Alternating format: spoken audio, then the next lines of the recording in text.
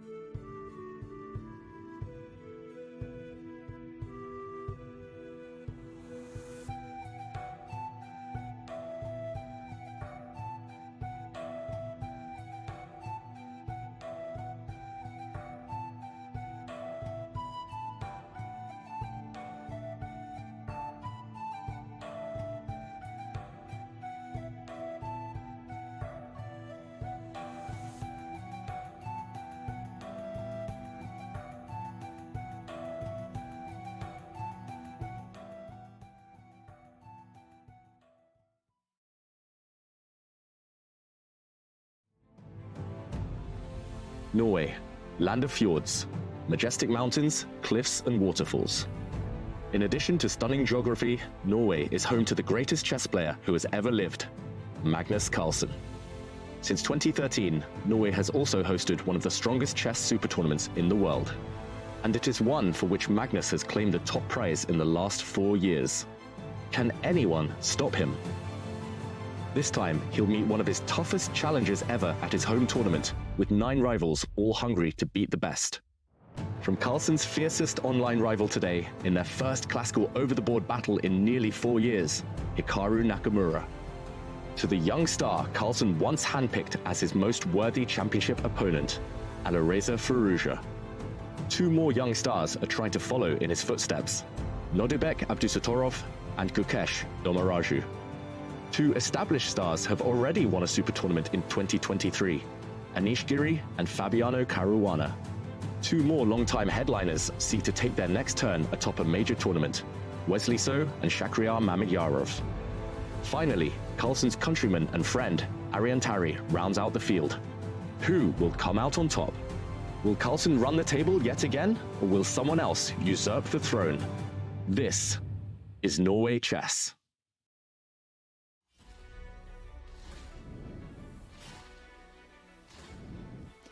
Hello and welcome to round 7, where the tension is mounting.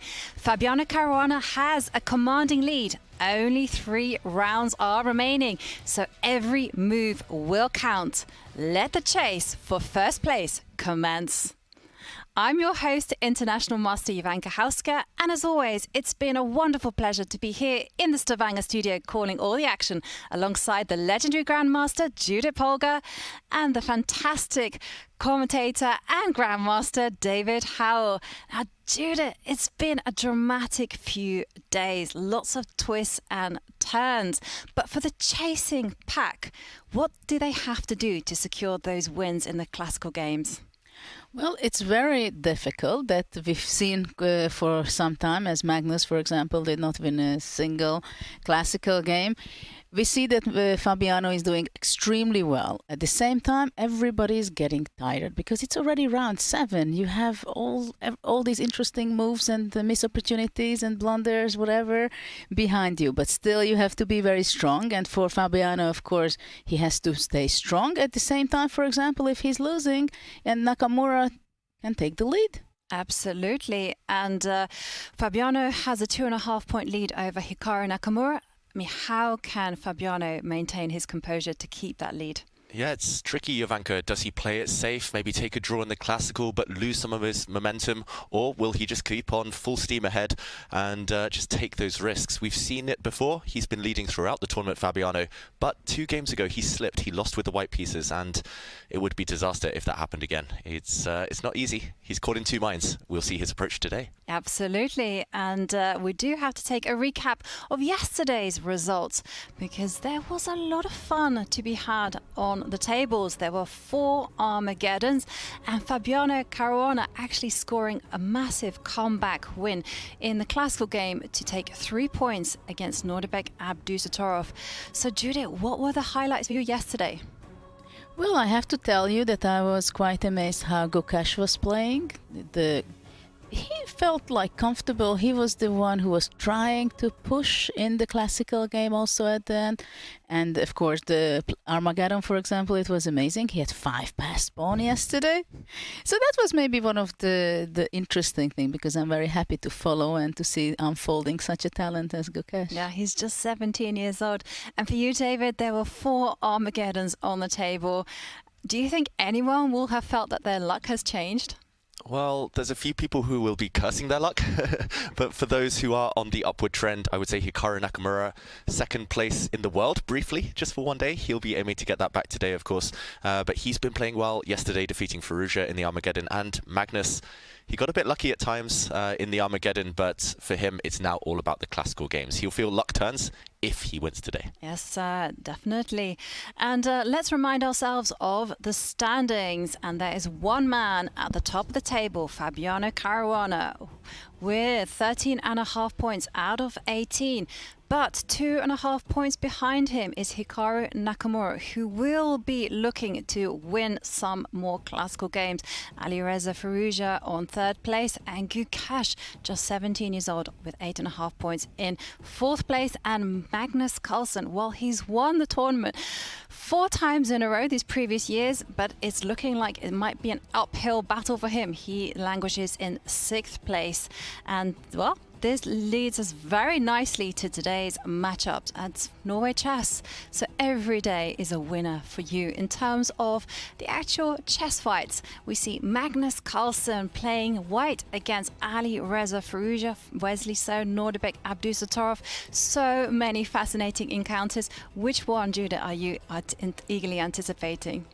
Well, I'm very much looking forward to this game of the leader, Fabiano versus Gukesh. And also I must say that Nakamura game versus Mamedyarov will be also something real excitement, I think, because Mamedyarov will want to win. Absolutely. So many players who do want to win. And David, what about you?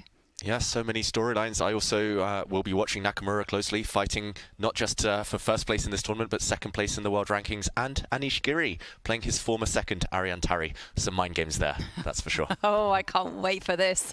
And it's part of what makes Norway special is the field, but it's also the format, which pushes chess beyond its boundaries. Because take a look at this. It's a 10-player single round robin, 120 minutes for the entire game. Sounds like a lot, really isn't. And a 10-second increment added after move 40. And in the case of a draw, Armageddon will break the tie. No draw offers. And it's the scoring system where if you win your classical game, you get 3 points. And if you win your Armageddon game, only 1.5 points. And this is what makes Norway Chess so special. And there we can see Abdusattorov. He has the black pieces against Wesley So. Oh, taking a deep breath. Perhaps some tension there. Yeah, he gave a death stare to the camera for a second, Nodebek. He's had an up-and-down tournament, we've got to say. Impressive at times. He won the Blitz, of course, before the event, but in recent times as well, some classical defeats.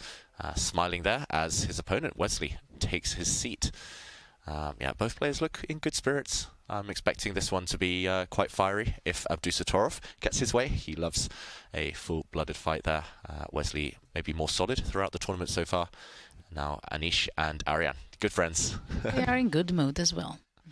Yeah. I mean, it's an interesting storyline, as you pointed out there, David. The Anish and Ariane has seconded Anish. I mean, what do you think will be going through their minds, especially for Anish, because he knows what material he's revealed to Ariane. Yeah, that's the thing. These two will know everything there is to know about each other, especially in the opening phase of the game. Of course, they get on extremely well. Ariane was working with Anish for the better part of a year on and off. So opening-wise, they've had all the discussions. It's just about whether they kind of follow the gentleman's agreement, where you don't play anything you've discussed, and try to maybe branch out, find new territory as early as possible, or the mind games where you just go down the main line, go down one of these lines that you have analysed together, and hope that you know more than your opponent. And here is a huge matchup. Tournament leader Fabiano Caruana with the white pieces against Gukesh. I can remember a game that they played against each other in Tata Steel, and there Fabiano actually outwitted his young opponent. He enticed him to make some active decisions which were badly timed. Do you think Fabiano will do more of that same strategy, or will he kind of move on to a different approach?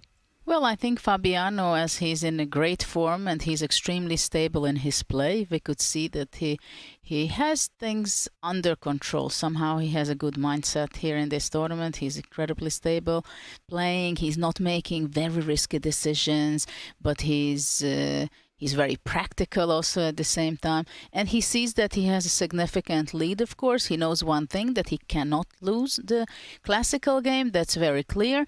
But I think he will not go out with some crazy stuff, but he wants to play a normal game as if it would be round one. Yeah.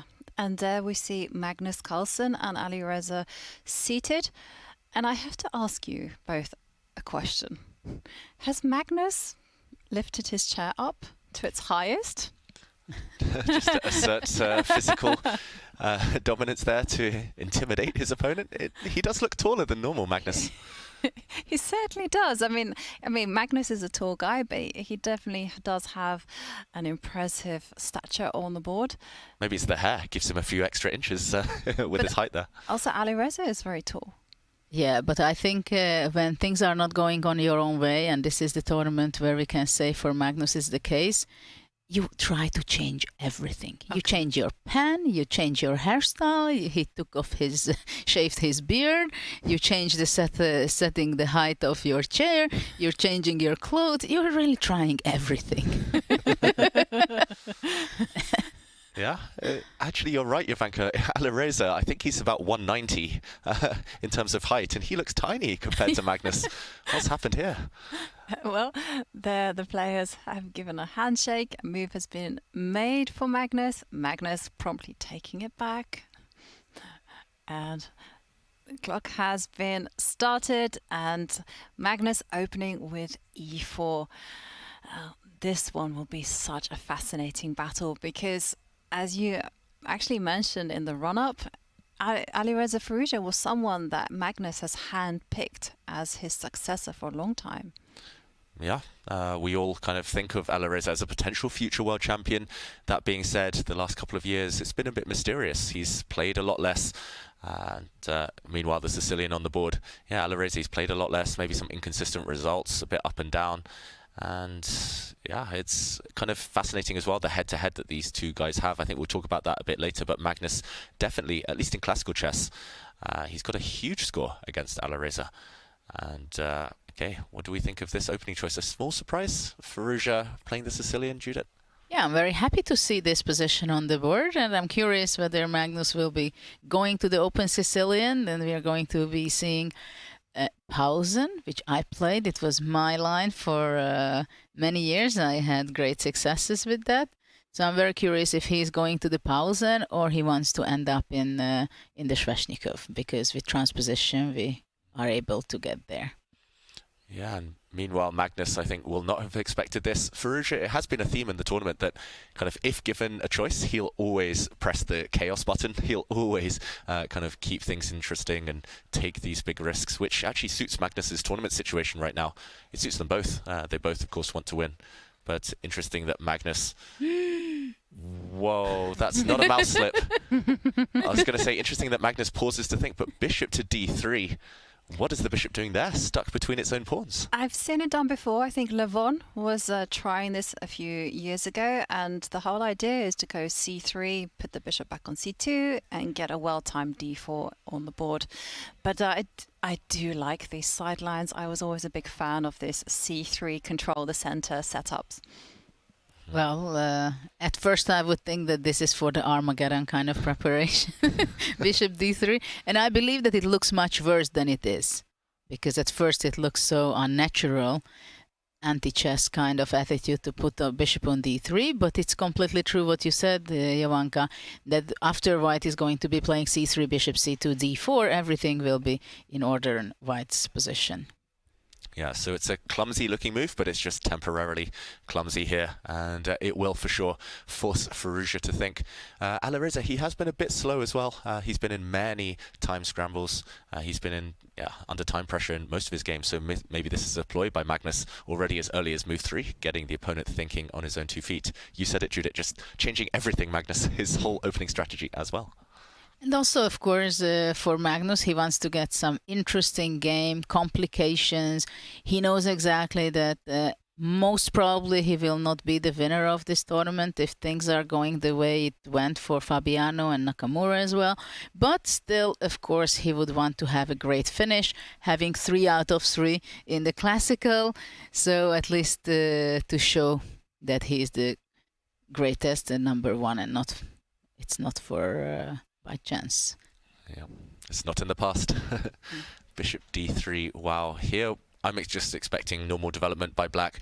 You can kind of play moves on autopilot. You can bring the knight to c6. You can bring the other knight out. But as you say, you need a long-term plan to fight white kind of getting reorganized in the center. The question is, what about black playing d5 immediately? Big question. d5 looks very natural. And Magnus has to either capture or ignore it if that happens. Yes, because if white can really regroup the bishop to c2, like after, let's say, if we play knight c6, white can go c3, let's say knight e7, castle, g6, bishop c2, bishop g7, d4. I mean, then we understand that everything is fine, right? White just took the bishop, the route from d3 to c2, and it didn't go as usually it does through bishop b5, bishop a4, c3, bishop c2. So that's going to be just fine. The question is how black can punish white for making such a awkward move like bishop d3, putting front of the pawn on d2. Yeah, and you're right, d5 would have been an attempt to punish white, at least to strike in the center and ask immediate questions, but Alireza says no. Okay, he just develops. Now we're expecting Magnus to go for one of those plans. I'm not sure which order. You castle first, you play c3 first. Well, the other idea also that maybe Magnus does not want to play c3 after all, but he will be castling rook e1 and the bishop will come back to f1. That can be also a strategy, possibly. Yeah, I've also seen, not in this type of position, but a b3 as well, to get the bishop out to b2, and then kind of combine that with your castling and your rook e1 ideas. Oh, well, this one is certainly unorthodox. Shall we take a look at the bird's eye view and go back to the boards? Yeah, and some very kind of far advanced games, despite the fact we've only been in action for around 5 minutes so far. Which games catch your eye? Nakamura's game is already on fire. I would like to go to the Anish Giri Tari game, because I think that one looks like a lot of fun. Just from one moment, because we actually have a clip of Tari and Anish Giri actually having fun. Arian, benytter muligheten mens du står her sammen med litt autografjagere, men hva tenker du svarte brikke mot Anish? Spennende parti. Litt spesielt å møte Anish. Det er en spiller jeg har jobbet som sekundant for før. He's saying that it's an exciting game against Anish. I fjor var det et spennende parti. He knows him very, very well. Jeg tapte det, men jeg hadde veldig gode sjanser underveis. Så and he was referring to that he actually, they played together. Arian played before. That wasn't the... Oh, I thought they were having fun. That was an interview in Norwegian, putting my Norwegian language skills to the test. But incidentally, one of my other co-commentators is learning Norwegian. So, David. I am your banker. I understood about half of that. He did say he knows him very well, and they have played together, of course, many, many times. He seemed to be quite optimistic about his chances. Ariane, of course, he's had a tough tournament, but maybe just buoyed by the fact that he managed to draw with Magnus yesterday in the Classical. Giving him some confidence going into this one. Yes. And okay, it's a Catalan. What do we think? Anish has chances to press? It's early days, still very theoretical. Should we go and quickly recap this one from move 1? We're now at move 10 in the game. Let's see these two great friends, how they started the game. It began with 1d4, knight f6.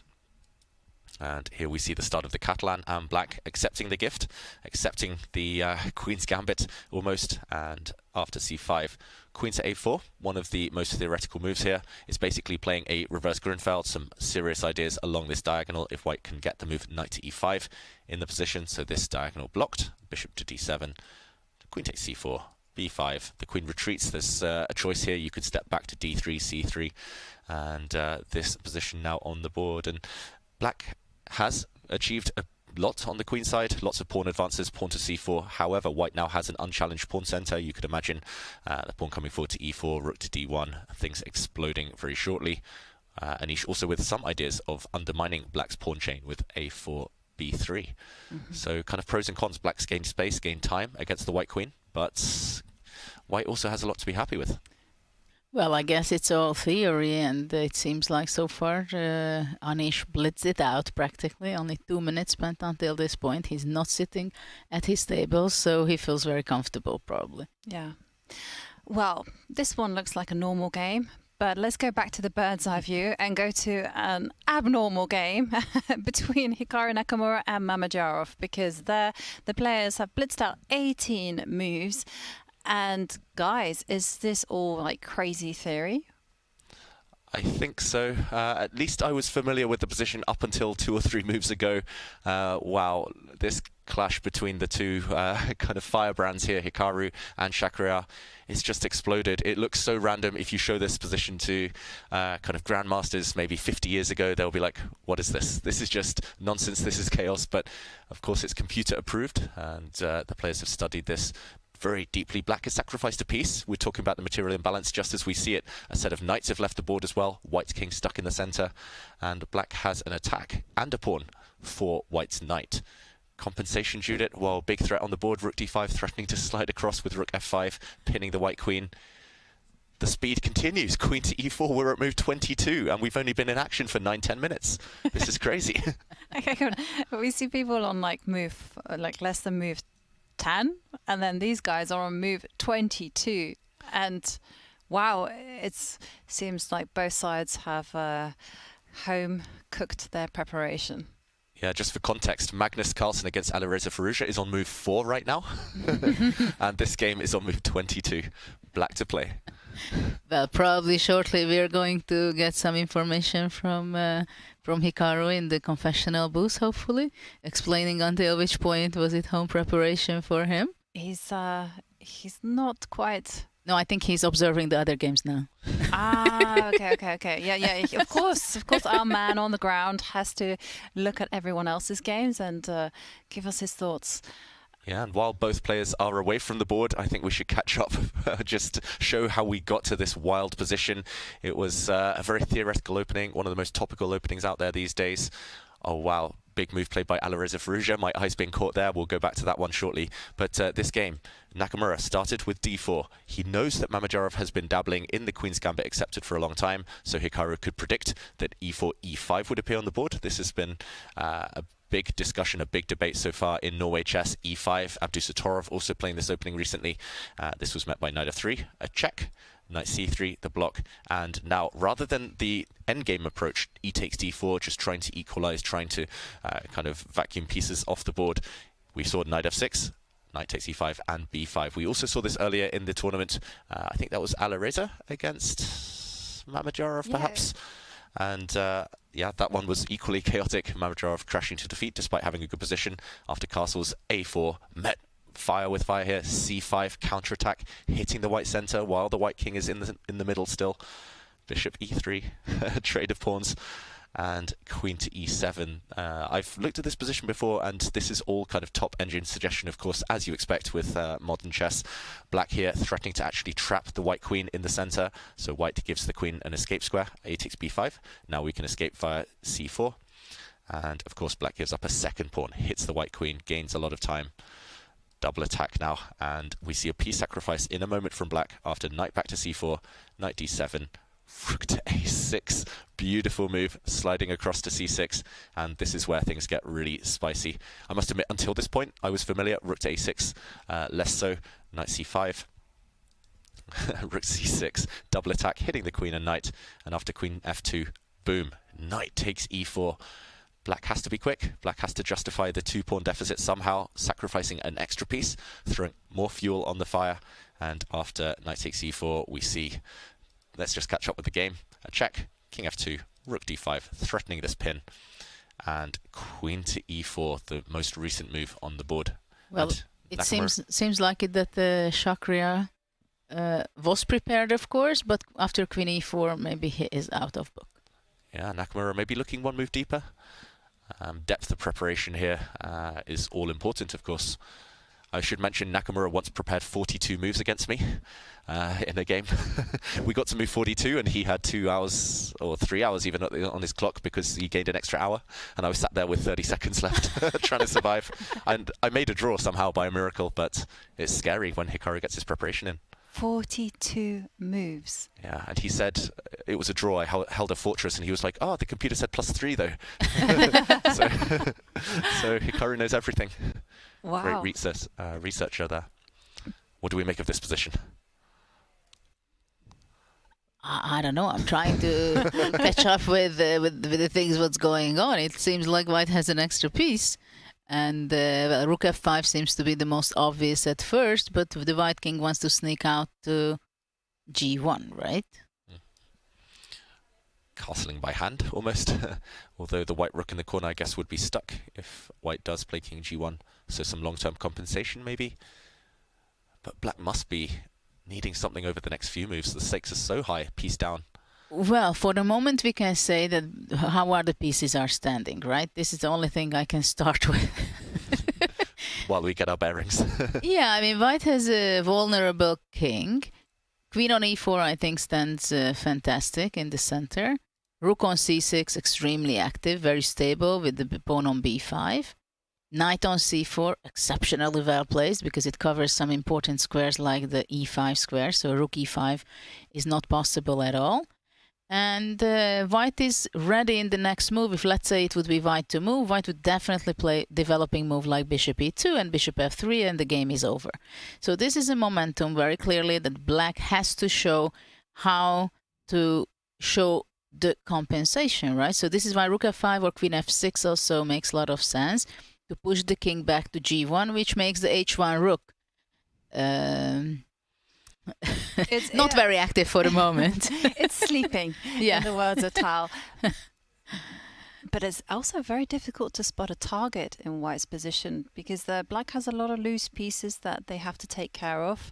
So, for instance, if you do play rook f5 and king to g1, then there are some big threats of rook takes bishop on the board. Well, I think the problem is that maybe there is one only move which is still keeping the compensation. So there must be only moves in this position for the next 5 or 7 or 8 moves. And of course, black can go wrong much easier than white because black has to prove it that he has the compensation. So what I'm thinking that maybe rook a d8 after giving a check, because of course I don't want bishop e2 to be played by white.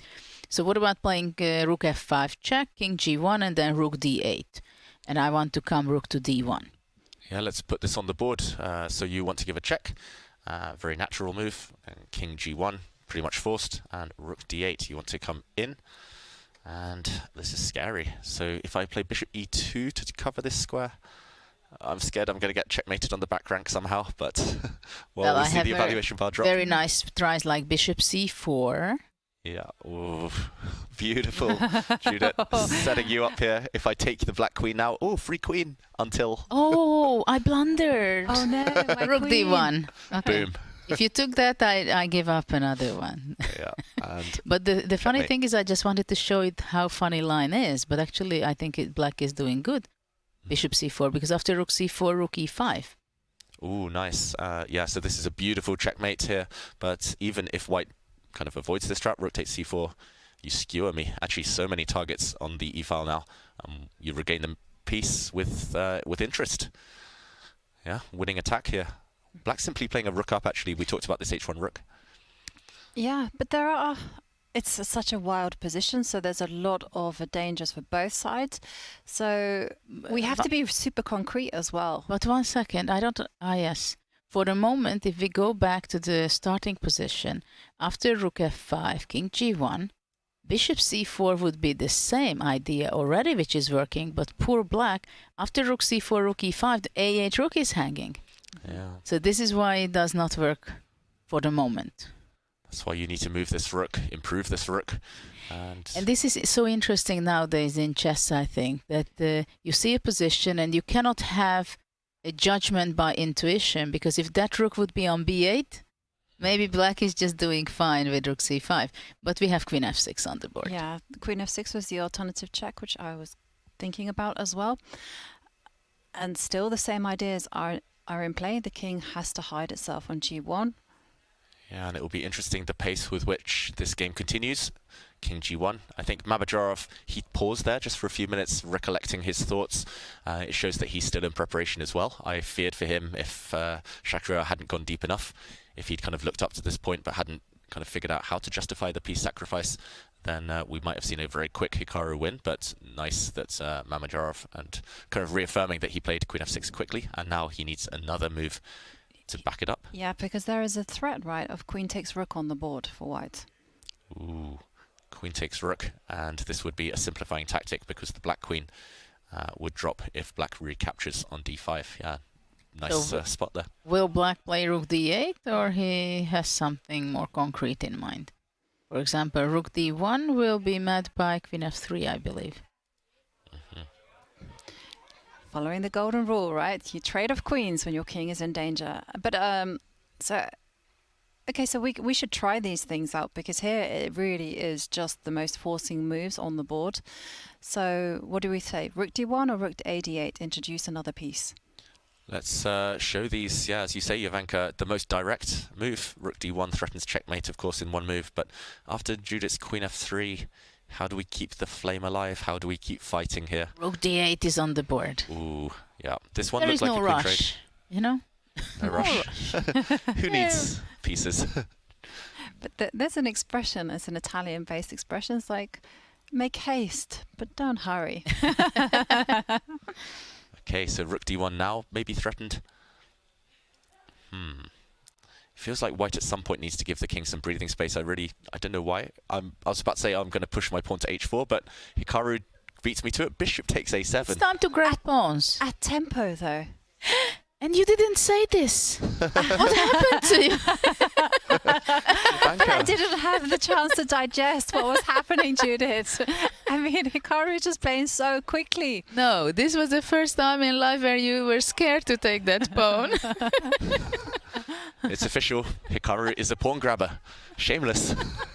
Bishop takes a7. Wow. And maybe he thinks that there's just no rush. I'm sure he studied this with an engine. Otherwise, you don't have the courage to kind of weaken this diagonal near your king. But it's still holding together, Hikaru. He can still swoop back with the queen to f3 if necessary. But what a self-confidence you have to blitz this out. I mean, he could even spend some time just to make sure if everything is okay. But he has this self-confidence. I know what I'm doing. I'm going to grab this pawn. I'm doing fine. Yeah. Or the other way around, he wants to give the impression that he knows everything. And everything is under control, even if it's okay for black. I think we can safely assume two things are going to happen in this game. Either one side is going to forget what they should be doing and lose very quickly, or we'll see some more fire on the board and things just level out towards a draw, a forced draw, because the evaluation bar is still in the center despite white having an extra knight, meaning black should have sufficient resources. Wow, dramatic stuff. I think it will be a draw in the end. That's my guess, because many of these very sharp tactical things end up in a draw. Breaking news. Hikaru has just given us a confessional. So take it away, Hikaru. Welcome back, everyone. So in my typical YouTube fashion, I'll try to say welcome back, and it's probably going to be a very short day, unfortunately.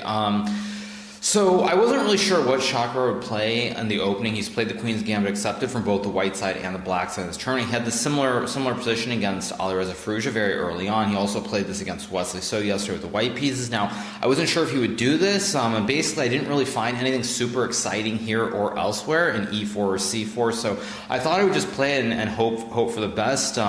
As it turns out, basically when I looked at this before the game, the sacrifice of the knight on E4 is the best line with any other move. White is definitely a little bit better, but after this knight takes e4, this is all pretty standard. I mean, there's probably going to be a forced repetition coming up as Chakra knows the line out. Of course, it's never been played before, so you sort of have to just take your chances and hope. And it seems like, unfortunately, Chakra actually did his homework, and I think my game's going to be a draw, probably within the next 10 minutes. It's modern day chess, I guess, simply put. I've won games where I've sort of played the memory test before, very famously against Sergei Karyakin in Zurich many years ago. We played this English opening, and it was all prep, all memorization. Sergei was not able to remember the correct lines over the board, and I won that game very nicely. Here, unfortunately, it looks like Chakra does know what he's doing, so barring something insane happening, like unless Chakra suddenly goes deep into the tank here, most likely this game is going to be drawn pretty soon. There are a couple of ways for black to play here. But the most common one is Queen f6, King g1, Rook a8, Bishop a7, Rook f5, Bishop b3, Rook back to Rook fd5, and computer just says it's complete zeros. So we'll see if he knows it. I'm not very optimistic about it, but if your opponent knows every single move out to move 30, they know to sack the piece, and that's just life, what to do. So a little bit disappointing, but that's how it goes. Oh, and Hikaru telling us that he is playing the memory game, and also telling us that he once did defeat Sergei Karyakin in that game, but he also mentioned the repetition. So David, can you show us what Hikaru was talking about? Yeah, we have to see whether Hikaru will be on point with his prediction here. He basically went down this variation, and in this position, he is predicting rook to f5. Let's show this on the board, because this is not obvious. If Mamedyarov hasn't studied this exact position, hasn't done his homework, and fails the memory test, rook to f5, of course, hitting this bishop on f1. Hikaru said he intends to play the move bishop to d3. Very logical move. Looks like you're pinning along this diagonal, but actually rook back to d5 is the key move here. Just not seeing any ghosts, hitting this white bishop, and white's here. I think Hikaru intends to just drop back and repeat the position, because if you do get greedy and take on h7, then the black king simply runs. It's going to run safely towards the center, and actually it's the white king that might well get checkmated. For example, you cannot give a check from this angle because black simply removes the bishop, and next move delivers checkmate. So yeah, rook f5, and a bit of a yo-yo here. Rook f5, bishop d3, rook d5, and this is the predicted draw from Hikaru. Well, I think it's nice to show that after rook f5, bishop e2 is not an option for white, because white can guard both important squares, d1 and f1, so rook d1 would be made in 2 moves. And there is one other option for white to deal with the move knight, rook f5, and in some way to protect the f1 bishop, right? So queen e2 seems to be very scary for white because it's very passive, but what would be the move after that? Oof. Isn't bishop... It feels like there's going to be something on the tactics, right? Feels like there's something in the air. At the moment, bishop d4, at least you can meet with a capture and a block. Maybe this is still good for black. You can block with the knight or the queen on e3. Well, if you play queen e3, then bishop c4. Yeah, exactly. The same trick. Bishop takes c4, removing the defender of the white queen, and then checkmate. Next move. This pattern keeps recurring. And yeah, if knight to e3, it feels like there should be a knockout here. Maybe probably just rook to e5. Yeah. Rook e5 pin along this diagonal and this file, and most Still, likely you win. White goes king f2. Where's the killer? You need one last punch to get to this king. Well, bishop g4. Bishop g4. Bishop g4, yeah. Overwhelm the white defenses. Evaluation bar less convinced, but still very scary. I don't think Hikaru would risk this.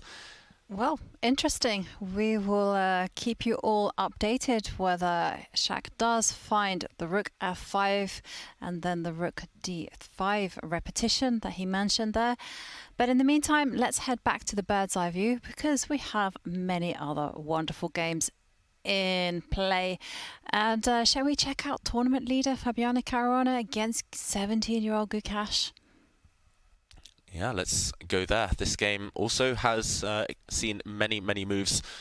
And, okay, it's a slower, different type of position, Judith. This one's more of a maneuvering battle. It came from an anti-Berlin, which we've seen multiple times this tournament. White parting with the bishop pair, but black has a slightly damaged structure with doubled c-pawns. So Caruana taking a slow approach. What do we think of this current position? I don't know exactly what black is going to be doing. Of course, the question is whether he want to give up the a file by playing a takes b4, which is not something you want to give up so easily, especially if you have an alternative and an option to keep the tension. So for now, maybe with black, but it's interesting that having h6 on the board, f6 doesn't seem to be such a tempting move. It's not that it gives such a huge weaknesses on g6 or white can exploit it. But still, I mean, usually I like to play f6 in such a position, defend the e5, then move the rook, maybe move the knight away. Yeah, it's hard to find a plan, as you mentioned, or at least a productive move that you're kind of happy with that improves your position. I should mention that maybe the most famous game between these two was from last year's Olympiad. Gukesh won a really nice game, a kind of tactical wild game with black, and it does feel like ever since that moment, Caruana has so much respect for him that he just wants to slow the game down. Yeah, but we shouldn't forget that Fabiano had an awful Olympiad, so That he was in didn't help. awful form, and Gukesh had an incredible form showing, I think, 7 out of 7. That was his start, and then 8 he out of slowed 8 down. maybe even. Or 8 out of 8, yes. By beating Caruana, right? Yes. But maybe white's plan is to go knight c4 quickly. If, let's say, black is not doing anything special, then knight c4 would be coming. And if you don't play f6, and after knight c4, you have to capture that. So let's say if we are looking a move rook e8, let's say. Let's jump in and show this. Is knight c4 a threat? That's the big question. Rook e8. Yeah, if I c4. can go knight c4, and let's say black has to take on c4, d takes c4, and of course black does not want to play c5 to block the bishop completely, and c5 would be a threat, because this would be a huge advantage for white. Yeah, we've seen this from actually Ariane Tari's games, where he's inadvertently locked in his bishop and Well, it looked better, lose, right? It looked better than this one, but still, it was bad enough.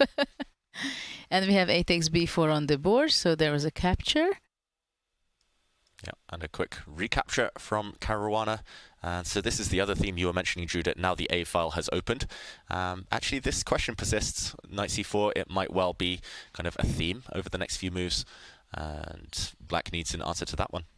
But let's say black plays f6, and then after knight c4, black does not have to capture on c4, but he can move back with the queen to e7. And I don't think knight b6 can be so dangerous for black. If capturing the bishop. Which It's way possible. will you take back? I think I would be taking back with the pawn, but I'm not sure it's good. But for the moment, d4 is not possible. I mean, it is possible, but bishop c4 can be strong. Also, later on, black can go b5 and knight b6 to c4. Yeah, looks like black is solid enough. Opposite color bishops, and unless things really open up. But feels also after balanced. d4, bishop g4 is possible. That's also something to consider, I believe. Yeah, this is the most forcing line, but it looks like also what Gukesh should do. I totally agree. Kind of, I want to play f6 here, even if kind of black's played this Bishop weakening move d4. h6. Whoa, bishop d4. Okay, active. I was actually going to say this. Gukesh is a very active, dynamic, always up for a fight kind of player. And that's how Fabiano used his psychology just to beat him in their game in Tata Steel. So I wondered whether like a dry technical position like this is actually something that Gukesh is not necessarily that comfortable with. Yeah, I've played Gukesh twice in my career, and both times I just tried to make it dry and dull, and both times he kind of got a bit overexcited and lashed out, and it backfired a bit later on. So I totally understand Fabiano's kind of strategy here, but Gukesh, unfortunately, against the best players, they always seem to get their type of position, and Gukesh there, bishop d4. The more I look at it, the more I like it, Judith. Yes, actually, it crossed my mind for a fraction of a second, bishop d4, but then I said, no, it cannot be the move. But actually, it is very interesting because white cannot take with the knight, because he would be losing a pawn, right? He takes d4, and after the white bishop has to move away, and then simply queen b4. So this means that white has to react in a different way, but it's not so easy for white how to do so, because let's say if he captures it with the bishop, then he takes d4, and the e6 bishop covers the b3, so white cannot jump simply knight b3 to attack the d4 pawn, and I don't see for the moment how white will pose real problems or dangers to the d4 pawn if we exchange. Yeah, let's show this on the board. Really nice move here from Gukesh. Counterintuitive, I would say. Wow, breaking news. We did have that draw between Hikaru Nakamura and Mamedyarov. So we will see a first Armageddon of the day. But yeah, just to show this point, queen takes b4, huge threat. It's counterintuitive because you give up the bishop pair, you kind of ruin the black pawn structure even further, but there's a clear weakness, a clear target, and like Judith says, this bishop kills this white knight's. And the b4 pawn is a weakness, right? For now, it's not easy to protect it. Of course, white can go queen b1, so for the moment it's protected. But for white, it would be very nice somehow to play f4, but it's not going to be easy. So after this, white can be okay. Queen b1 threatening with queen b2. If black captures on a1, queen b4, and I think rook b1. Hitting this pawn. Also, if you need to, you can take this pawn off the board. But after that, queen c3 might be strong. Yeah. Maybe in this position instead of queen, instead of rook b1. I mean, it depends on the evaluation of this type of position. Well, queen d4, of course. And white has more central pawns, which can be quite comfortable. But black is very active, especially, you know, say for instance you were to trade queens. I'm not sure whether that's the best move, but I'm just kind of highlighting that the rook can come to a8 and be a nuisance. Yeah, start coming in. Maybe dynamically balance this this type of endgame. But maybe white can go f4 finally. Let's push those pawns. And I guess the black knight moves to create squares for the bishop to escape to before you start hitting me, trapping this piece. And bishop d4 is on the board, so we're going to get something similar to this, I believe. Yeah. And of course, it will come as a big relief to Fabiano that Hikaru actually drew his classical game. So if he takes it to Armageddon with a draw, then it's not such a big deal. He will still maintain his 2.5 point lead. Or at least, yeah. At least, or 2. A 2 point lead. Yeah, Fabiano. So yeah, it feels like a safety net here for him. He'll of course have one eye on the other results. For Hikaru, with the white pieces, he said it in the confessional, right? He was a bit disappointed, but it's a decent kind of trustworthy strategy these days to test the opponent. But sometimes if the opponents have done enough homework in the opening, you do end up with these quick draws. And there we can see the bird's eye view, and already just looking at the bird's eye view, I can see some surprising moves by Alireza Firouzja. I mean, what is that pawn doing on g5? Good question. I think we transposed to some position because... but how is it possible that we transposed? Should we go and update ourselves in this game between Carlsen and Firouzja? It's only been a couple more moves, but very surprising, unexpected moves. Something very funny going on there. Funny for who? That's the question. Well, it's the only thing that black has an extra tempo, right? Yeah, so let's backtrack. This is the current position. We were last at this game here after white had castled, and black lashed out. Firouzja, we've said it before, anytime you give him an opportunity, even if it's a kind of weird looking opportunity. He will go for the active move in the position, and g5, taking advantage of the fact that white cannot open the center yet. He wants to fight on the king side, at least gain some space there, gain some tempies against this white knight. G4 incoming, bishop b5 now. Yeah, can I tell you that someone has actually thought of the move g5 before? It was a game, it was in the Moscow Rapid between two strong grandmasters, David Paravian and Boris Grachev. Okay, and David Paravian, out of curiosity, was white? He was white, yeah. Did he play bishop b5 as well? No, that was c3 was the reaction then. Okay. And white lost, but it was a rapid game, so. Yeah, c3, and I guess the white knight is kicked back, and black gains a lot of space on the king side. That's interesting to me because Paravian works very closely with Daniel Dubov, who is a second of Magnus Carlsen. So it's maybe some idea sharing there by osmosis. Just yeah, sharing is caring, as they say, and top players know all of the top ideas these days. I'm sorry, you made me laugh so much there with sharing is caring, because that is literally the motto of my nieces. They're under 5 and you hear that phrase all the time. Yeah, and the top players do share ideas from time to time. You've got to be careful who you share them with, though. Lots of kind of cloak and dagger. It's like a spy novel sometimes, the top players in their seconds. But bishop b5. Okay, moving the bishop for a second time, Judith. Do you like this move?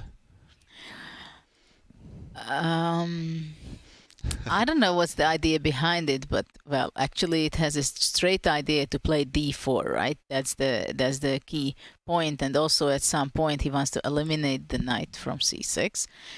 But what Magnus is saying is that I can afford to have one tempi down just because you play g5. And the question is whether is it correct, because of course tempis does count in this position, because if it would be white to move, of course you go d4 or somehow some active move.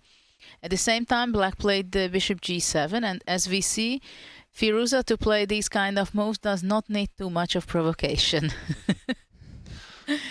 True. So Magnus, I think he's kind of got what he wants. He's got a fresh position where opening theory doesn't play a part, but at the same time, Firouzja's got what he wants. He's got an active plan here. G4 might come at the right moment, kicking back the white knight. What moves come to mind here? I'm looking again at c3. I'm not sure you can get away with any breaks in the center now. Of course, you want to make d4 work, opening up the bishop against this pawn, but d4, the big question is, do you have enough compensation after g4? The answer might not be positive here for Magnus. So really tense after this last move, after this last kind of sequence. Mm-hmm.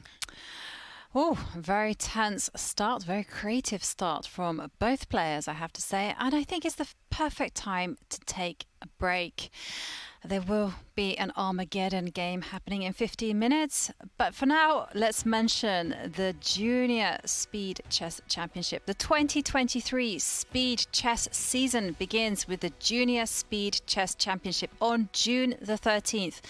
This 4-day event showcases the best young talent in speed chess with over $45,000 on the line. But the real prize goes to the top finisher alone, who moves on to the main Speed Chess Championship later this summer. Catch all the action starting June the 13th right here at twitch.tv/chess. Use !JSCC in chat for all the details. And we'll be right back after the break.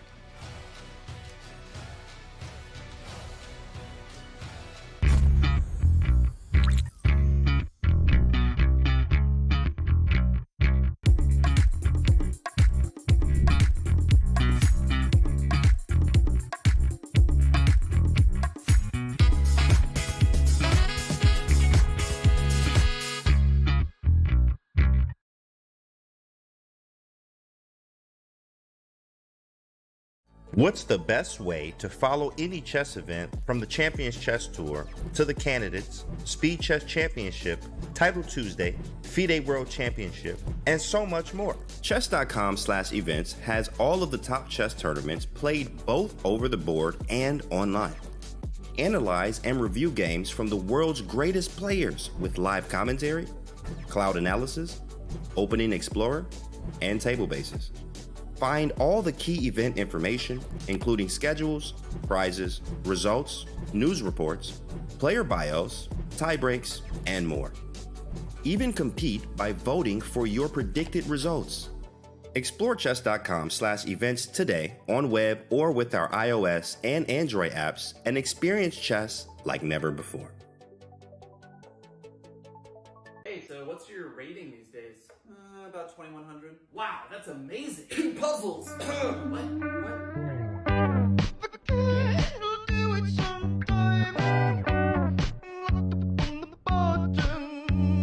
There are 72,084 different possible positions after 2 moves.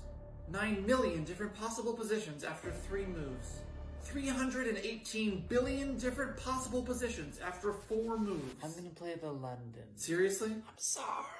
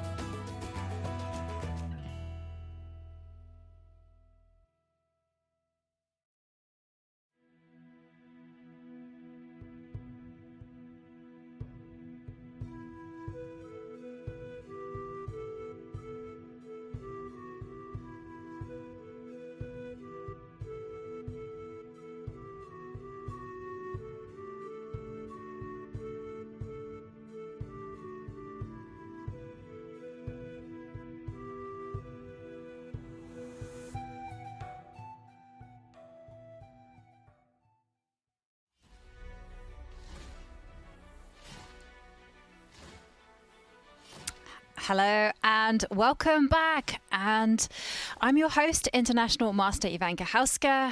And some breaking news. We've actually just had Magnus Carlsen in the Confessional booth sharing with us his opening thoughts. So let's go there and have a listen. Jeg trodde jeg hadde tenkt på alt, egentlig, av ting som man kunne spille mot E4. Eller jeg hadde ikke tenkt på E6, eller altså C5 til E6, så da tenkte jeg, da får jeg bare improvisere. Så får vi se. Det jo morsomt å tenke fra trekk. Altså, det her ikke en dårlig variant, det ikke det, men jeg kan ikke noe på den. Så sånn sett det ikke ideelt, men det blir morsomt å få et helt nytt parti da, fra trekk 3.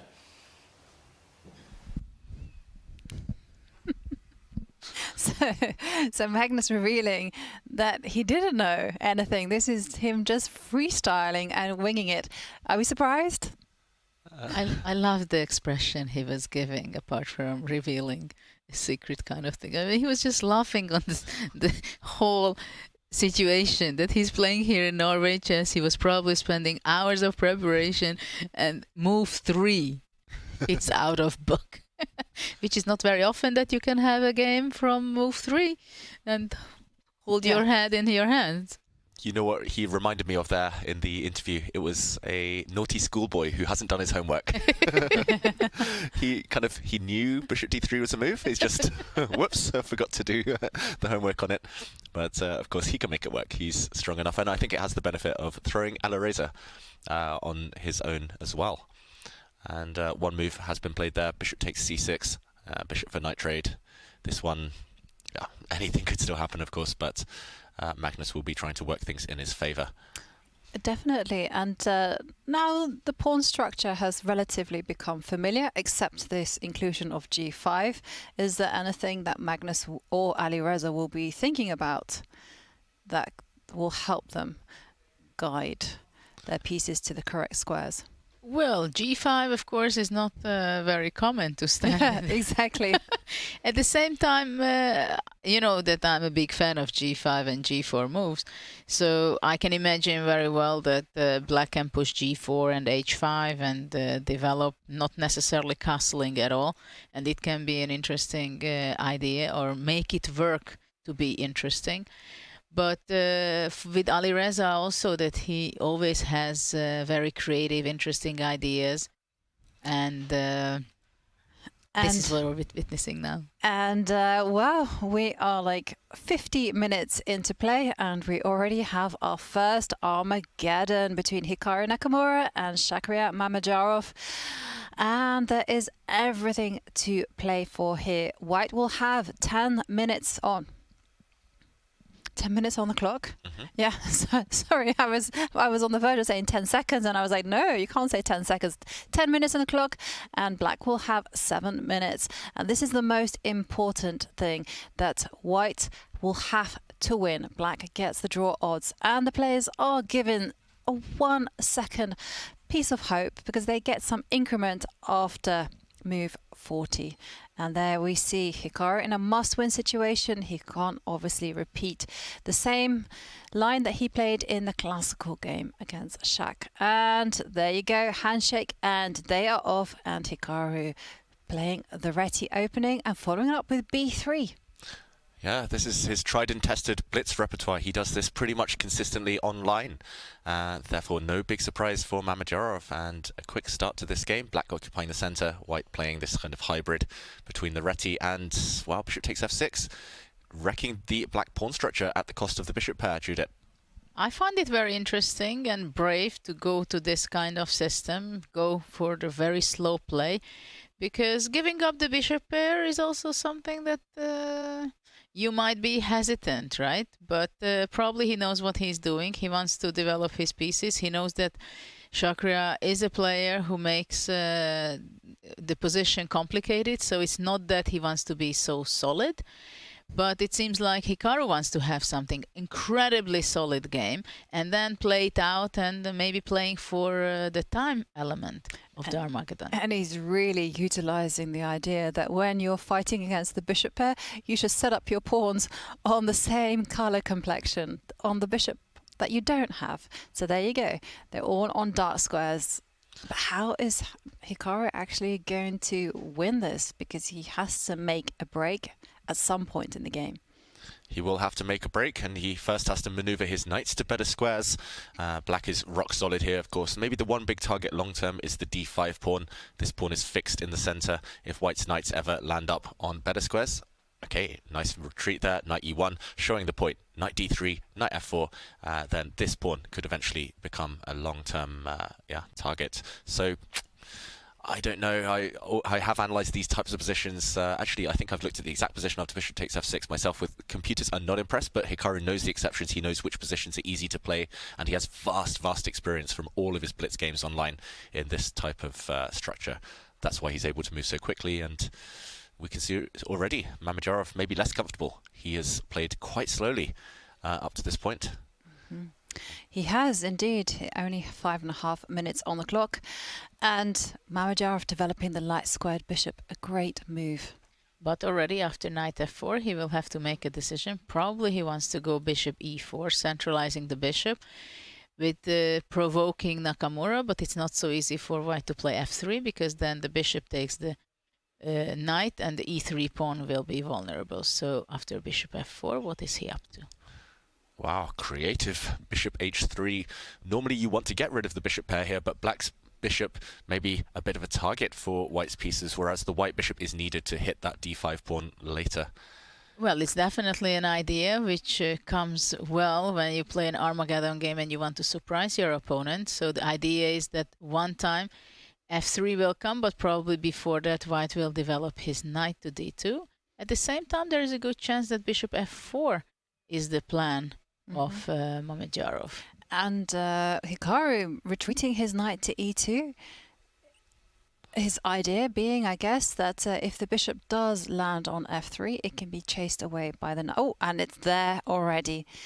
And here I was expecting Hikaru to develop the knight to d2 and chase it away. But then there is some tactical idea. Bishop can capture the knight, takes, and then c takes d4, taking the central pawn. And there is a pin, so black would be taking an extra pawn there. Okay, and if the natural move isn't possible, then already white might even have to look at moves like bishop to g2. Okay, he reinforces the defense of e2. But what is Hikaru doing with his queenside pieces? And there we see a trade of pawns in the middle of the board.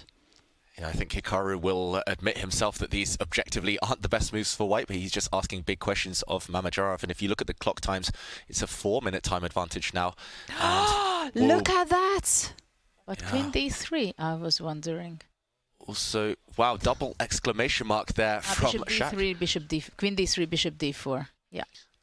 If the white queen moves, then bishop takes d4, and there's a pin on the e-file. Double exclamation mark means it's a brilliant, unexpected move, and it is a sacrifice if this bishop is captured. The black queen, okay, we're going to see this on the board. She swoops in, and look at the white king. Is it going to survive, really, on f1? Queen h6. Oof, beautiful geometry there, Judith. Queen back to h6. Well, maybe it's not bishop. the best, of course. Maybe rook e8 is the best move, because there's so much pressure on the e-file. You got to carry on building, and well, Hikaru desperately needs to get those extra pieces into the game. Well, Mamedyarov is in the game. Yeah, it's like Hikaru raised the red flag to the ball here, and knight takes d4 is incoming. So, I mean, can white play knight c3 and get away with everything? Oh, Hikaru, he's in desperation mode. Mamedyarov leans back to check how many moves they have played. He will get increment in 21 moves time. He cannot think of that, though. He's got 4 minutes, and he needs to deliver checkmate to justify this piece sacrifice. But it looks good. It looks promising for black. Mamedyarov in the attack against one of the best defenders in the world, Hikaru Nakamura. Probably after knight d4, he wants to take on d4. Oof, giving up the white queen. In some lines, perhaps. This one's getting sharp. Knight d2, trying to eliminate black's bishop. But white cannot actually play knight takes bishop at all, because the knight on e2 will fall. And oh, Shaq has spotted something, and he takes the knight off the board. Okay, white is going to end up totally strung up here, just totally paralyzed after rook takes bishop. Maybe just queen to d3. Pin. What about queen takes bishop? I was wondering whether you could actually use your idea of playing queen h6.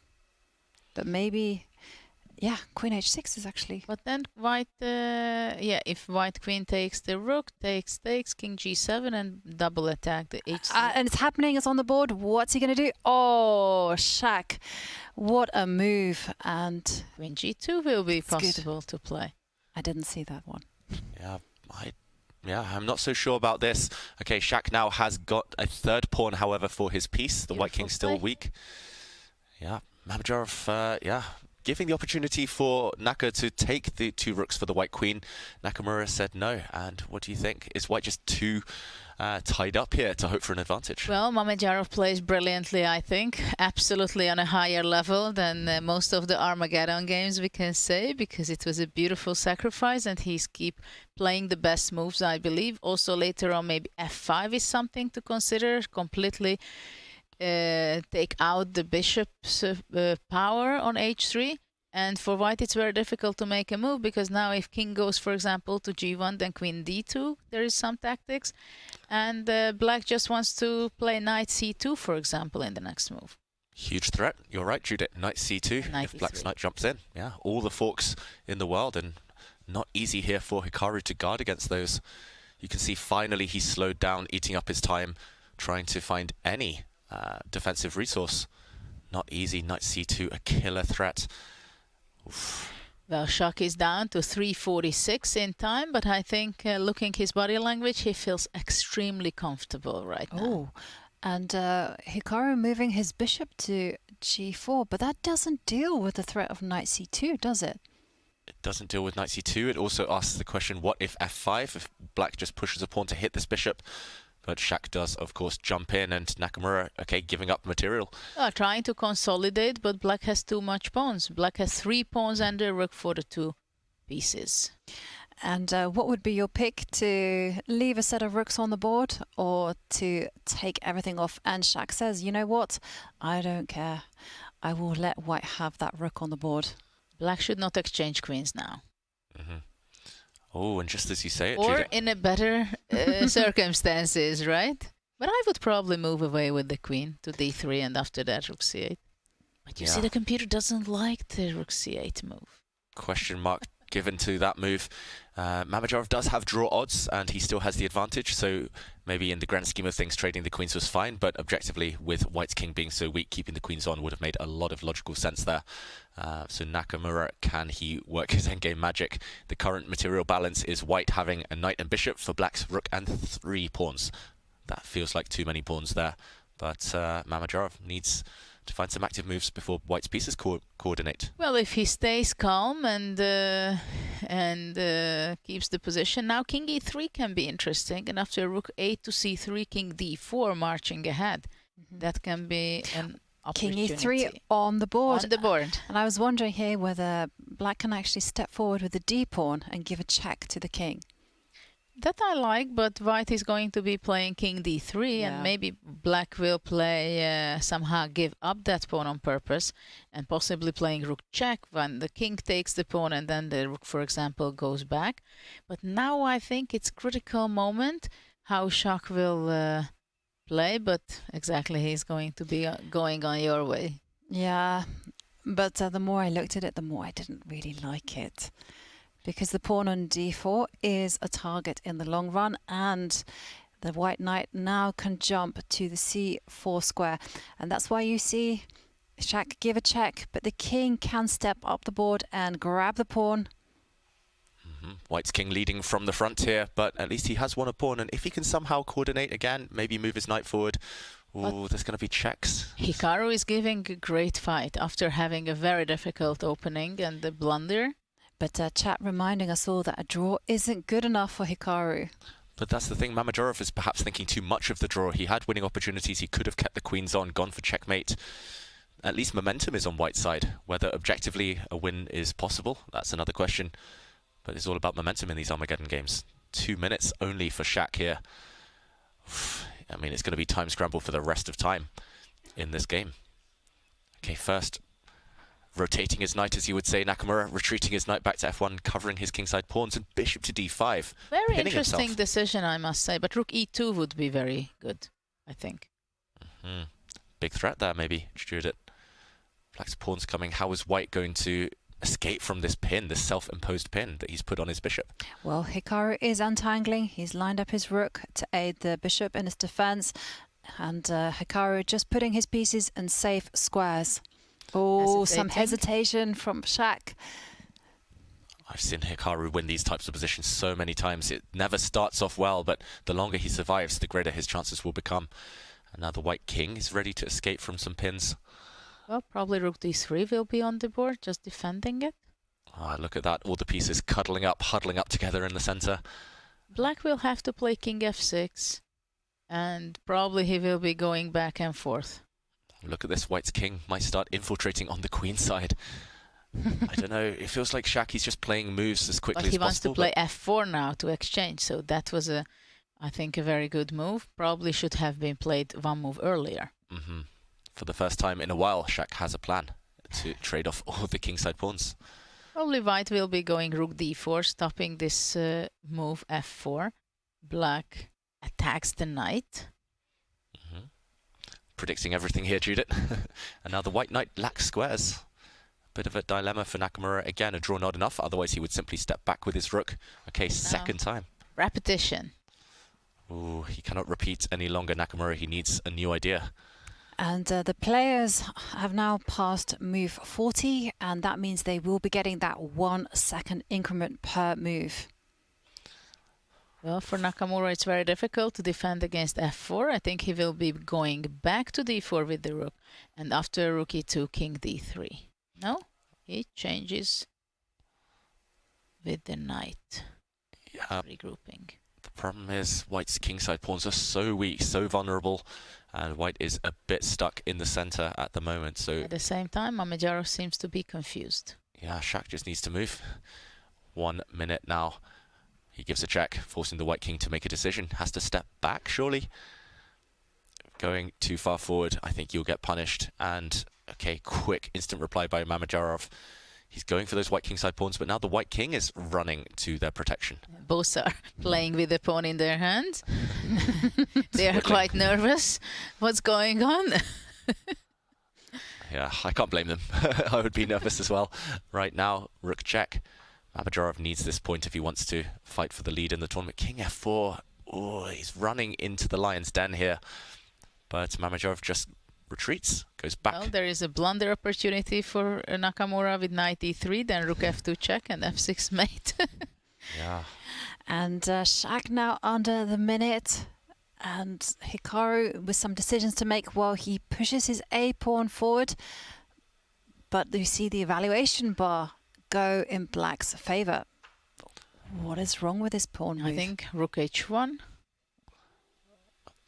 Aha. Okay. Maybe there were some tricks there using the pin on the white bishop, but instead Mamedyarov just yo-yoing with his black rook on the second rank, just causing threats, annoying Nakamura here. Okay, but hesitation once more. He's under the 1 minute mark. He's under the 30-second mark even. Rook to e1. And Nakamura is surely going to improve his knight. It looks like somehow some small kind of missed opportunities, and the longer white survives, Nakamura is going to be gaining in confidence. Flagging could well be a thing here.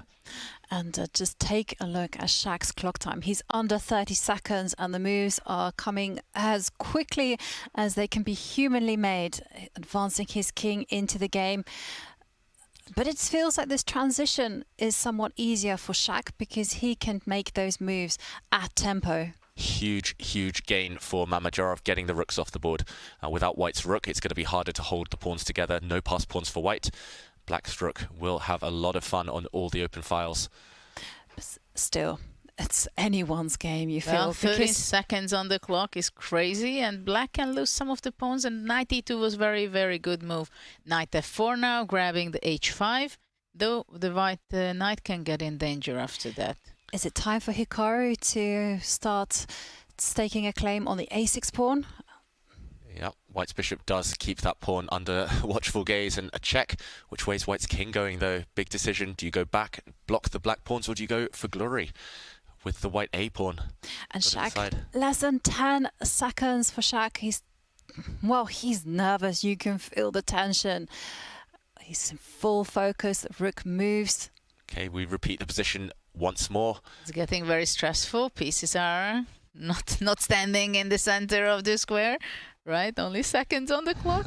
And that's why the 1 second increment is not a lot. Pieces go flying and Mamedyarov's going for it. We see the evaluation bar react. Black is winning here, but it is a race. And in a race situation, anything can happen. Wow, really nice check there. Mamedyarov throwing a pawn away to go for the white a pawn with his rook.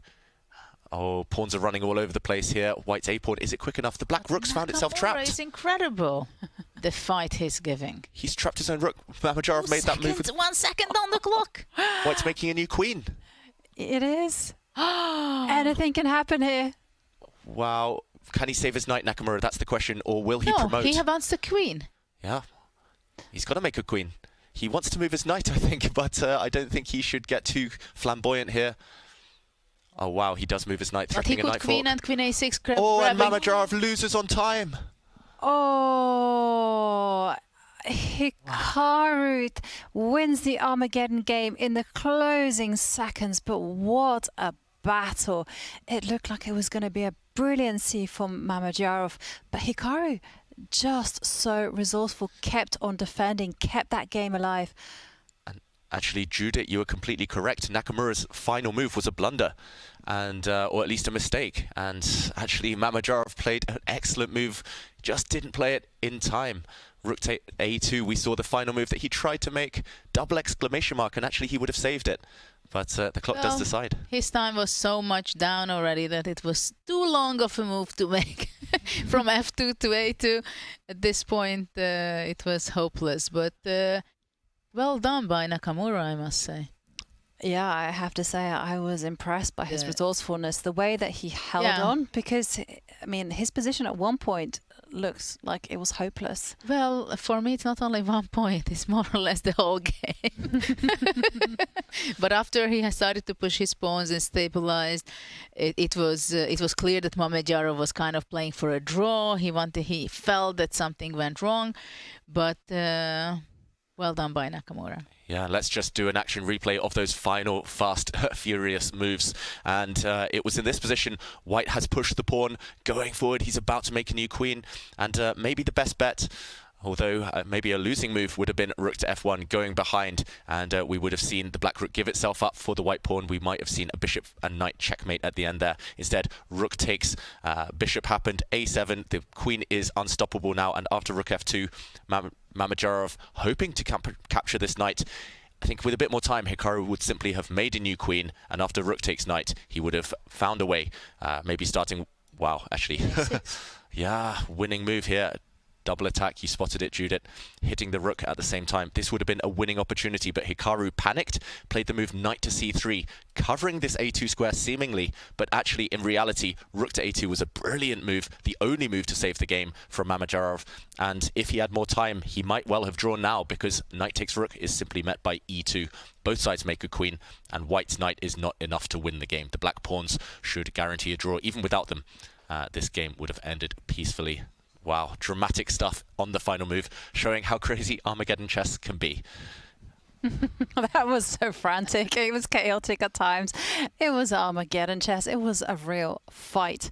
It's what we like to see. And let's go to the calmness of the classical games. And, you were also not serious about that one.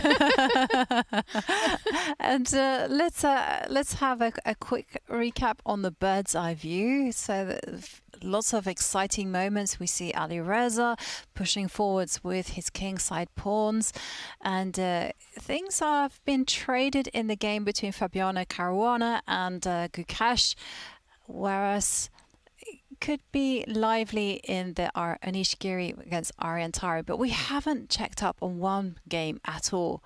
I think we should pay some attention, pay some love to Wesley So and So-Abdusattorov. Yes, let's jump into that battle. It's at move 13 now.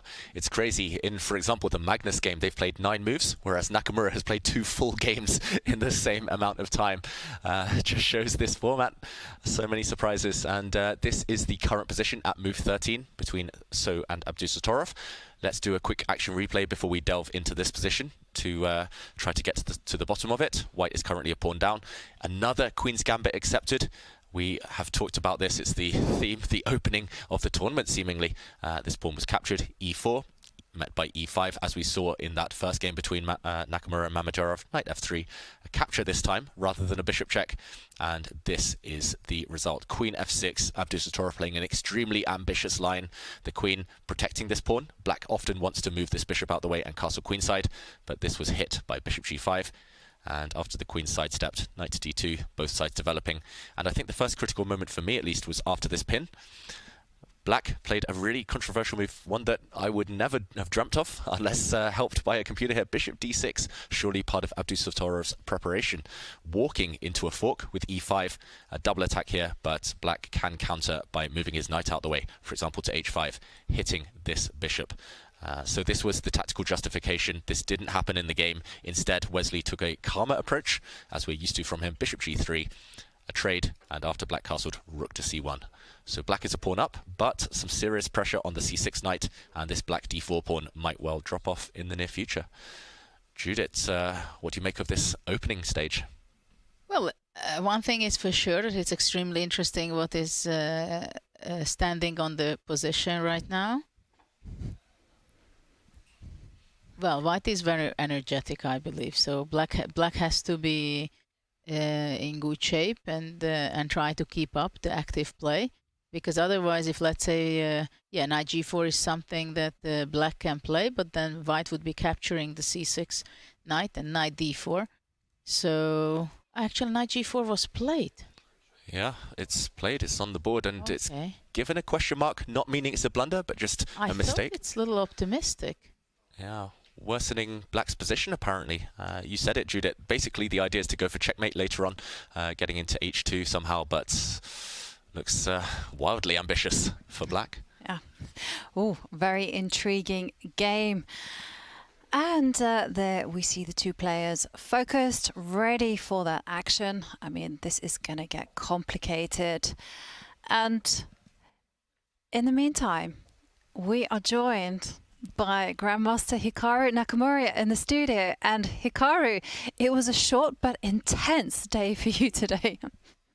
And basically, before the game, I looked at a couple different possibilities, and I just sort of settled on this Queen's Gambit accepted, and basically hoped that Shakrar wouldn't know the line to the end. And it turns out he did, so the game was not really much of a game. It ended up being drawn after about 20 minutes. But then this Armageddon game, I think, more than made up for it. We both had some chances. Probably I was losing for much of it, but you sort of just keep the game going, and things seem to work out for me. I mean, it did look quite shaky for you, the Armageddon game, I have to say. I mean, how did you manage to kind of keep the game alive? I mean, I think the main thing was just finding ways to pose practical problems, because basically Shakrar at a certain point, instead of trying to win the game, he was trying to find a simplification method.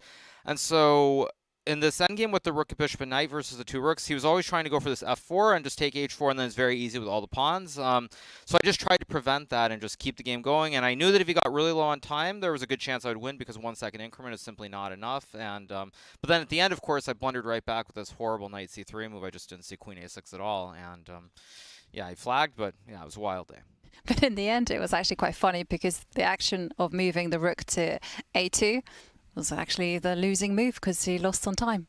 Yeah, I think if he had done it a little bit quicker, if he spotted the idea instantly, then it would have been fine. But he didn't spot it instantly, because I think he saw queen and queen a6, probably what I completely did not see. And so he sort of was zoned out and thought he was just going to lose. And so then he wasn't able to mechanically play the move. But yeah, it was just crazy. Yeah, and how are you feeling about these Armageddon games?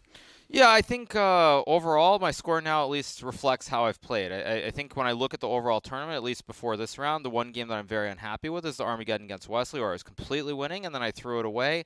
But today, for example, I was completely losing and I won, so I think it's sort of, it's justice in a sense, and now it offsets, and so overall it's pretty good. Mm-hmm. And I was also going to ask you you're very active on the Confessional booth. Mm-hmm. And it's a great delight for us to hear your thoughts and to hear your recaps. But what's it like having that Confessional booth? Is it a good thing for chess overall? Well, I mean, it depends how you look at it. I think certainly it's a good thing from the standpoint of giving the spectators more information. But the problem, of course, is that most players don't actually use it because they're too serious, I guess, for lack of a better way of putting it. And so I think because most players are a little bit too serious, they don't use it. And I think certainly the notion of in-game interviews or comments is something, in my opinion, if you're trying to make it more popular, you almost should make it mandatory, frankly. So I don't know if you really can, considering the existing rules of chess, but I think it only adds to the game and the general experience for the spectator. So I'm all for it. Yes, not distracting at all. Well, for me, it's not distracting. Maybe for some players it is, but again, I think this also comes down to the whole like how serious are you about it versus like versus just like chilling. Like Magnus, for example, is always just relaxed. He doesn't much care. You know, I'm pretty much the same way, and I think that it's difficult too, though, because for some of the players, or maybe a lot of players, and certainly before the rise of sort of the whole like live streaming and content creation, certainly, is that players tend to be much more they keep everything closer to the vest. You don't explain as much. You don't say what you're thinking. And in many cases, and I've said this on air, I think, on my stream many times, but like one player in particular where I think that's true of is Levon Aronian, where there are many cases he does post-game interviews and he'll say that, yeah, I looked at this line and you know, I looked at this move, when of course he had not done that at all. It's simply either had forgotten it or he hadn't looked at it at all, but he made it up as he was going. And I think a lot of players were like that, including myself. But now, of course, in this new age, you try to be more open. And so I think it comes down to sort of those philosophies of how open are you with what you prepared, how you feel about the position, versus, you know, not being open at all. And I think certainly, like, for example, if you look at Fabiano, I don't think he's done the confessional at all, I'm guessing. Has he? No, he hasn't done the confessional. Whereas if he did a confessional between his game today and the game yesterday, which are both Berlins, you'd probably get a pretty good feel for how he thinks about the position. This line with knight b3 with the two bishops on d6 and e6, and then today where it's like he has this knight on he's got this knight on. It's back on d2, but like the knight's on b3 and f3 again. Very similar sort of stuff, or b3, c4, a3, b4. You'll probably get a lot of insight potentially into what he thinks about it. And so from Fabiano's perspective, it's probably not a good thing to share that. So it cuts both ways. Yeah, and talking about insights, you've been fantastic at giving us your insights on the remaining games. So do you want to share with us your thoughts on especially the game between Magnus Carlsen and Alireza Firouzja? I mean, Magnus is just going to smoke him. I mean, I think Magnus is already much better here. I sort of alluded to this in the confessional as well, that there was a game that I played against Magnus very specifically. I'm pretty sure it was 2013, Tata Steel. It was a Kalashnikov Sicilian, and he played this g3, bishop g2, and I played h5, h4, got all aggressive, and it failed miserably. And I think this is the exact same thing. He provoked Alireza to go for this g5, g4, and now, I mean, I love Magnus's position here. I really like it. Yeah. Do you think that after he played 3 bishop d3, he did expect to have g5 on the board after knight c6? I mean, probably not g5, but I think he expected something aggressive. And it's like I said, I mean, Alireza is very young, of course. He has a lot of emotions. I mean, you see it when he plays. He definitely doesn't hide his emotions. And I think for Magnus, it was just to provoke him, get him to do something, because bishop d3 should be dubious. Like, you think it's a bad move, you want to punish it, and probably he didn't look at g5, but probably he had an idea that Alireza would do something along these lines and not just play, like, I don't know, like d5 or knight g7, keep it very slow. Well, actually, Magnus confessed that he had not planned, he was not preparing at all against c5, e6, so he just come up with bishop d3 and let it be. Yeah, well, I mean, but, okay, even if it's not preparation, though, I think at the board it's a psychological choice to play something offbeat. And for Alireza, it was what? e4, c5, knight f3, e6, right? Was this the order? Yeah, bishop d3, knight bishop c6. d3. Oh. Yeah, so probably Magnus just figured he didn't want to go into the open. He didn't really want to. I guess he figured bishop d3 would be weird enough that Alireza would do something aggressive, and he was definitely right. And I really like Magnus's position here. I think it's a great position for white. What is it that makes you like Magnus's position so much here, Hikaru? Well, first of all, I think Fabiano said this actually before the match in 2018 when he played against Magnus. Magnus likes king safety. When you look at the current position, black's king is not safe. If you castle the king side, like castles, maybe there's h3, maybe not, but the king doesn't really feel secure there. Of course, you also can't castle the queen side because you have the double pawns on c5 and c6. And so there's no king safety. Magnus' king is safe. There's no attack. Also, to use another example, Gary, I remember when I was working with Gary back in 2011, he also said that, you know, Magnus likes to provoke his opponents, likes to get them to push pawns because the pawns can't go backwards. And so just thinking about those general concepts and the fact that it's simply a position where you play chess, I think Magnus has great chances here. And I'm not really sure what Alireza is going to do after even a move like queen e1. I mean, if you castle, there's queen h4. If you play a5, you can always go a4 and then down the road some bishop d2. And queen e1 also threatens e5 to weaken those pawns on d6 and c5. So, yeah, it just looks bad. And you can't go e5 because of f5, so where's the play? Mm-hmm. How surprised are you that Magnus did not win a classical game so far? Mildly surprised, but he hasn't played great. So he's finally just getting to play chess here. And I think, you know, he's going to win today. So that's the question for the past. What do you make of your chances in the tournament now of catching Fabi? I mean, it depends on the current position, which I haven't seen for a while. Let's bring it up for you then. Yeah, let's bring that game up. Oh, it's actually petering out though, right? It's looking, yeah, it's looking pretty, it feels like it should be drawish, but Fabiano's just going to be up a pawn. Here's what it looks like, right? Queen takes c5, queen takes d3, queen takes c7. But then there's rook c8. So, I mean, Fabi's going to try to grind. If Fabiano wins, it's over, but, I mean, we'll see. You play each other in the final round. If you're within touching distance, you fancy your chances? Yeah, I'll give it my best shot. But again, we have to get there first, and I mean, Fabiano is a pretty nice position right now, I would say. And the other storyline is this battle for world number 2. Does that, how much does that mean to you? Nah, it doesn't matter. It doesn't matter at all. Tournament victory more important. You play good chess, good things happen. True. Wiser words couldn't be said. And tomorrow is a free day. Do you have any plans? No, I have to go and get ready for Title Tuesday and stream. So I'll worry about tomorrow when we get there. Both events or just the one? Well, one's already started, so I can't get back and play. But okay. There's a late one at like 11 or something, so of course I'll be playing. Okay. Nothing better to do. And what's been your pre-game ritual here in Norway? I haven't had a pre-game ritual. I think just in general, you know, I just try to prepare a little bit for the rounds for like an hour or two. I try to sleep because the rounds are so late. So it's like I go eat lunch at 2, sleep from 3 to 4, prepare for like 30 minutes, and then come and play. And that's pretty much it. And is there anything that you find very helpful that's not chess for playing chess? Not really. Not really. No. Nothing. No, all I do is more chess anyway with recaps and things like that. So it's only chess. Well, thank you very much, Hikaru, for joining us here in the studio. And I'd like to wish you good luck in the remaining 2 games. And we look forward to hearing more from your confessionals. We really enjoy them a lot. Thank you very much. And wow, what an exciting start to the 7th round. I mean, what an intense match we were treated to there by Hikaru and Shakhriyar Mamedyarov, both players playing very dynamically with a lot of energy. It's a perfect combination. Oh, absolutely. That was a very fun game to follow and to see how things can turn over, right? For Mamedyarov, he played so well the opening. He made this sacrifice. Everything turned out to be good. He was just fire on the board. He made the best move for some time, and then somehow a little bit he started to get back, and then it was a little drawish, but there was no forced draw, so that was the problem. Ultimately, it felt like the most experienced player for Blitz won. So anyhow, that was a very exciting, very captivating, and I think it's time to take a break and catch our breaths, top up our cups of teas, our cups of coffees, and we'll see you in a few minutes.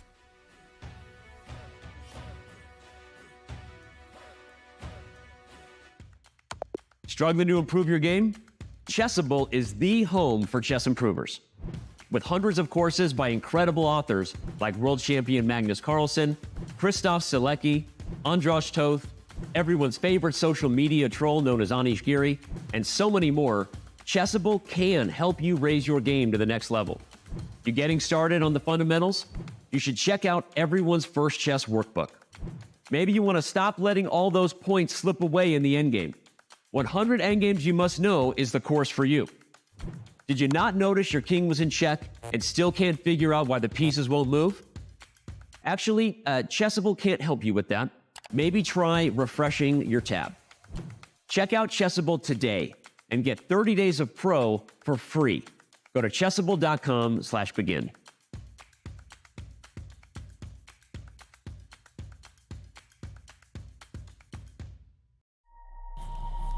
Is anybody in Snoop's camp playing chess? Is that happening or not? I haven't seen it. There's some smart people in the camp, so I wouldn't be surprised if people are versed at it. Really? There's a lot of college-educated people, you know. I, unfortunately, am not one of those sophisticated people that play chess in the camp. What you talking about, man? I don't play chess. I mean... You know how to play. Listen, There's a difference with knowing how to start a car up and then drive in Formula One racing. It's a difference.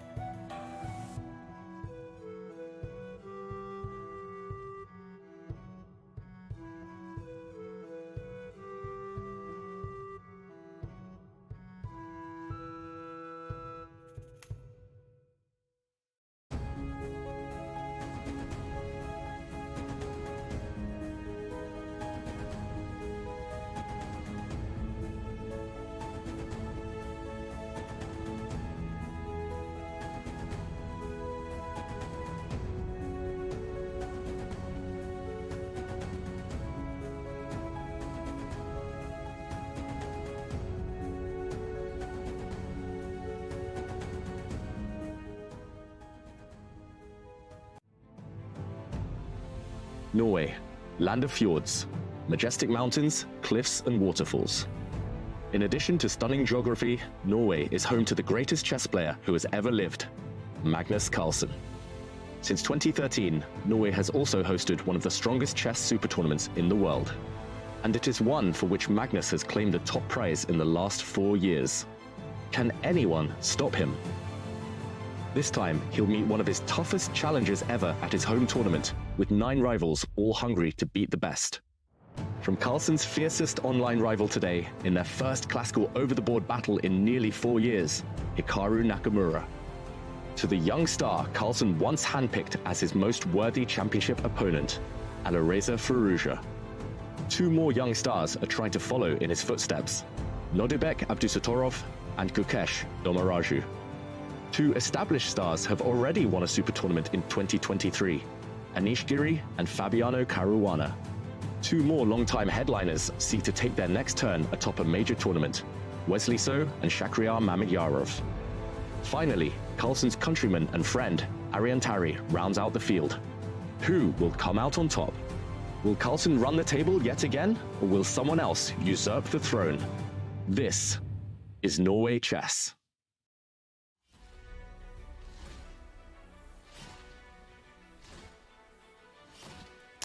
Hello and welcome back, everybody.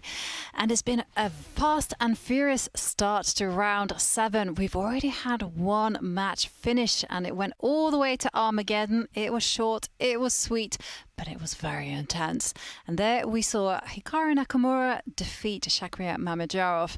And before the break, we had Hikaru in the studio sharing with us his thoughts, telling us that he felt that now his score actually reflected his play. And he was very pleased to have won an Armageddon game just like that against Shakhriyar Mamedyarov. Well, he seemed like kind of happy with his result, of course. He felt that there something was going wrong in the Armageddon, right? But I see that he's getting tired, kind of. At the same time, he's doing great in the tournament. He's keeping his second place, I believe. And it was interesting to see him talking about other things also. A lot of insights on Magnus also and the other games. Yeah, and I was a bit surprised actually that I guess I wasn't that surprised. But he was telling us that his life was just chess. So if he wasn't doing this, he was going to go back and play Title Tuesday and then do a YouTube recap and then stream some more. And in the pauses during the games, he's there in the confessional chatting chess. I believe that he just simply enjoys it a lot and it makes him enjoy it in a fun way. Yeah, he's the most productive man in chess, that's for sure. And I guess there's only 24 hours in the day. He has to cram it all in somehow. But it's nice to hear that he's still so in love with the game after so many years. It was kind of funny when he said that, well, maybe it should be obligatory. Everybody should go to the confessional booth. Yeah, as an idea. I thought that was quite nice. And also he gave us some insights on how he had worked with Kasparov, how they had identified one of Magnus's techniques, which was to provoke the opponent to push forward with their pawns and just destabilize their own kings. Well, and in the meantime, actually, we have some incredible updates on the game of Magnus, which actually Nakamura described that he will win today. It's like no question about it. And some very interesting things are going on. Yeah, some huge developments in that game between Magnus and Firouzja. We see them on the camera. We'll jump into that game in a moment. But as you say, Judith, really dramatic stuff. And this is the head-to-head. Magnus did nominate, or did go on record saying that Alireza Firouzja would be the only player he was interested in playing a World Championship match against. Of course, a clash of the generations, big age difference between these two. And Firouzja's been one of the best players in the world for a long, long time now. But Magnus is leading their head-to-head quite significantly, especially in the classical. 4 wins to 0 in classical chess, and that's where we start, of course, here in Norway Chess. If it goes down to Rapid, if it goes to the Armageddon, things much closer there with Firouzja having taken 4 wins himself, but Magnus in the lead there too. Oof, sign of things to come, maybe.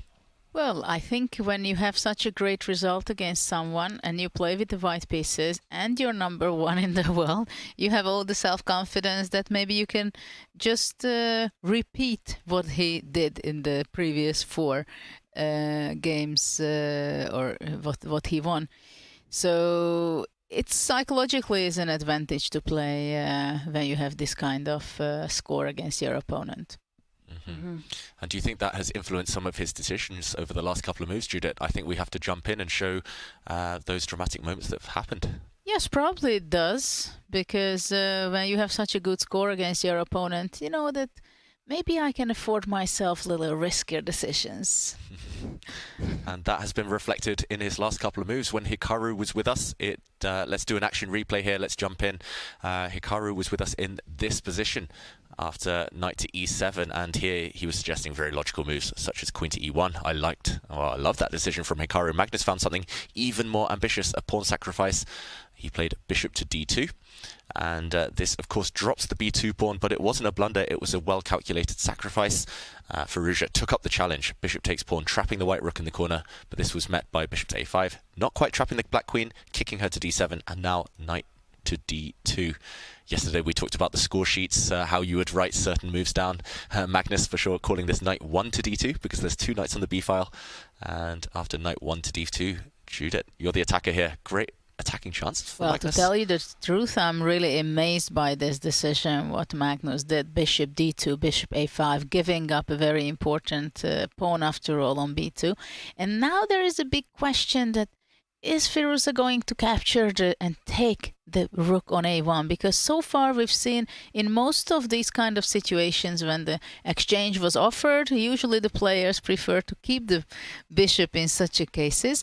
So this is a very big question. At the same time, what do? Do you take the rook, or you want to move back with the bishop to safety on g7? I think the idea behind bishop d2 and bishop a5 is that it stops black's coordination completely. Look at the bishop on c8. Where is it going to be going, right? And after the fact that the knight has placed it on b3, d5 is not possible to break out because the c5 is under attack. So it will be very difficult for black to develop properly, and the king indeed will stuck on e8. For a moment it seems to be okay and in safety, but in the long run it can be very tricky. So the idea is very interesting. Yeah, fascinating and super ambitious. And okay, Firouzja doesn't ponder too long. He does not take the bait. And I think we have to show that, just for instructive purposes, why black didn't take the extra material there. He played bishop back to g7. If, let's jump in now, if he had taken on a1, the white queen would have infiltrated on the dark squares. All of the dark squares would have belonged to white. And we see the evaluation bar immediately react in white's favor, despite black being significantly ahead now in terms of points. This is a big hit on the rook. You can never dream of castling your king in this type of situation. The white queen would simply penetrate here, and this is going to be game over. The white bishop coming in and checkmate imminent. Quite an amazing idea by Magnus. Yeah, just beautiful, just sensing color complexes, squares, control, and also, yeah, the black pieces, as you said, Judith, just unable to fight back. So, okay, bishop g7, keeping control over the dark squares at least before the bishop gets trapped behind enemy lines. And white has gained 2 or 3 tempi in return for that pawn. How to justify it? Well, now rook b1 is something to be played, not because it's attacked and you want to move it away from the attacking square, but maybe to have your rook on b1, it can be useful, unless there is a better option. Maybe at some point already f5 can be very powerful in the game. Yeah, f5 going on the attack. That was also something that I was considering. And one thing that also crossed my mind was actually to potentially break with the pawn on e5 as well, just to completely ruin black's pawn structure. Yeah, I think this would be a lovely idea, especially if we can get the white knight into e4. He just has to time it right, Magnus. The bar doesn't drop too much, so definitely viable, definitely on the cards. Watch out for this idea. Hikaru alluded to it himself. Hikaru, for example, was suggesting the move queen e1, and I can't take my eyes off that move ever since he mentioned it. Just again with the idea of your suggestion there, Jovanka, e5. If the black king ever castles, then the white queen jumps already out to the queen side. Sorry, to the king side there. Yeah, really rich position, full of life. Curious that the computer thinks it's dead level, even though Hikaru was 100% sure Magnus is going to win this one. Let's see if Firouzja can keep things intact. Yeah, very unusual position on the table here. Shall we go back to the bird's eye view and have a look at some of the other games? And there is one game that I have my eye on. It looks very dry, potentially even boring. But I'm wondering whether a draw is on the cards for Fabiano Caruana and Gukesh. And by that, I'm kind of hinting at, will they agree a draw quite soon? Yeah, and we see Gukesh on the picture there. Let's check out what's happened in that game. Since Hikaru left us, queens are off the board, and it's still level material. The only imbalance here being the fact that black has a pass pawn. An isolated pawn, however, on c5, and another Isolani, the e6 pawn, potentially weak as well. Judith, first instincts, is it going to be a draw? Well, I believe so, that it's going to be a draw, because black does have a weakness on e6, but there is nothing to, no piece which it can attack it. And the pawn on c5 is actually a strong passed pawn, so there is a good chance that it will be staying there. Like, for example, white is going rook b5, black goes c4, c3, so black is really want to push that pawn, right? So it's a strong passed pawn, Probably white should be playing, bringing the king to king f1, and after c4 maybe rook c1, king e2, and trying to stabilize and bring the king into the center. But well, now knight f3, of course it has a lot of sense. It wants to jump to e5 and attack the rook. But I'm not sure whether is this a big deal. For example, if black goes c4, which is the most obvious move, of course knight e5 is asked. But after that rook c5 is possible, but also after rook d6, I'm not sure how white will be making such a big advantage. Probably rook c1, rook d4, f3. Let's show this on the board. It's very likely to happen, as you mentioned there, Judith. What else, simply? Well, of course, knight d7 also makes sense, though after that, yeah, c4, then knight e5. Yeah, if knight d7, at least white can hope to get active. And let's see, c4, the most direct pass pawns there to be pushed after all. So knight e5. Yeah, let's say knight e5, and then rook d6. But after rook d6, maybe white is going to play rook c1, rook d4. Though it's not threatening to take on c4, but still anyway, the knight on e5 stands extremely well, so white can go f3, and then king f2. Yeah, kick this rook away if possible, and eventually try to round up this pawn. Might become a bit of a race here if white's quick enough. Yeah, we have c4 on the board, but I think after knight e5, there's a good chance black wants to go rook c5. Counter-attacking the knight on e5, and if f4, then black can go c3. Nice. Although, if I take this knight now... Ah, sorry. c2, you go knight d3. Yeah, you hit my knight no, and this I can was run. not my plan. It's a misunderstanding. So f4, maybe the critical position. No, then rook c5, I'm not so happy, probably. Though knight a4 is possible... But then rook b4. Yeah, rook b4, hitting the knight, hitting the pawn. Also some checkmating attacks against the black king if black is a bit careless. I'm already thinking, actually, wait, can I give a check? Maybe. Yeah, maybe check and knight d7. Yeah, maybe I hit your rook and threaten a nasty check on f8. So some concerns for black in this position. Yeah. Okay, well, we'll see what happens here between these two players. It is looking like it will head into a draw, but let's check out the bird's eye view and let's go over to the game between Wesley So and Norway-Abdusattorov, because look at that, the evaluation bar is right in the black side, so that means white is doing very, very well. Isn't he just a pawn up? Yeah, and there's some crazy tactics on the board. A capture of a pawn, a hit on the black queen was met by a simple bishop move.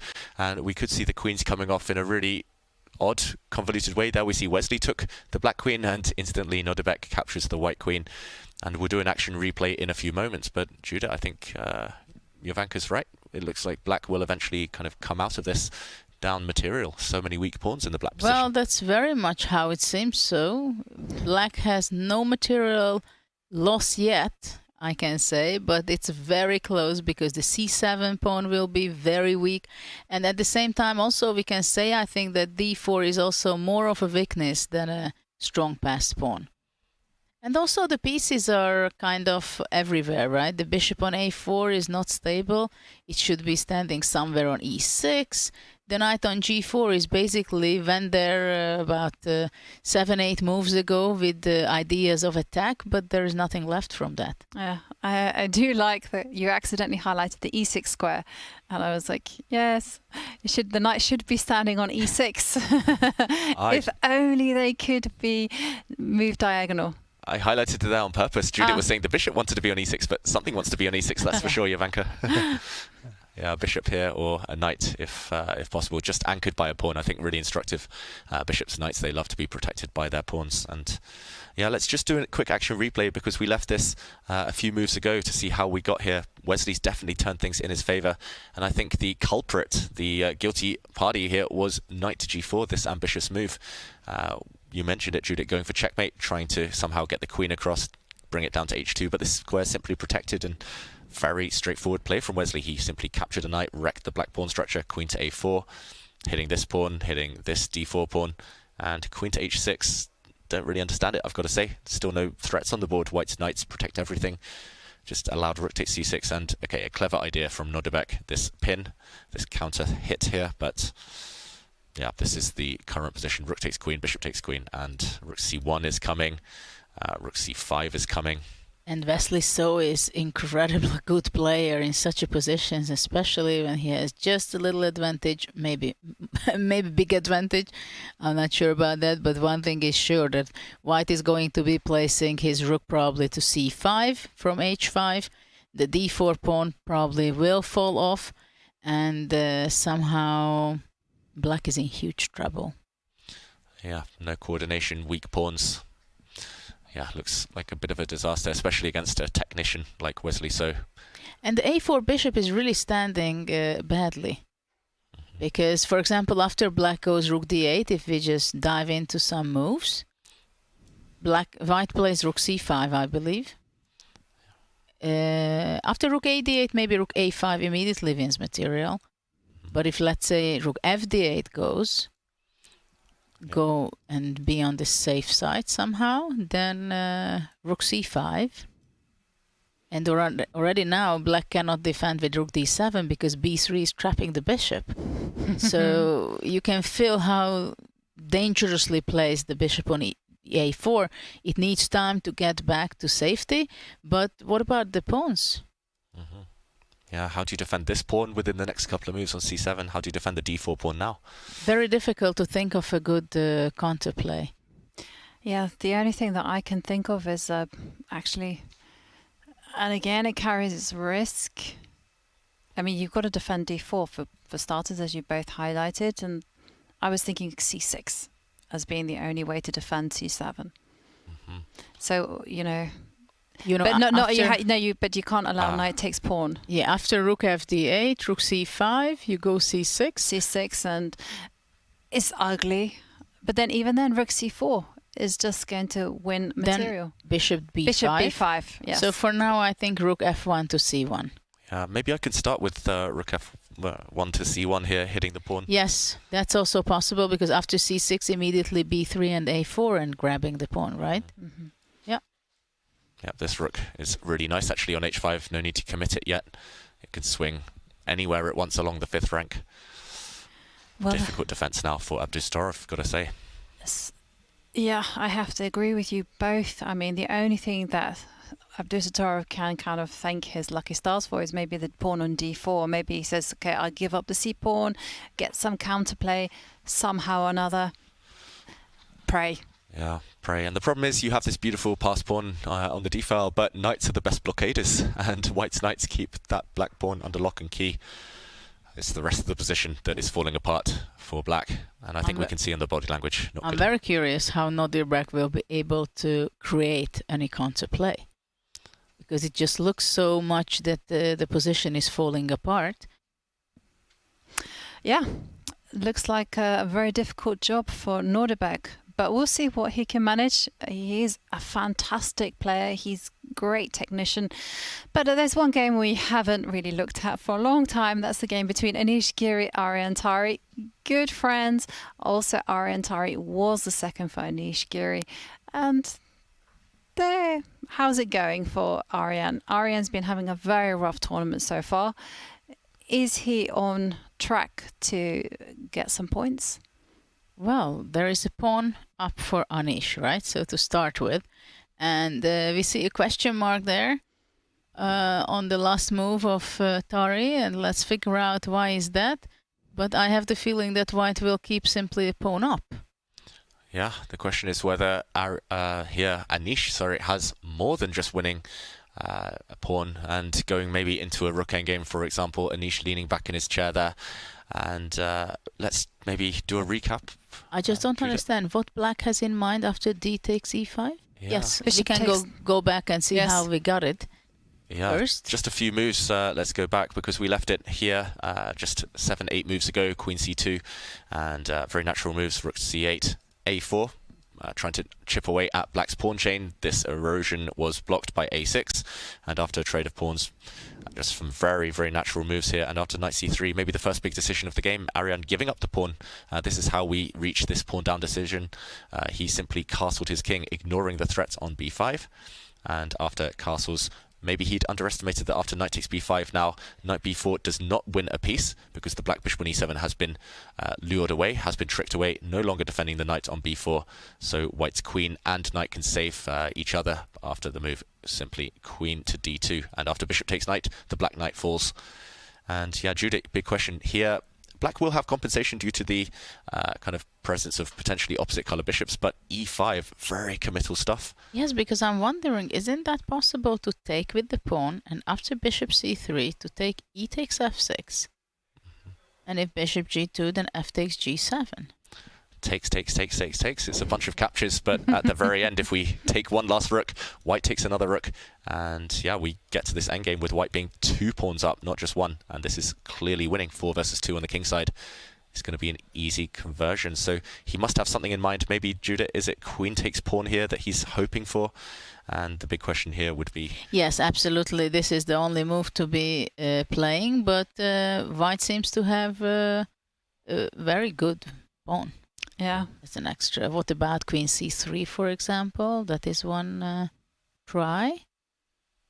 But of course, black tries to have compensation for the pawn. That's a clear cut.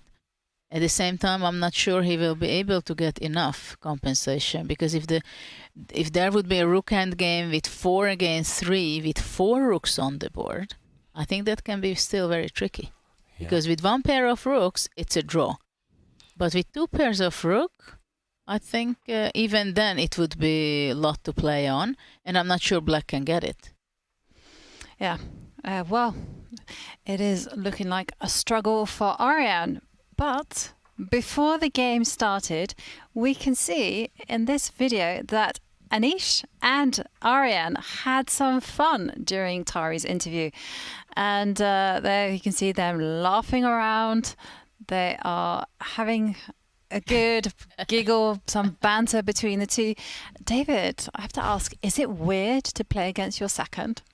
Yeah, I find it hard playing against someone I like, someone I respect, especially with the second dynamic where they've discussed openings together. But it's nice to see a bit of humour there, just a bit of playfulness from Anish.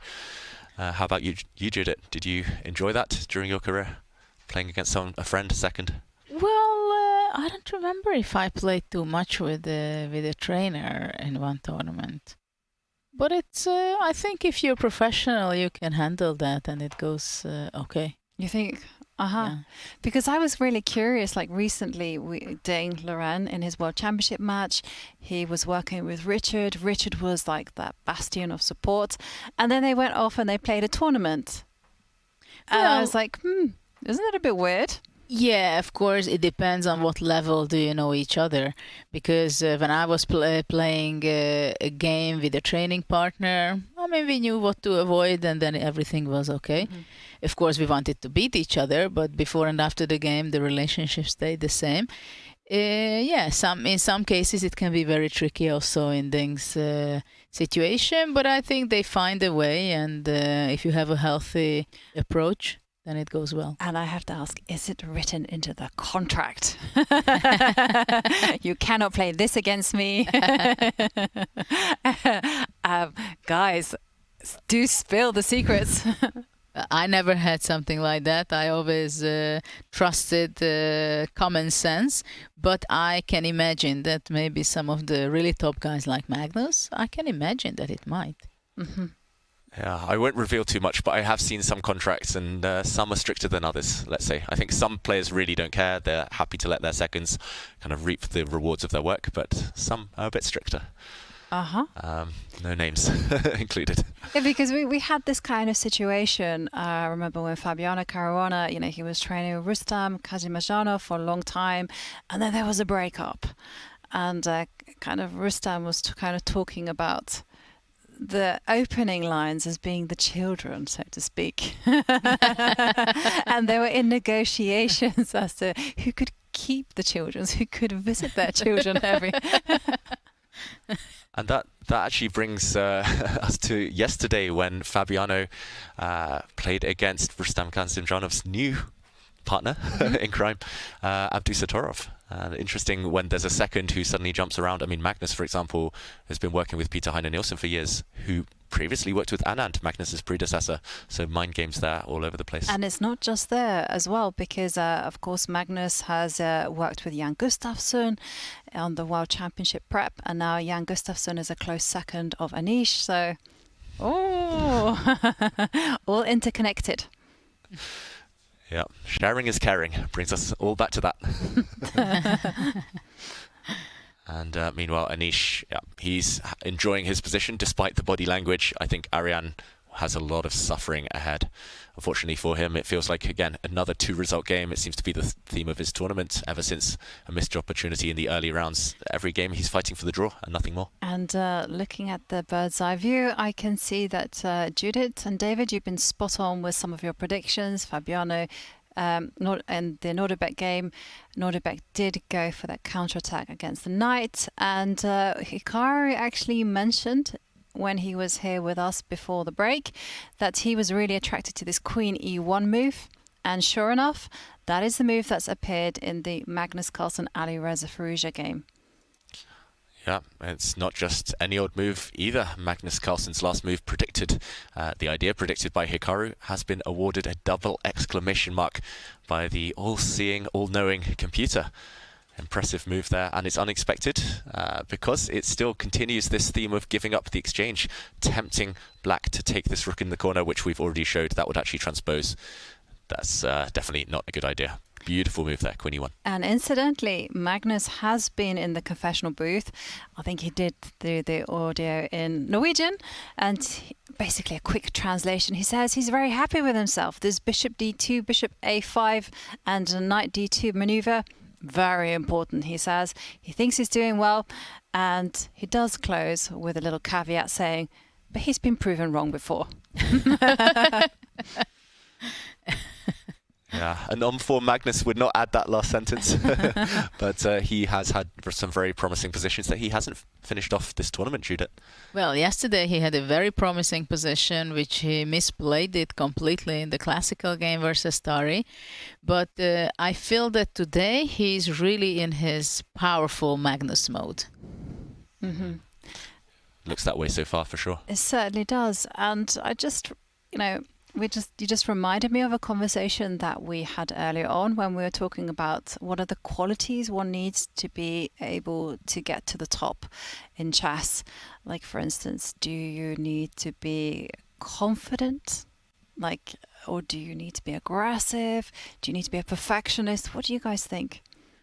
Well, you have to have a lot of skills, I believe, to be on the top. First of all, you have to be extremely hungry for chess. Yeah. You have to have the passion and love for it, working on it endlessly, hours that your head is thinking about chess wherever you go.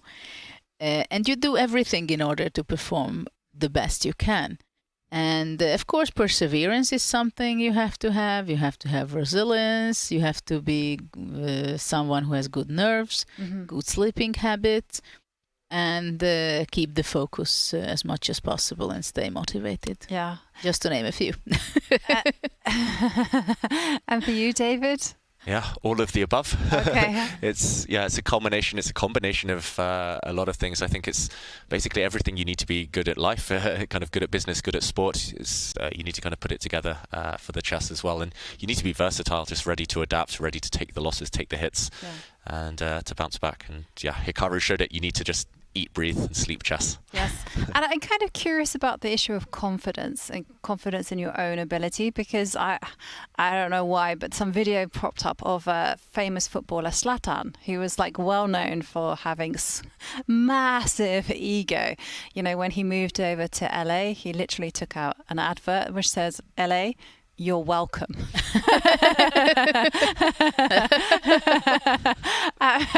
I mean, is this kind of thing going to be an asset when it comes to the chessboard, that you have tremendous faith in yourself? I think it's absolutely a must to have your self-confidence, and self-confidence comes from good results and performances. healthy self-confidence is a must to perform, whether you're a chess player or you're going to an exam, right? And it's also not only about yourself, but also that your opponent feels it, that you have your self-confidence. And it means a lot in progressing and becoming a great player, I believe. Yeah, I'm loving that quote on the screen. Zlatan doesn't play football, football plays Zlatan. Yeah, and the top players in any sport, I think, they have that confidence because they've shown it day in, day out. They've proved it to themselves. And this was also chat that's mentioning a great story about Zlatan, which says that LeBron James sent Zlatan a football shirt signed, and Zlatan sent it back with his own signature. I mean, it's crazy. Yeah, we're going to miss him. I can't believe he's retired. One of my favourite players, Zlatan.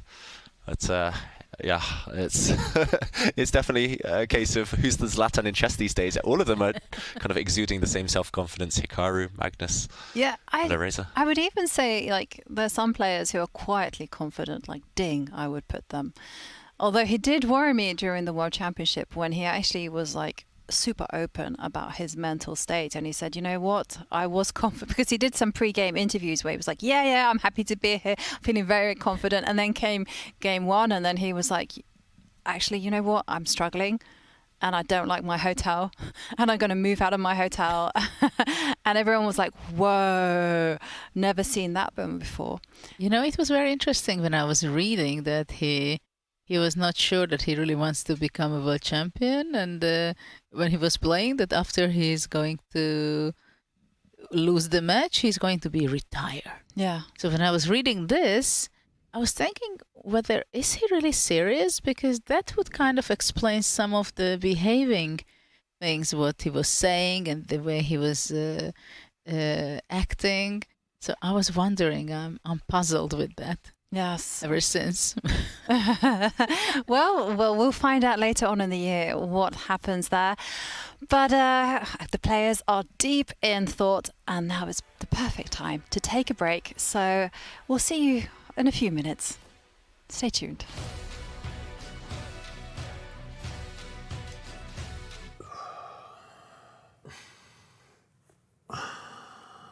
Dude, it's impossible to not hear you just breathing super loudly. Okay, fine. I will hold my breath for 3 minutes. All right, let's go. Okay, let's go sure. right now. Got the Ready? chess clock app right here. Almost there. And you did it. What can you do for 3 minutes? My wife says not a lot, but I can plank. Keep that big butt down. Dude, nice. 2, 1, you did it. Wow. I feel better. Oh, yeah. You were timing me? Yeah, you were in there for 30 minutes. Oh, man. Let's Sorry. play some chess and get some dinner. Let's do it. Time odds? Yeah. Okay. You bring your clock? Oh, I left my clock at home. Dude, you idiot. I told you to bring it. Let's just go get something to eat. Okay. Oh. Download the new chess.com clock app so you can time yourself playing chess or whatever other dumb stuff you and your friends do. I do like positional styled games. I may try to keep it positional, but I can also change gears. And I think that's very important in terms of, anyone trying to develop their chess game.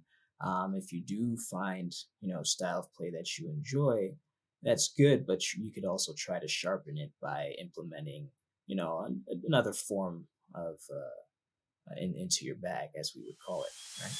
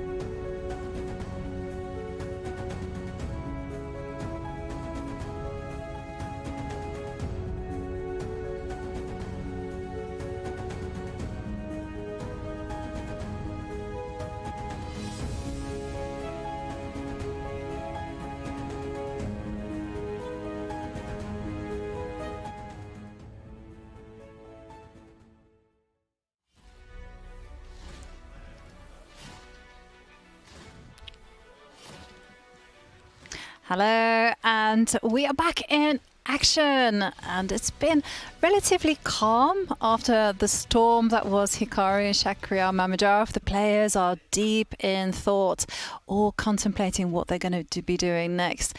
But there's been some critical moments on the board, and of course everything is lining up really nicely for the final 2 rounds, because there is a lot at stake. There's take a look at the prize money. Have a look. Have you ever seen such big prize money before? Well, there are tournaments where they have good prize money, and this is quite significant.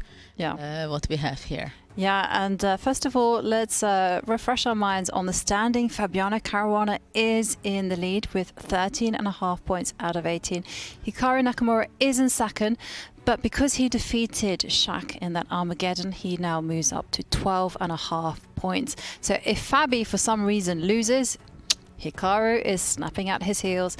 Alireza Firouzja does have the black pieces against Magnus, and Gukesh is facing off against Fabiano Caruana. And in 6th place, Magnus Carlsen, 7.5 points. But Magnus and Firouzja, such a critical game. I would say that one is the most exciting one out of the lot. That's very exciting, and it is very interesting for me that as Magnus thinks of Alireza so high, he was really the player he wanted to be playing if he would decide to defend his title. Let's say it was very clear, he was very open about it.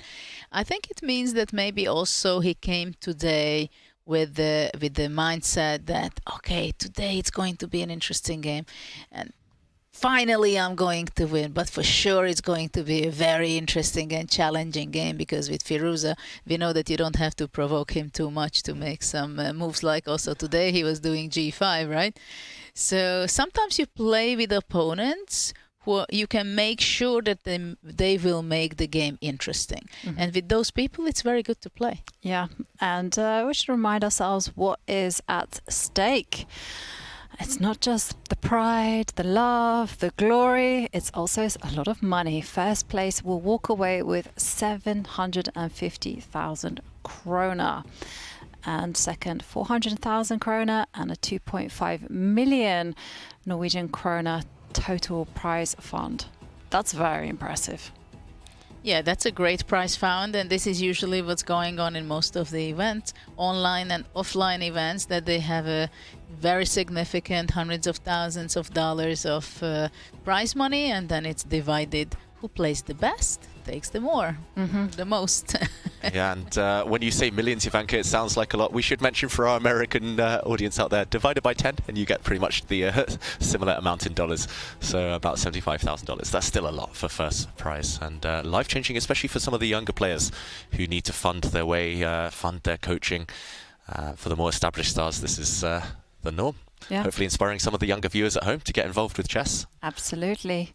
But it's interesting, you know, that even though they are playing with such a huge at stake in money-wise, and of course for Gukesh and Norway, obviously they probably never won such a money. It would be really the first time, and it's so impressive. When you're professional and you're playing at the board, you cannot think about money. You have to think about the position, about your preparation, about your general feeling and how you prepare for it. It cannot be on your mind. What has to be in your mind to focus on the game and get the best result you can. And after that, you look around. So how much money I'm collecting for all this I did. So you're saying when you agreed to play a tournament, you never checked the prize fund. You just said, yeah. No, of course, you see the prize fund, you do all these things, and you're aware of the things. And of course, I'm sure everybody sees what is the last prize also, just to make sure. I'm just saying that when you're playing, when you're fighting it out, when you decide on a move, you're not simply those things are not on your mind. Yeah, they shouldn't be on your mind. But it certainly can be a factor, as David's kind of indicated, especially for someone like Arian Tari. You know, if he were to win 750,000 Norwegian krona, which is roughly $75,000 US, that would be life-changing for him. Yeah, exactly. It will take the pressure off in future events. He's, I think, as Hikaru as well has said, now that he's no longer a professional player, he thinks of himself as a streamer. The pressure's off. He can take more risks at the board. It's not all about the prize money, and it just kind of gives you a more objective feel. I know from my experience, I always play best when I'm not aware of the prize money or not thinking about it, and probably my most heartbreaking defeats have always been in the final rounds when I've calculated in advance the difference between winning, drawing, losing, and the money's influencing my decisions at the board. In the final round of one Grand Swiss, I knew how much I would make it with a win in the final round, and that blinded me at the board to make some bad decisions. And of course, I ended up with nothing. So that's just how the way the world works, unfortunately. There's more important things than... Yeah. And I'm kind of curious about that story. I mean, did you take more aggressive risks, or did you perhaps take more negative risks, like for instance, play passively? Yeah, I mean, more kind of ambitious risks. I knew with a win in the final round, I would qualify for the candidates. I mean, first prize in the Grand Swiss alone was a huge amount of money. Last place in the candidates, huge amount of money. And I knew that a draw would be decent, but a loss would be pretty much nothing. And I kind of just took a gamble in a dead level position, which backfired immediately because I was so fixated on that kind of prize, the pot of gold at the end of the rainbow, when actually I should have been thinking about the first 3 steps instead, and it ruined what was a fantastic tournament. So yeah, I know a lot of these players have had similar kind of bad beat stories, similar heartbreaks, and they're professional enough not to be thinking about that. I know Magnus probably hasn't thought about prize money for years, walking away from the World Championship with that huge prize fund as well. I think players are many times, I mean, the top players, they are not thinking about money when they are playing, I believe. But if, let's say, you play in the Olympiad and it's a matter of gold or silver or any medal, then it can be also sneaking into your mind. How do you decide? You don't get to sleep in the night before. You know, I once heard a story that a team, they shall remain nameless, they were not paid anything, but they were given bonuses. So if they got the gold medal, I think they would get a $50,000 bonus, and if they got silver medal, then it would be $25,000. And well, someone lost. That also will remain nameless, and they got silver instead of gold. And then you see them all on the podium, and all of them are like. They're so annoyed. Might have given away the country there with the currency that you named the bonus prizes in your banker. Did I? Okay, let's move on. No, I didn't. Oh, okay. Maybe I not. didn't. Maybe I not. absolutely didn't. Okay. It wasn't that team. Mysterious. But yeah, either way, it does play a factor, right, in how players perceive tournaments. We often say that we forget all our wins. We just remember the losses. One loss is far more painful than kind of the joy of 1,000 wins. And especially if you end a tournament on a loss, it leaves a sour taste. Oh, yeah. Oh, yeah. That's a very sad story. Yeah. Okay, so everyone, there hasn't been too much movement in any of the games, but shall we take a quick look at the Fabiano Caruana Gukesh game, because we were kind of alluding to the fact earlier that it could end in a draw very soon. Actually, there is some little bit improvement and changes on Fabiano's favor, because Black had to move to a much worse position than Knight as it was before, because it went back to C8 to the 8th rank, and it's very passive, and it has a significant distance from the pawn. The pass pawn, which we were talking about, that the pawn should be pretty strong. At the same time, when you have your knight so far away, it can become very weak if white is managing to play king closer to the center, to play rook c1, and then the c3 can be vulnerable. And if black loses that pawn, then objectively the game is won for Fabiano, and I think then Gukesh will not be able to save the game.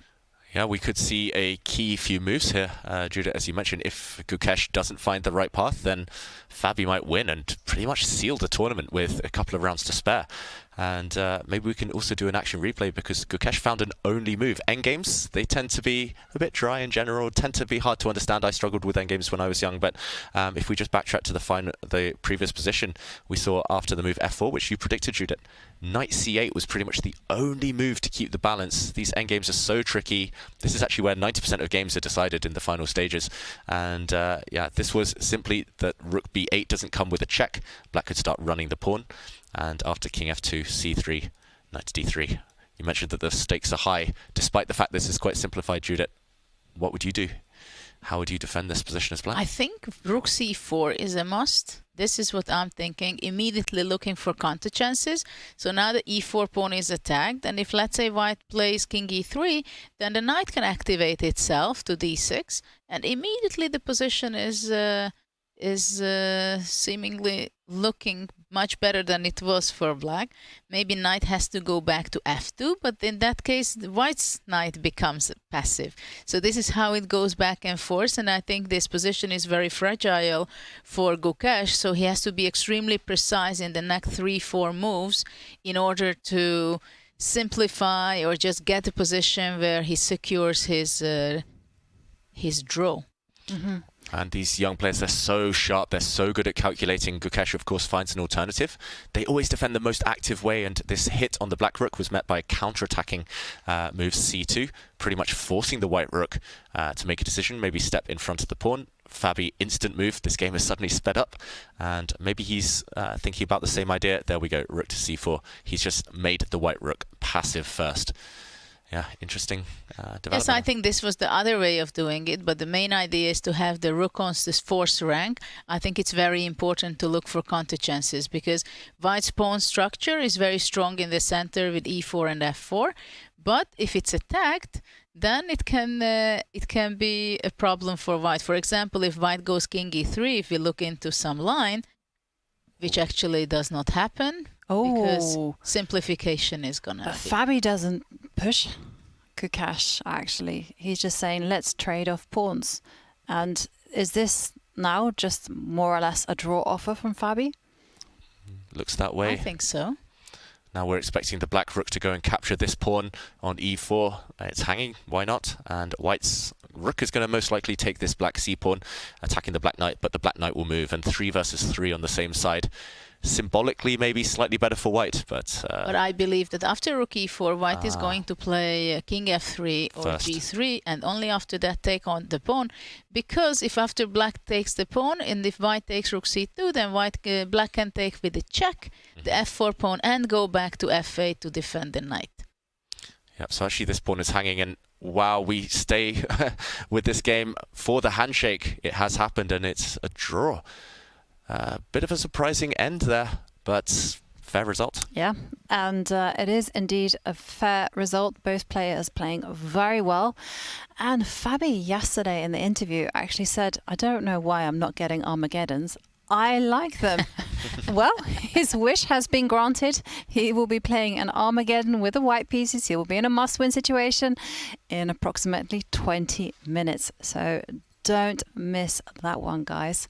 This will be a very challenging match, and I'm very much looking forward how Gukesh will be set his mind and get ready with his coach around for the next game, where he knows that he cannot lose. In that case, he scores the maximum point out of the Armageddon. Mm-hmm.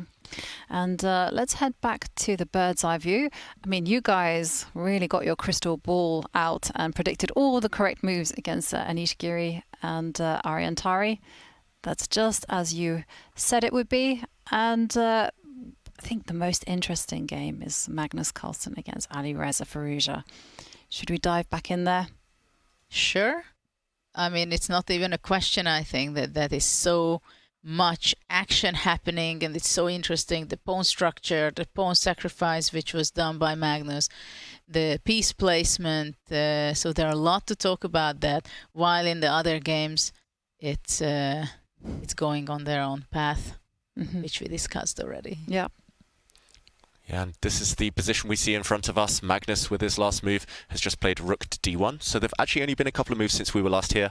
We should also mention Firouzja's previous move, bishop to a6, cost him almost half an hour on the clock. Nearly 30 minutes there thinking on that one move. And yeah, after rook to d1, he's back in the tank. This rook move looks mysterious, Judith, but I guess the idea is for white's knight to maybe land on c4 over the next couple of turns, and the rook on d1 might be opened up later on against the black queen.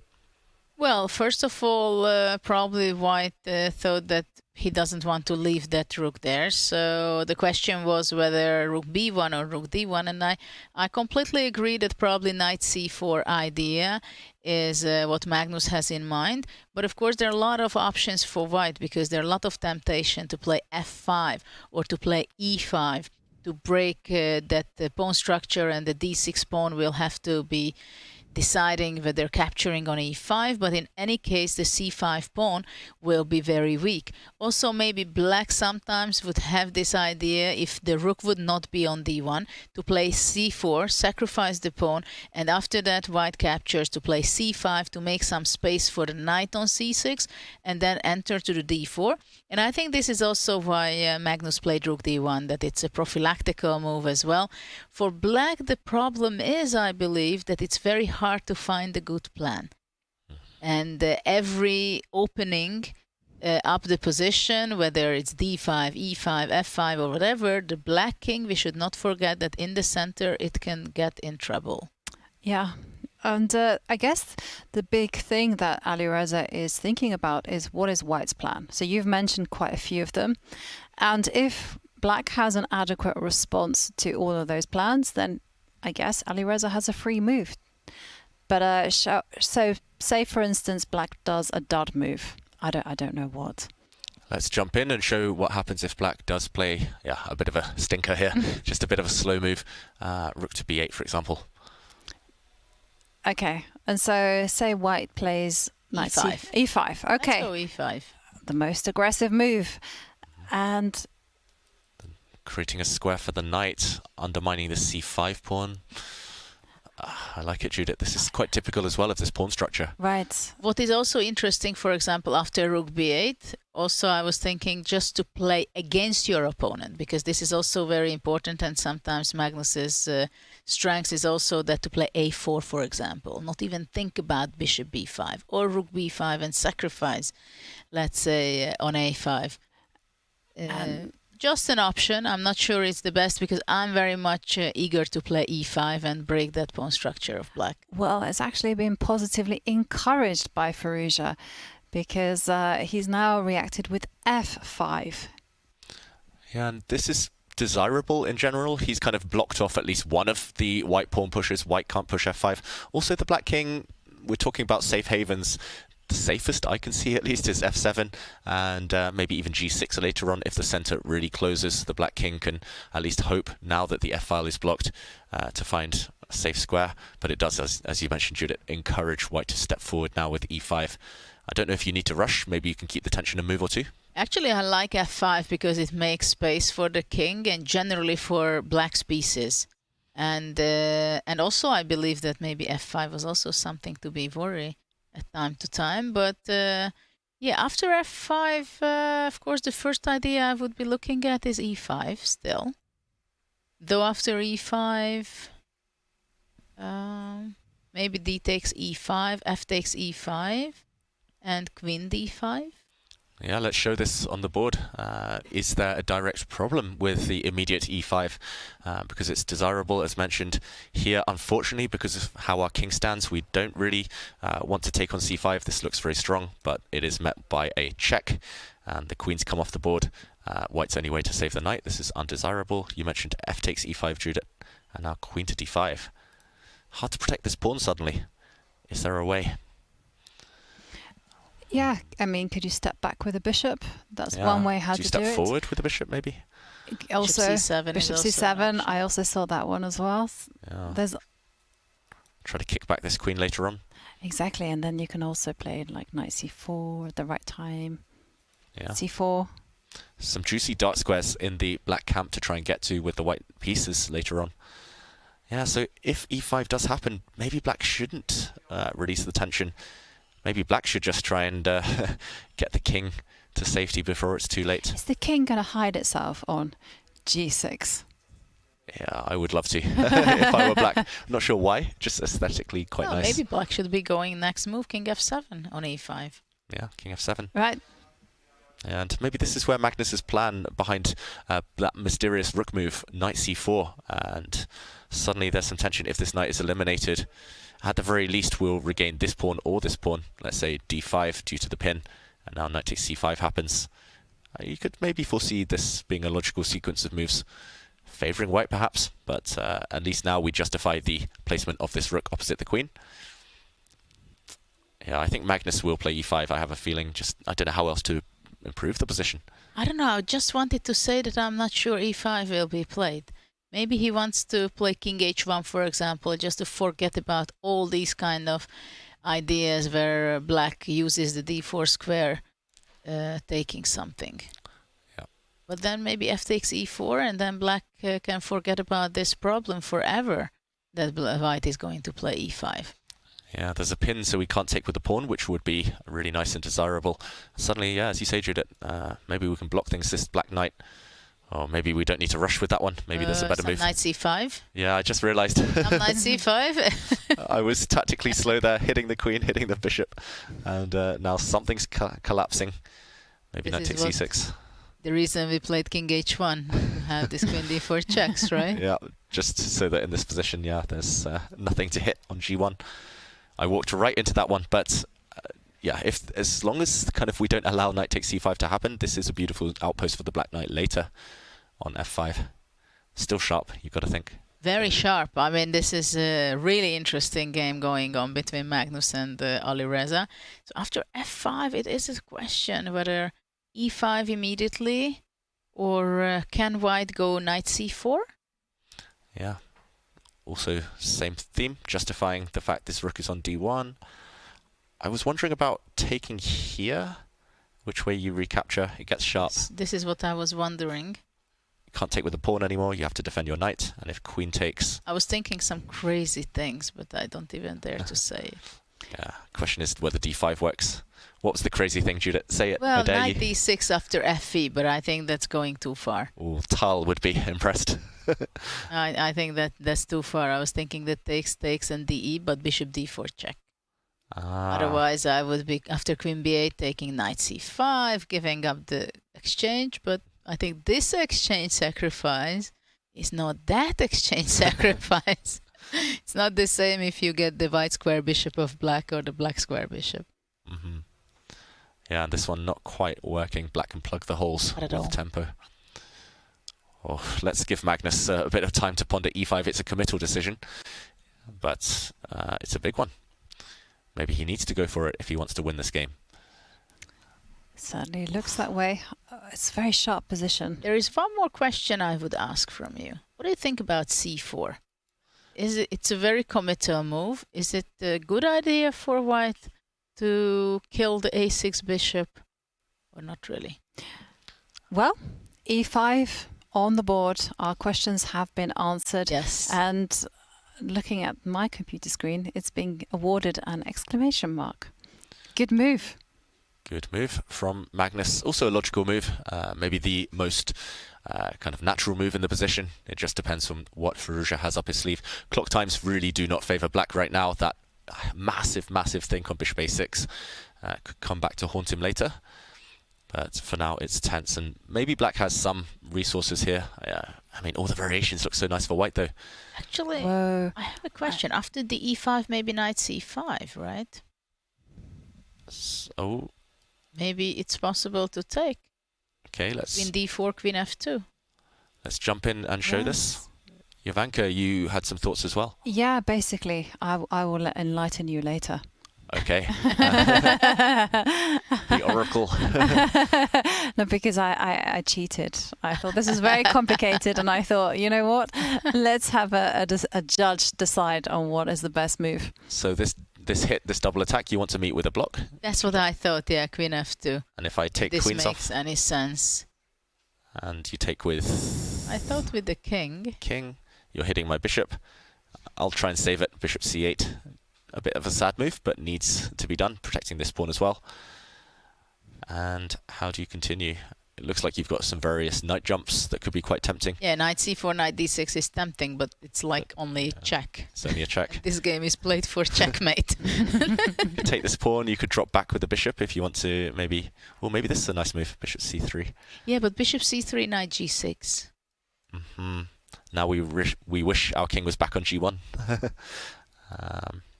Still tempting for white, the knights are coming. Yeah, this is very complicated. Jovanka, you need to reveal. There was a magical point here, a magical moment. Wow, it was interesting because I peeked and the computer said that there is only really one way for black to avoid being significantly worse, and that's actually to put the knight on g6. In this current position. Current position. Anything else and black will be a lot worse, like +1 for white. Wow, okay, so the stakes are high. Black needs to find knight g6. Judith, do you feel that's natural? Will that be on Firouzja's radar? Well, there is not much of a choice, you know. Black has to be careful a lot because these pawns can be very weak in a second. I mean, knight c4 is a huge threat. And this is my question, that after knight g6, what happens on knight c4? Good question. Important one. I think we have to show this because black might have only one move to minimize the damage. Oh, and guess what? He finds it. Oh, okay, he finds it. Knight g6. Of course, if you give the top players in the world a narrow path, often they are great at navigating that. And Judith, you mentioned knight c4, hitting this pawn. Yeah, I'm wondering what's going on after that. Do I have to take you? Let's eliminate this knight. But this looks so scary. I have to play d5 here. You can take my pawn. Yeah, this is the question. Goes there, knight c5, and then you go, what, queen e7 or queen c8? I feel like the queen should travel on light squares just so it doesn't get hit. Some hits along the diagonal. Let's say light squares, queen c8, queen f7. Which one, Jovanka? c8. c8, yeah. You want to sneak out with your king. Yes. Zigzag on the light squares. You know, I have a word for this kind of king. I like to skedaddle out of there and say, toodaloo, I'm off. It's still can castle. We shouldn't forget the black king hasn't lost castling rights yet. Probably king on f7 stands better defending the e6 pawn. Yep. It looks like checkers, pretty much just on light squares with black's pawn chain, queen, knight, king, all on light squares, fighting on that color complex.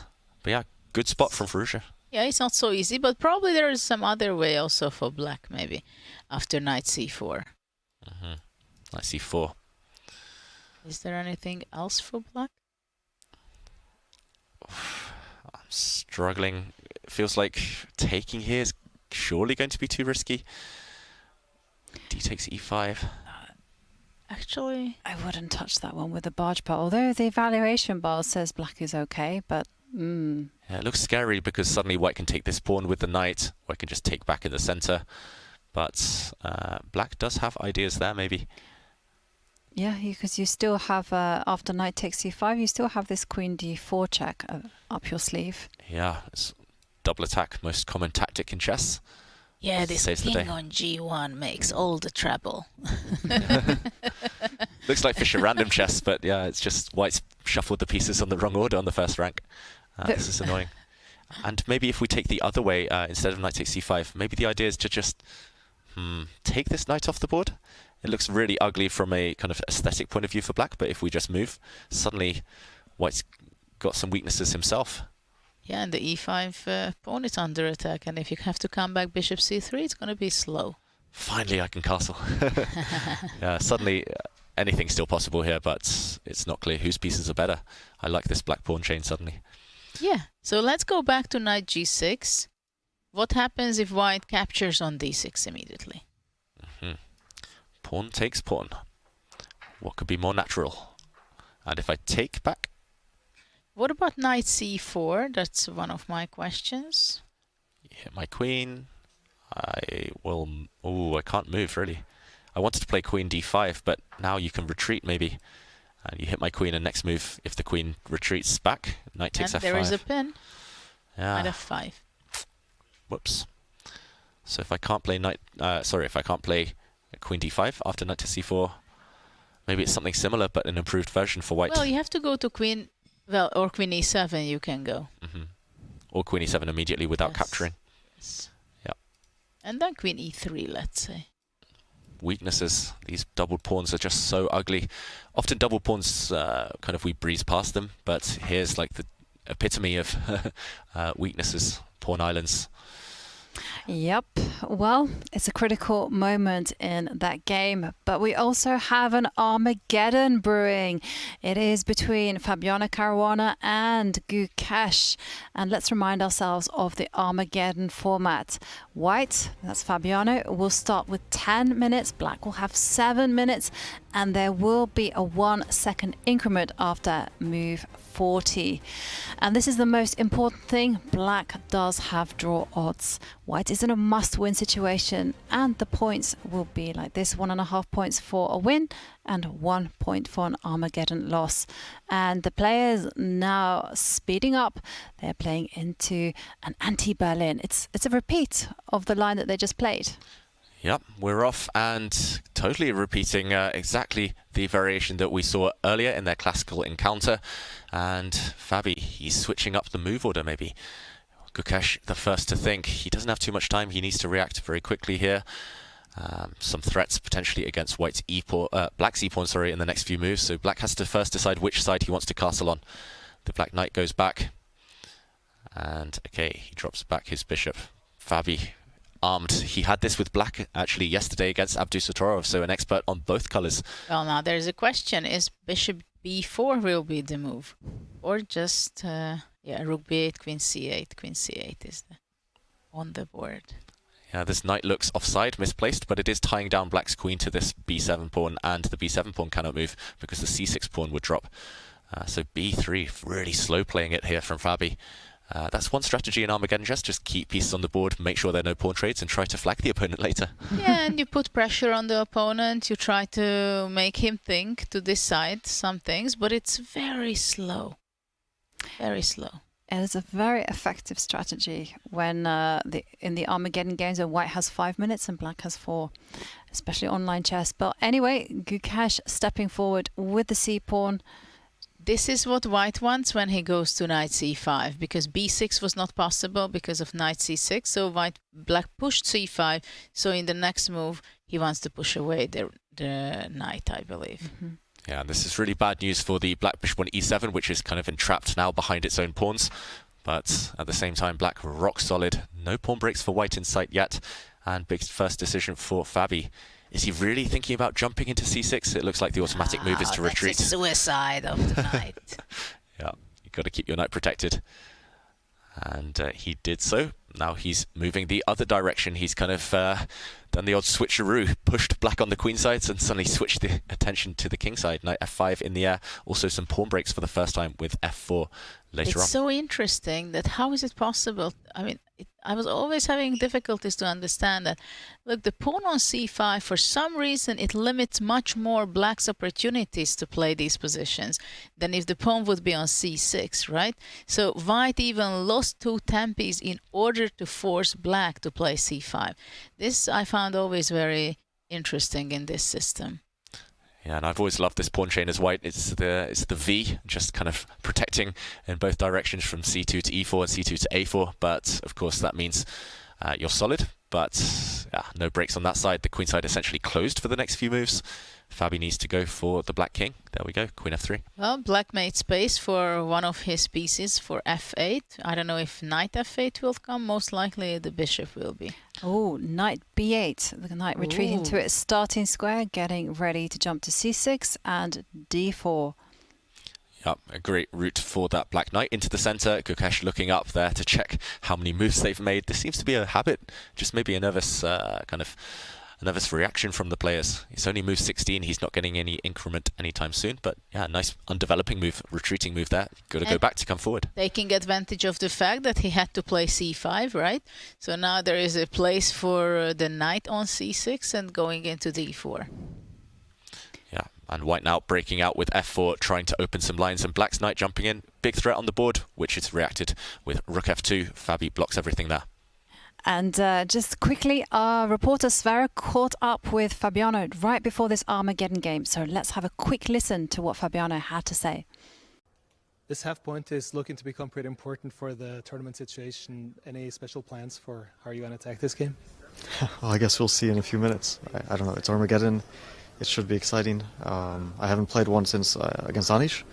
It's been a while that I haven't played an Armageddon, so hopefully it'll be fun. These Armageddons, do you feel like it's a coin flip, or do you feel like the better player most often goes out victorious? I think the better player usually wins, but it's also a coin flip because many of the players here are pretty evenly matched. Thank you. Thanks. And there we had Fabiano promising us excitement, and indeed it is super exciting now as Fabiano has taken control of the center. Yeah, and temporarily white is a pawn up. We saw a question mark appear briefly on the board when black put the king in the corner. And, okay, recapturing. Bishop h6. Whoa, Judith, tactically sharp. White's queen cannot move because this knight is hit by the black bishop. And you want to play bishop h6. Threatening checkmate. Oh, he doesn't go for that. Instead, knight f5. Still going for checkmate, trying to force the knights off the board. Ooh, should we investigate that? Bishop to h6 last move. Bishop f6 on the board. Well, this is also very tempting for white. That's clear. But you could still do bishop h6. It's not the same. It certainly isn't. I think after bishop h6, so you can take, and after knight takes rook f8, because the e5 pawn is protected, right? Yeah, black can defend everything just in time. He's looking at tactics like this. I would be very inclined to play a move like bishop g5 just to kind of eliminate this black defender. The black bishop's a bit sad, but it holds everything together for now. Okay, Fabi, he's paused, really slowed down, sensing an opportunity. The top players, they sense these critical moments. Your move on the board. The bishops are going to get traded. Big threat against the g7 pawn. That's why Gukesh stepped forward with the queen. But Fabi has an easy position to play. It's just simply to line up on the f line and see what happens with those rooks. Seems a very promising position for white. So much tension now on the f file. He's going to be looking for tactical blows. Black's isolated e pawn is a big factor in the position right now. Some ways to attack that. Yeah. What to go for now? It looks like everything's perfectly set up. Knight e7 also sometimes can be very tempting. I was looking at that, but then I also got tempted just by the calm move as well. You can just drop your knight back and then jump in with the knight to d5. But okay, we have a safety first move from Caruana, getting his king out of any potential trouble.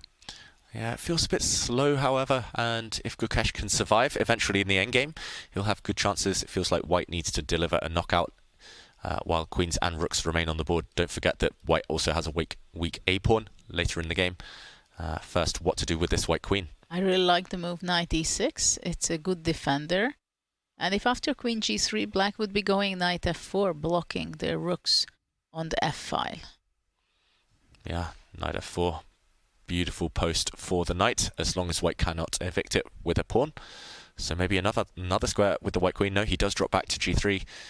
Your move's on the board there, Judith. The black knight is holding things together for Gukesh. He's really sped up, you've got to say. And queen g4 now getting ready. Again, g3, kick this knight out. What about g6? Mirroring the same idea. g6, kicking the white knight out first.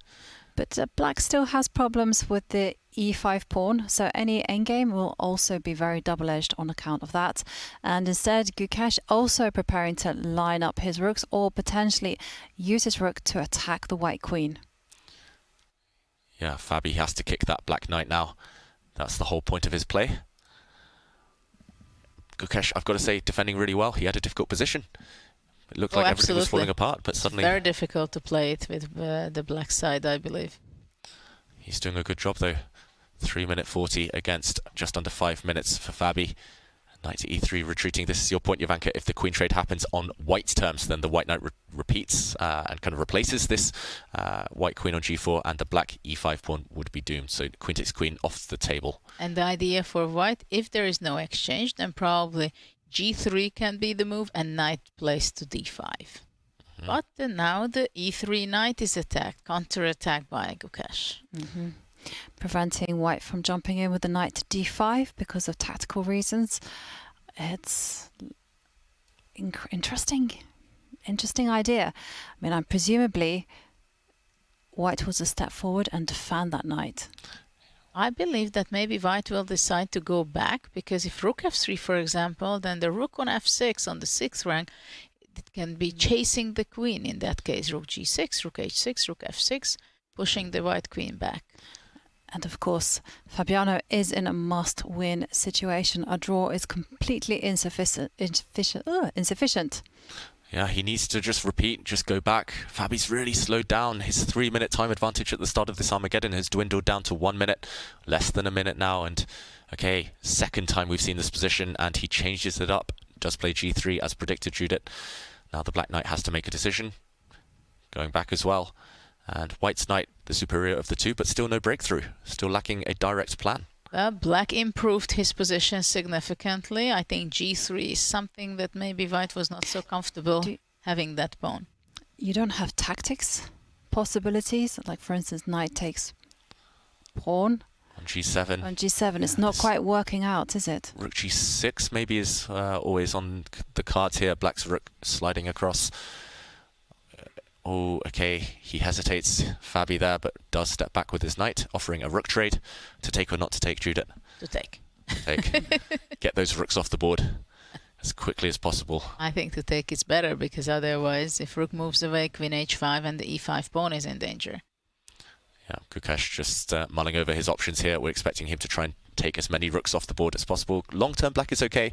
Just short-term needs to survive this wave. Or the other idea is to play doubling the rook on f8 and then getting ready to have an f6 pawn. But I'm not sure. It looks like it can be vulnerable. Yeah, and I agree in the feature chat. Fabi has been burning a lot of time, but suddenly Gukesh on this one move has slowed down 40 seconds and counting. Because it's a critical moment how to exchange the rooks, in what circumstances. Yeah, and on whose terms? You're right. What's he going to do? He does go for that latter option. You mentioned all the rooks disappearing from the board, but Black has a very weak backward F pawn now. Can Fabi attack that one? He's in the move. He's got the time to strike with the initiative. Oh, it feels like it's on the edge for Black here. Well, knight on e6 stands extremely well, defending the c7 pawn, and Black wants to defend f6, playing queen f7 and king g7. But Fabiano, of course, he does it very, very with silent moves. The silent assassin, Fabiano Caruana. Silent but deadly here. Queen f7. Yeah, and I like how he's just taken away some squares from the black knight. Now the white knight is likely to come in sooner or later.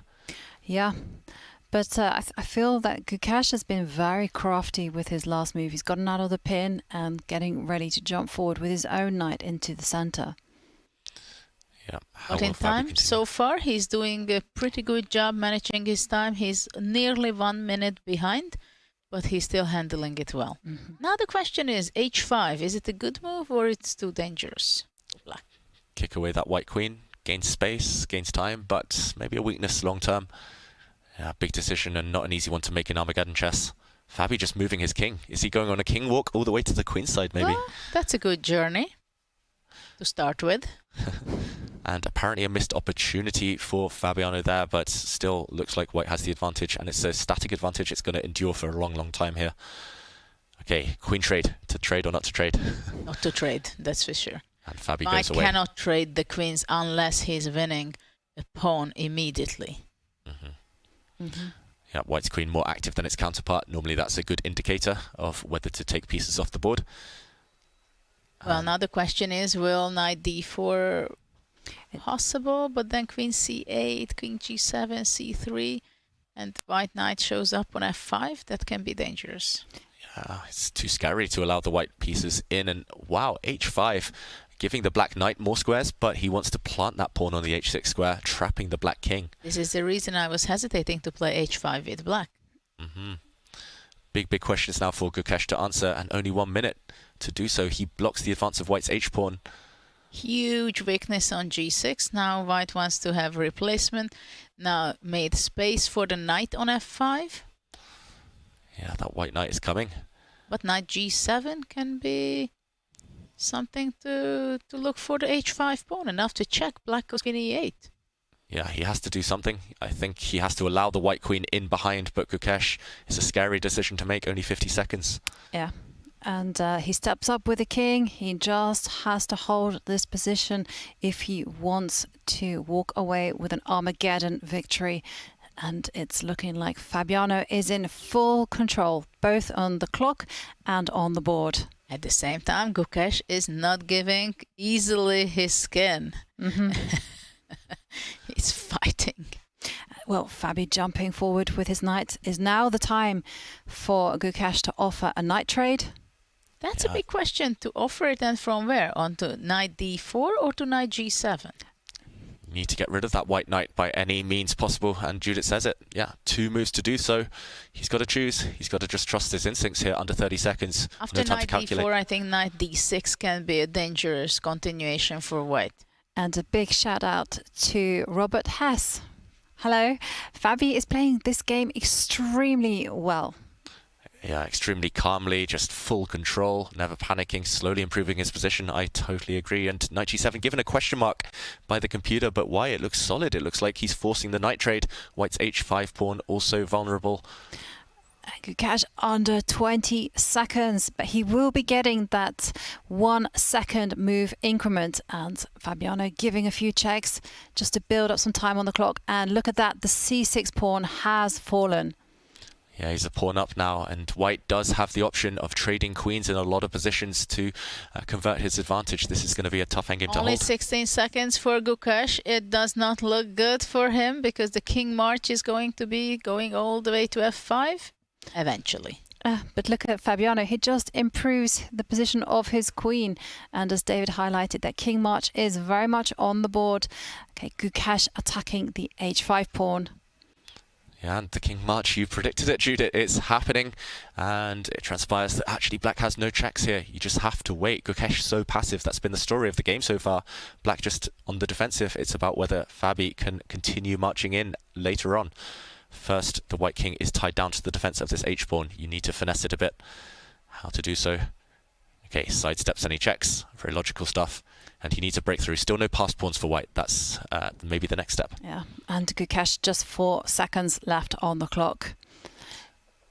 And another question mark for this black move. It looks very natural. There's nothing good to be done here as black. How's Fabi going to finish this? Probably a5 can be a strong move here because black cannot take on a5 to queen c5. And if white can push the pawn all the way to a6, that would lead to a complete win. Yeah, I think he's just biding his time, Fabi. He'll change the position. He'll go for this a-pawn push when he's 100% sure. But first, suddenly it's black attacking the a-pawn. No, because there's a queen check on g6. Yeah, black forced to sit and wait. Is Fabi actually going to do a king walk on the other side of the board? Move it all the way to the a-line and then prepare this a5 idea. He's just got full control. This is a beautiful square for the white queen. The black queen can barely move. And he's just going to defend everything and infiltrate via the queen side with his king. Practically, there is no way that Gukesh can escape with such a small time on his clock, 4 seconds. But look at that, b6, a5 was played. Oh, he's on 3 seconds. He's playing as quickly as a human can play. Something very close to the squares to each other. He's trying to build a fortress, Gukesh, but suddenly counterplay. He's going active with the black queen. Fabi has to be really careful. The black queen cannot sneak behind now and deliver some checks. Fabi's winning all the pawns in the meantime. What kind of drawing opportunity. Yeah, if black gets one move and gives some checks, the white king might not escape. How will white win? He's repeating 5 seconds, 2 seconds, Fabi's lost on time. Ooh. Oh. That was unexpected. It came from nowhere. But in the end, it was Gukesh who survived and managed to net those 1.5 points. And the chat just sums it up there. Oh my God. Wow. What a game. Well, I think when we go down under 10 seconds with only 1 second bonus, this generous bonus time per move, I mean, at that point, if you just lose your focus and concentration for a second or two, then this is what can happen. Yeah. And, well, I think this is a perfect time for us to catch our breaths and take a break. So see you all in a few minutes.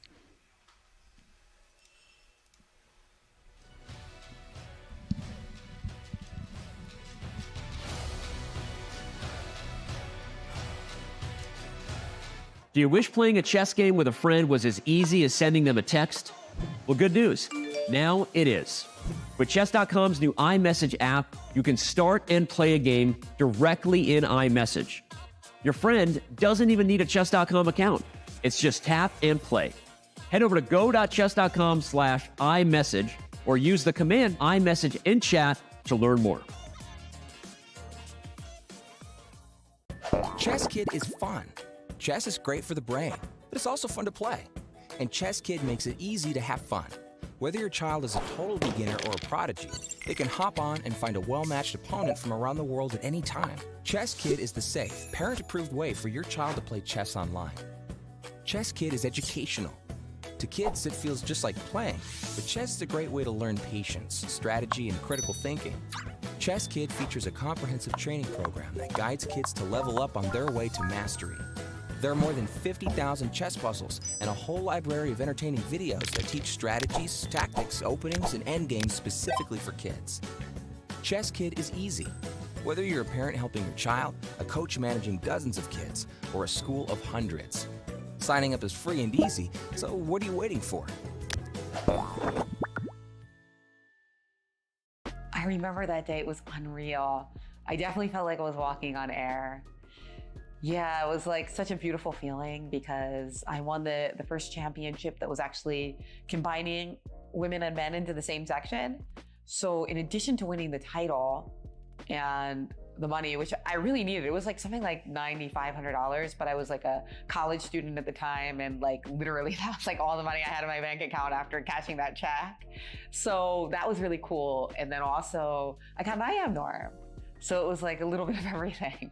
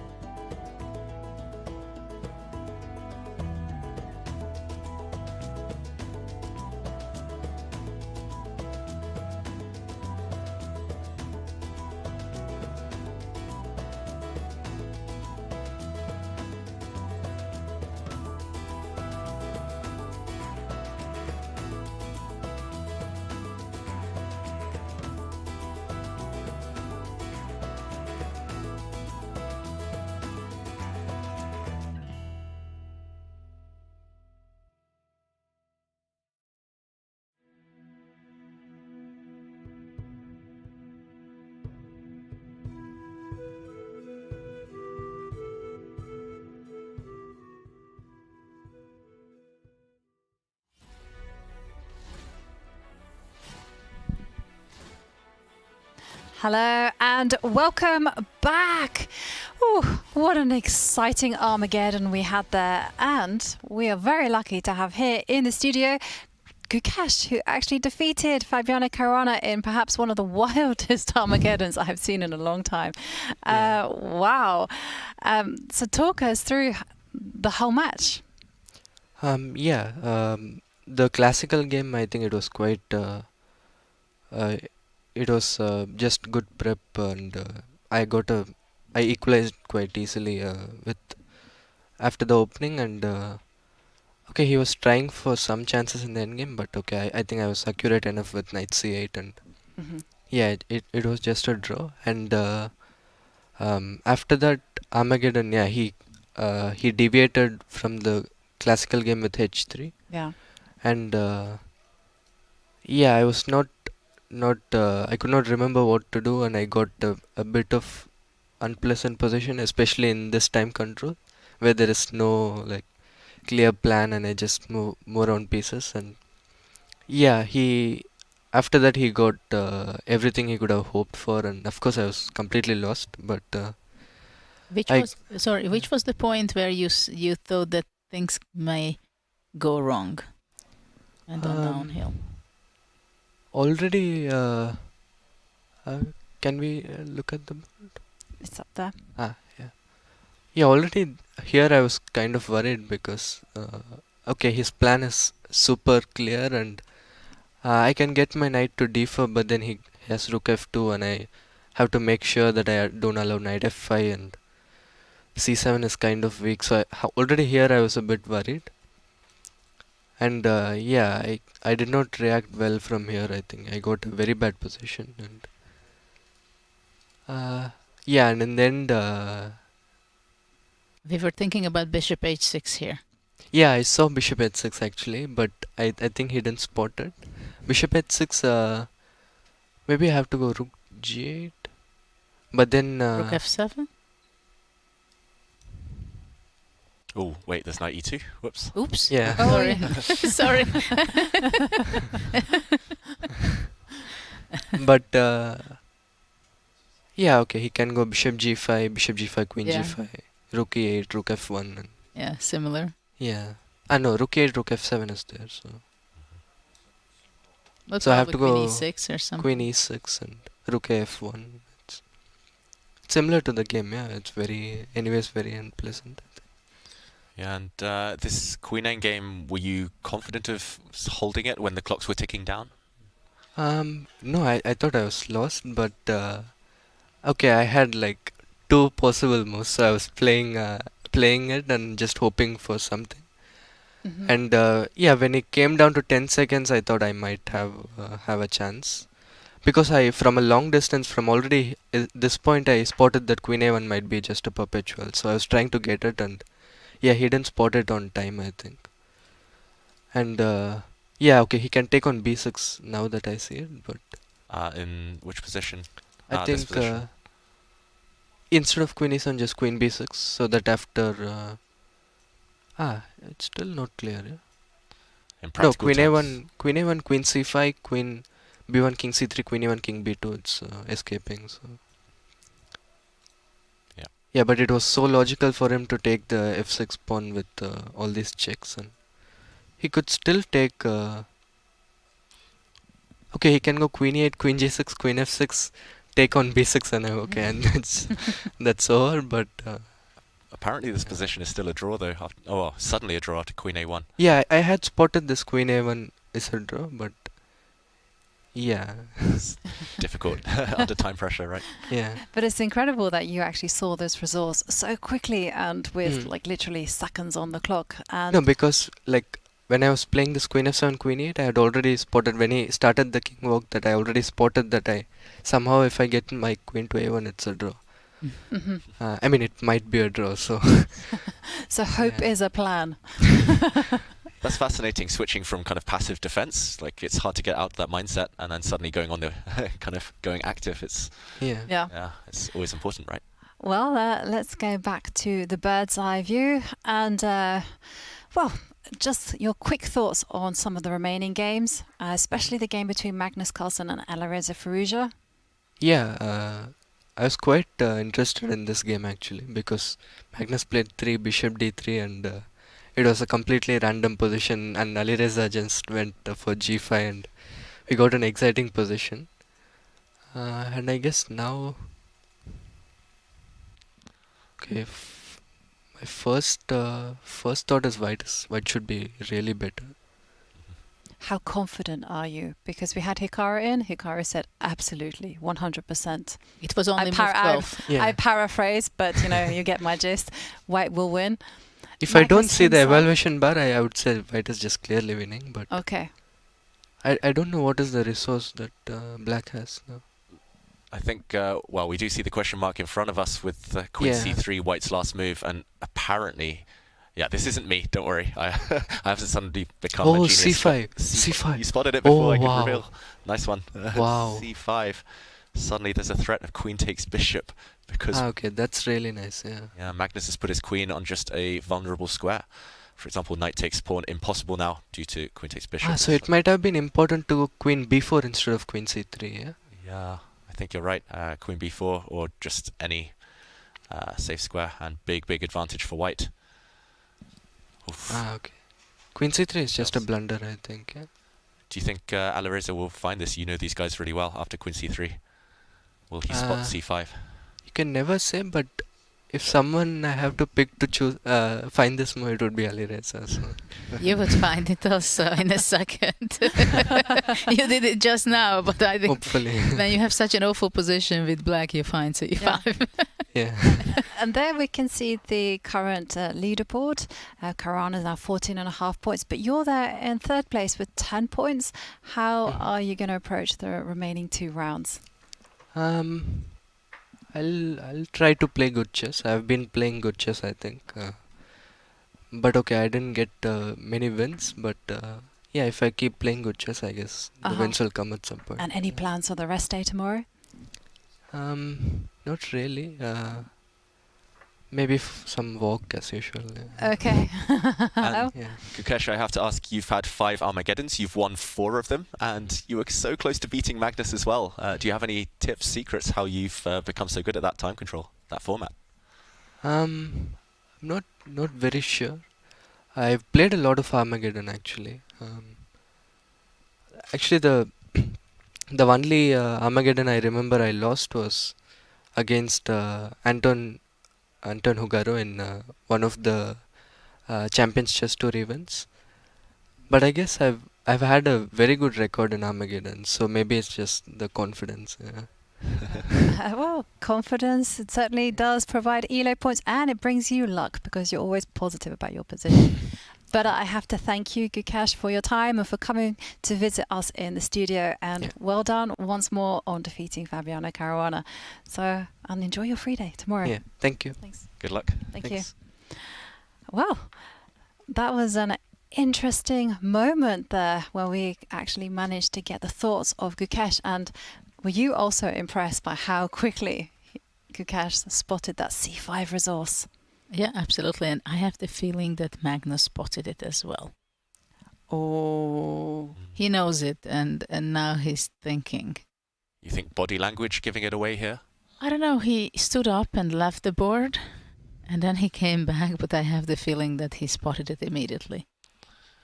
Yeah, and I think we have to talk about the contours of this position as well. As Gukesh mentioned, if white had gone for any other move, not allowing this breakout with this trick with c5, then it would have been full control.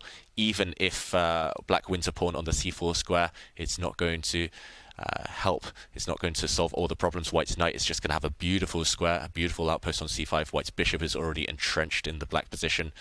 It's just a glorious kind of dominance here, unless this c5 move is found. And it's so interesting that in such a position, many times the relief can come only if material is sacrificed. And then, wow, lines for the rook, because now there is no place for the rook, right?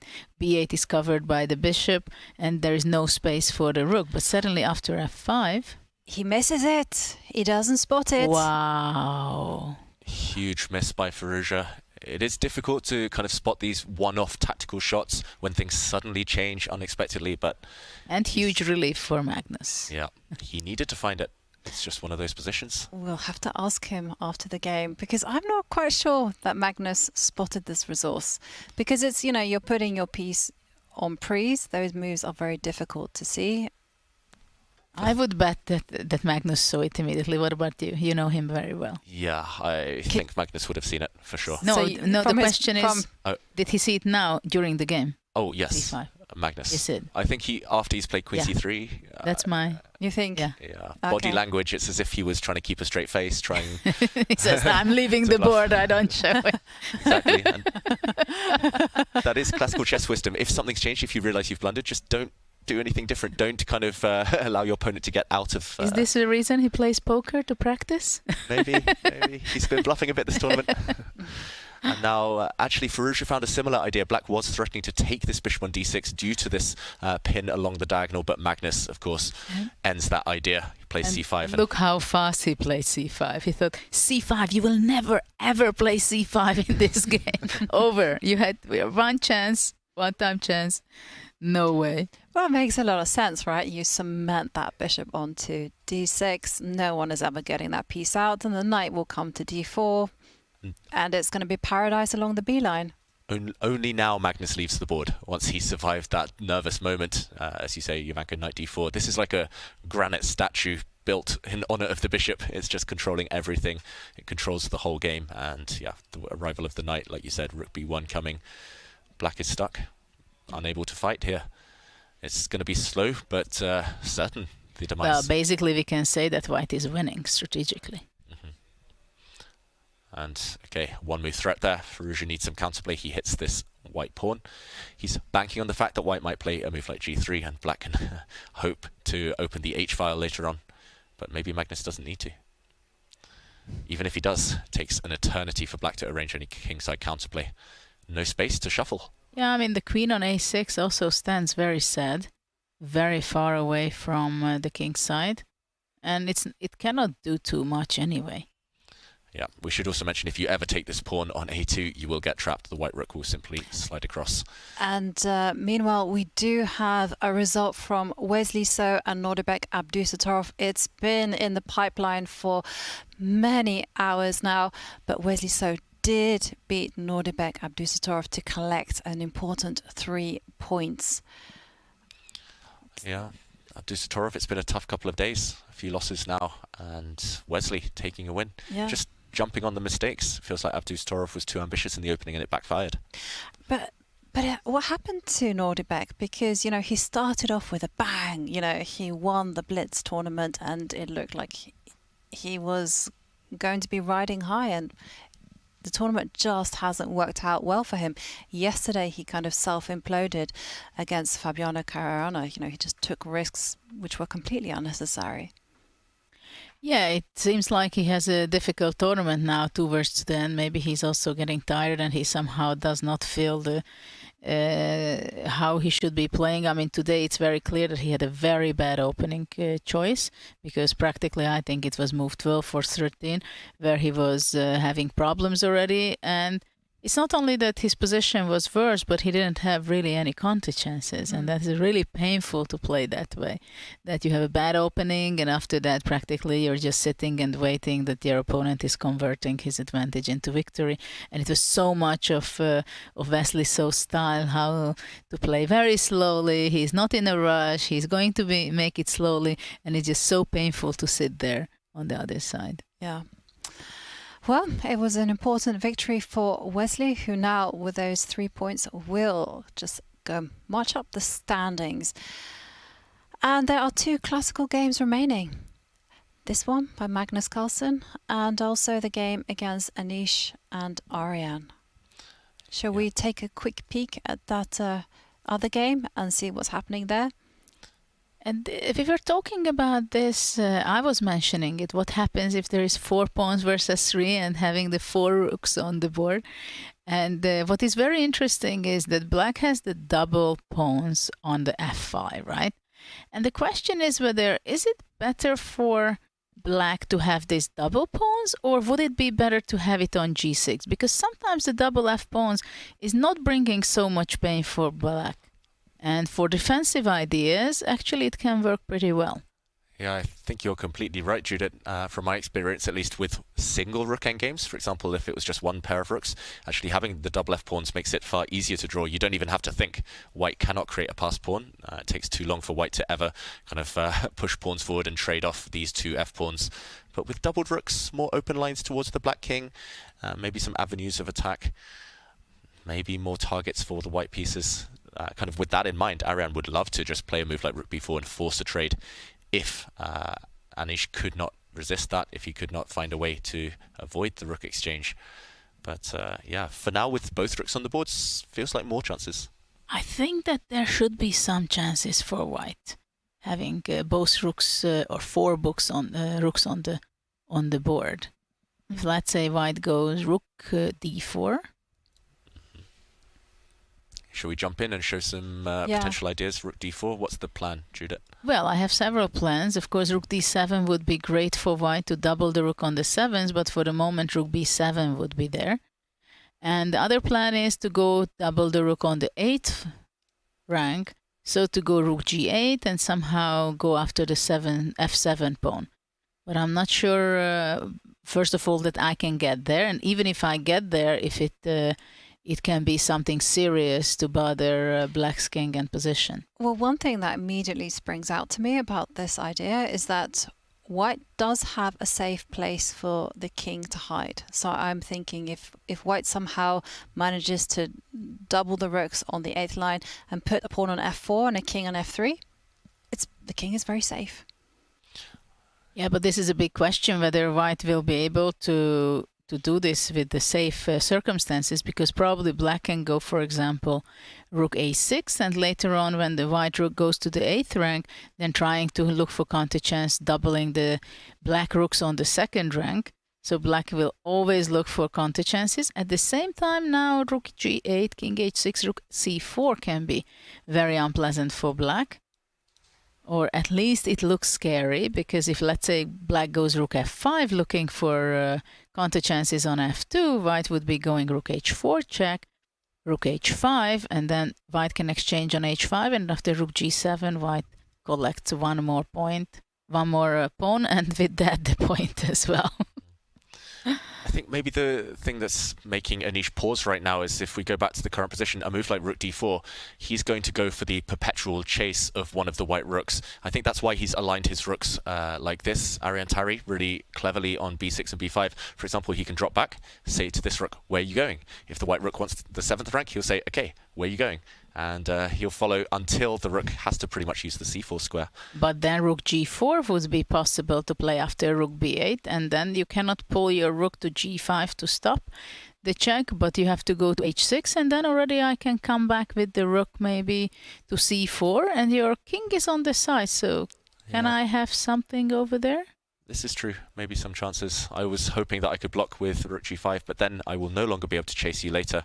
But maybe this is the reason why Anish played rook g4 check. So if black plays rook g5, only after that to play rook d4, and then nothing can stop white from playing rook d8. Yeah, so these moves on the board, as you say, Judith, now breaking the connection, rook d4, and no way to try and threaten the rook trade. Still looks promising. One rook trade is the big difference here between a potential win for Anish and a draw. But okay, rook a4 instead, same idea.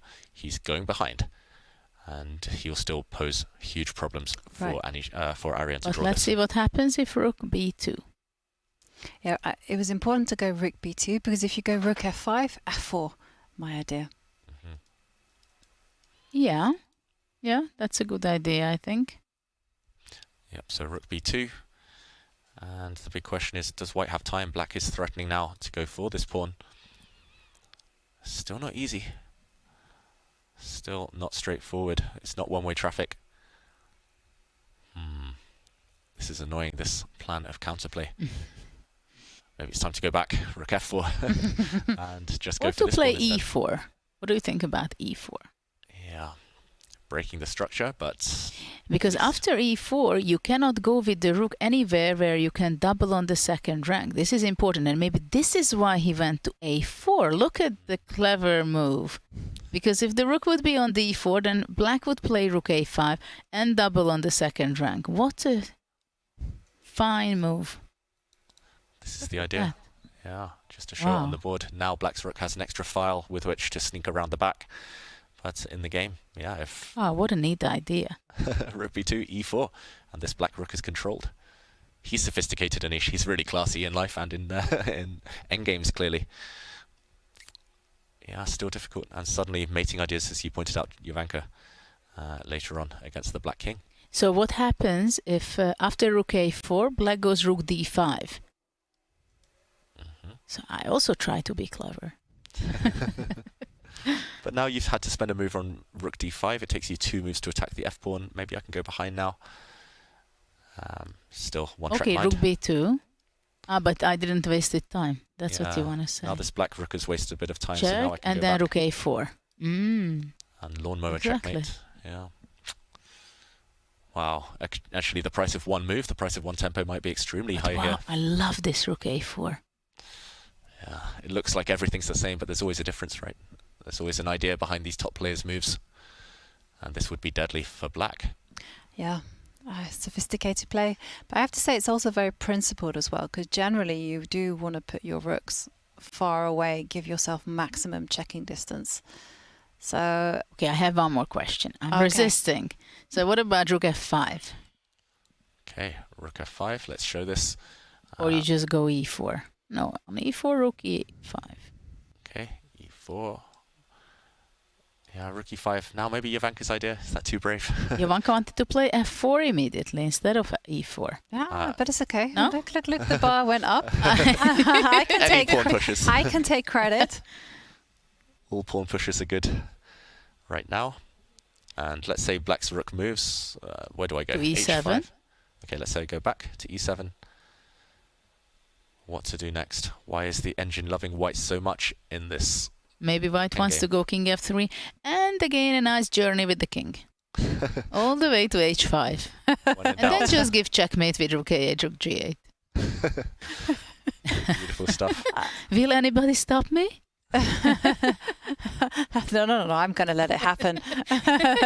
I was sure you're on my side. Yeah. Unstoppable. Checkmate incoming. We can say that for now. Yeah, let's maybe take a pause from this game, because it looks like severe issues for Tari in his quest to draw as black. Not easy at all to hold this endgame. And he's also going down in time, so that's extremely stressful. Very difficult, I think, to defend this position. And talking about going down in time, take a look at Alireza's clock. He's now down to 11.5 minutes. He has, it's move 26, so he has like 14 moves left. But trust me, the time is absolutely secondary problem there for black. It's just an extra, if I may say. Yeah, this one, I mean, white has connect 4. If you look at the white pawn chain from h2 to e5, it's like connect 4, topped off by a king or like a big boss at the d6 square. It's just full control. This black knight is caged, stuck inside the pawn chain. This black bishop is totally caged as well. How do you ever eliminate this white bishop? You simply cannot. It will be replaced by another pawn, connect 5, if you ever capture it later with your bishop or knight. Actually, it's so interesting that Firouzja missed his opportunity with c5. And the reason I think he missed it, because he simply had for such a long time a bad position that he did not believe it anymore that he will get any chance against Magnus to recover. Otherwise, if he wouldn't have suffered for so long before, probably he would have found it. But still, I'm extremely surprised. Yeah. I'm desperately trying to think of something for Alireza to do. Let's maybe ask what the breakthrough is. Let's say I just put a rook on b7. How is white going to break through here? Okay, let's start with rook b1. I don't mind to exchange. Yeah, if I could magically teleport this rook to the b file, I'd be happy. By the way, queen d3 is also possible. That would be some winning material immediately, right? Oh, wow. Queen to d3. Yeah, I mean, look brutal. at the c6 and e6 pawns. They are so vulnerable, and you cannot defend it with... anything, yeah. This pawn's dropping, the rook can always swing, come in. Yeah, rook a3, rook a6. So hang on a second. Painful. Queen d3, that's a huge threat. And did we just have a move? Yeah, he's just moved rook f7. Okay, but that surely doesn't change too much. Rook f7 is the game position. Well, queen d3, even in this position, it just could work immediately. Black could go queen a4. Well, there's so many tempting moves. It's very hard to ruin it with white. Feels like we might trap this queen at some point even. Rook b1. Yeah, rook b1, rook b3, rook a3, right? Yeah, but the evaluation bar's having a field day here, going up and down. It's always ending up on white's side quite significantly. This is a winning position for white, as Judith mentioned strategically. It's just whether black can land a trick. Well, there is a trick, for example, if rook b3 and after that rook fb1 comes, then bishop f4, right? It's one of the nasty tricks black could be saving. Let's say bishop takes f4. Yeah, just to show this tactic. And suddenly queen takes d4. Whoops. Yeah, but probably this is the only trick in the position. There's no other trick. I'm feeling Magnus That's can spot the this. problem, though. He's literally waving it. It's got the signpost in that direction. I mean, there's no way that Magnus is not going to take. He's not going to allow this, basically. That bar was bizarre. Up. All the way. All the way. Yeah, rook f7. It's a bit of a sad move. I'm trying to figure out what the idea is. I mean, every move is as sad as each other right now, I guess. Well, basically it made space, but for which piece? That's the Maybe question. a knight coming to d7. But then again, then there would be no trick. Exactly. No, I think eventually he wants to play h4 and maybe to put his rooks to the h file, but it should be very slow. You know why he played rook f7? I tell you, because after queen d3, queen a4, if the rook is not on f7, then knight e6 would be a killer. So let's say if there would be h4 in the previous move. Let's put this on the board quickly. Yeah. If black hadn't gone this, Magnus has just played rook d1. If black had played, for example, yeah, let's say bishop g7, then queen d3, and if the black queen dodges the trade, boom, Judith. Yeah, you're right. Queen takes f5. Yeah, I think deadly. takes and rook queen f5. So this is why he played rook f7. Yeah, but unfortunately for Alireza Firouzja here, still reacting, still passive, totally stuck. And after rook b1, h4 is on the board finally, as you mentioned, Judith, but counterplay a distant dream. Well, it is looking like it's going to be a miserable day for Firouzja as he suffers on the position. But we are very lucky to have here in the studio, joining us very shortly. It's just getting ready. We'll be there soon. We are very lucky to have here with us in the studio Wesley So. Yeah, very lucky to get the win, but I'm very glad to join you guys. And fun. Yeah. Good to see you, David. Yeah. You too, Wesley. I must say I'm very impressed by your performance the last Olympiad. Thank you. Also Judith. And then you're coming back to professional chess. Thanks for the question. It's going to be in Budapest, but probably it's not a secret if I say that most likely I will not get back. Yeah, I just remember 2 months ago I was playing some of your games from the old Informator back when we are number 7 in the world. So. Thanks for reminding me for that. So, Wesley, you just beat... Sorry. That's okay. Good thing. Yeah, no, I was just going to say you just beat So-Abdusattorov. Yeah, I mean, for sure. Talk us through that game. Yeah, I think it was a very interesting game. Well, he played the Queen's Gambit Accepted, which everyone seems to go for now because it's a very simple opening. You can play it on move 2. And if white doesn't play third move e4, black gets a very solid position. So the lines are very limited. But he surprised me in the opening by playing queen f6, which is a very risky line, but it's always difficult when you're playing against the computer on the board. So maybe I checked this once in my life, a year ago. But well, the main line of queen f6 is bishop e6, and then here bishop e6, and then here one of the critical lines is knight bd2, and then black has to play queen f6, and then castle long. Like queen f6 is the only move here. So that's what I was expecting. But he played queen f6 right away, which surprised me because I can still move my c1 bishop. I thought this line's pretty dubious. Like I thought instead of bishop g5, thought knight g5 followed by f4 also looks very interesting. But I didn't really wanna test his preparation. Okay, maybe it's a bad move, but it looks very interesting over the board. So I just played normally with bishop g5. So you were already out of prep by this point, or you had some idea what to do? I thought I looked at it once in my entire career, maybe a year ago. So how you deal with such a situation when a youngster comes up, makes a new move in move 6 or 7, and how do you react? What kind of fears you have that okay, it's all prep with engines? So how do you escape from that? Yeah, so it's not easy, but a good rule of thumb, I guess, is to play the most logical moves, the most natural looking moves. You know, like bishop g5, develop the rest of your pieces and just continue normally. I mean, at the same time, it's not like this position is super complicated. It's just a normal black's wasting a lot of time with his queen. It's not like a Sicilian reverse castling, so wasn't worried that much, but I was more worried that the game would just peter out to complete equality. Yeah,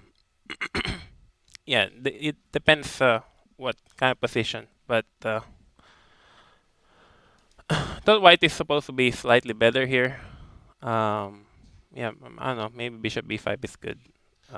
Yeah, I think I remember looking at it something like this, but white has many different options, like bishop d6, bishop g3. Where do you feel that your opponent went wrong? Well, the knight g4 was a bad move. Very crook. But I thought maybe rook c1 was not good. I was thinking like he should take the pawn e4, but instead of rook c1, maybe I should take first on c6. And there's a different factor because after rook c1, I think black cannot, like if rook c1 here, I think black can no longer take the pawn because of knight h4. Maybe I should have taken on c6.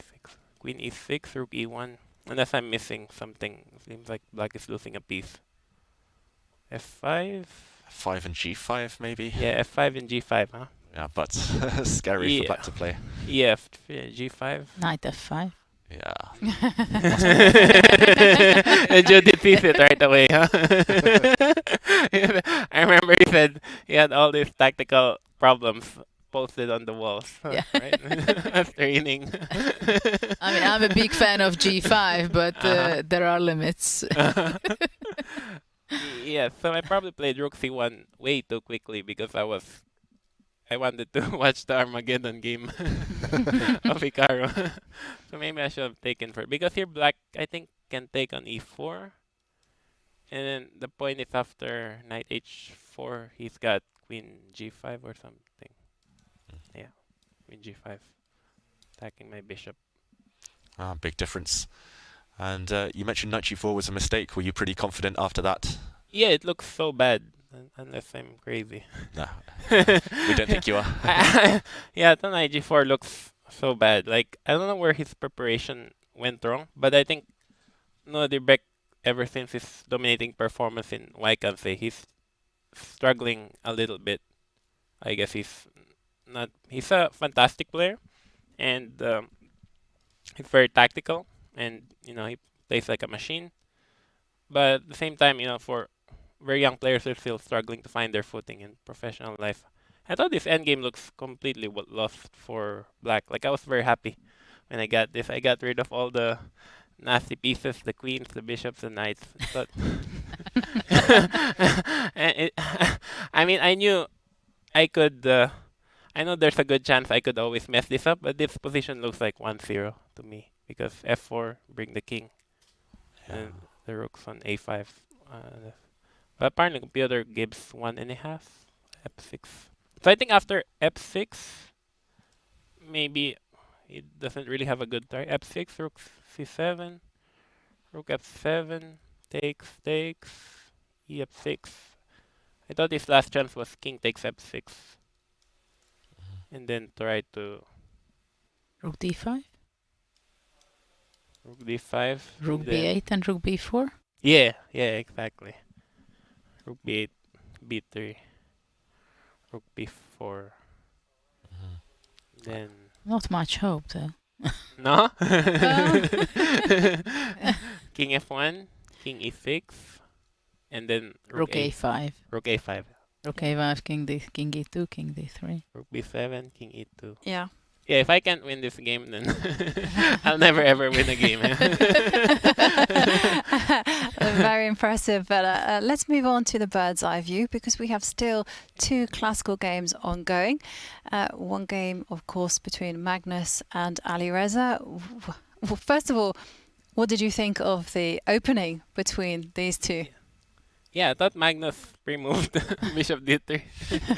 I don't know, is it your idea, David? Or No comment. Maybe, yeah. It seems like the bishop moved too few squares or too many squares.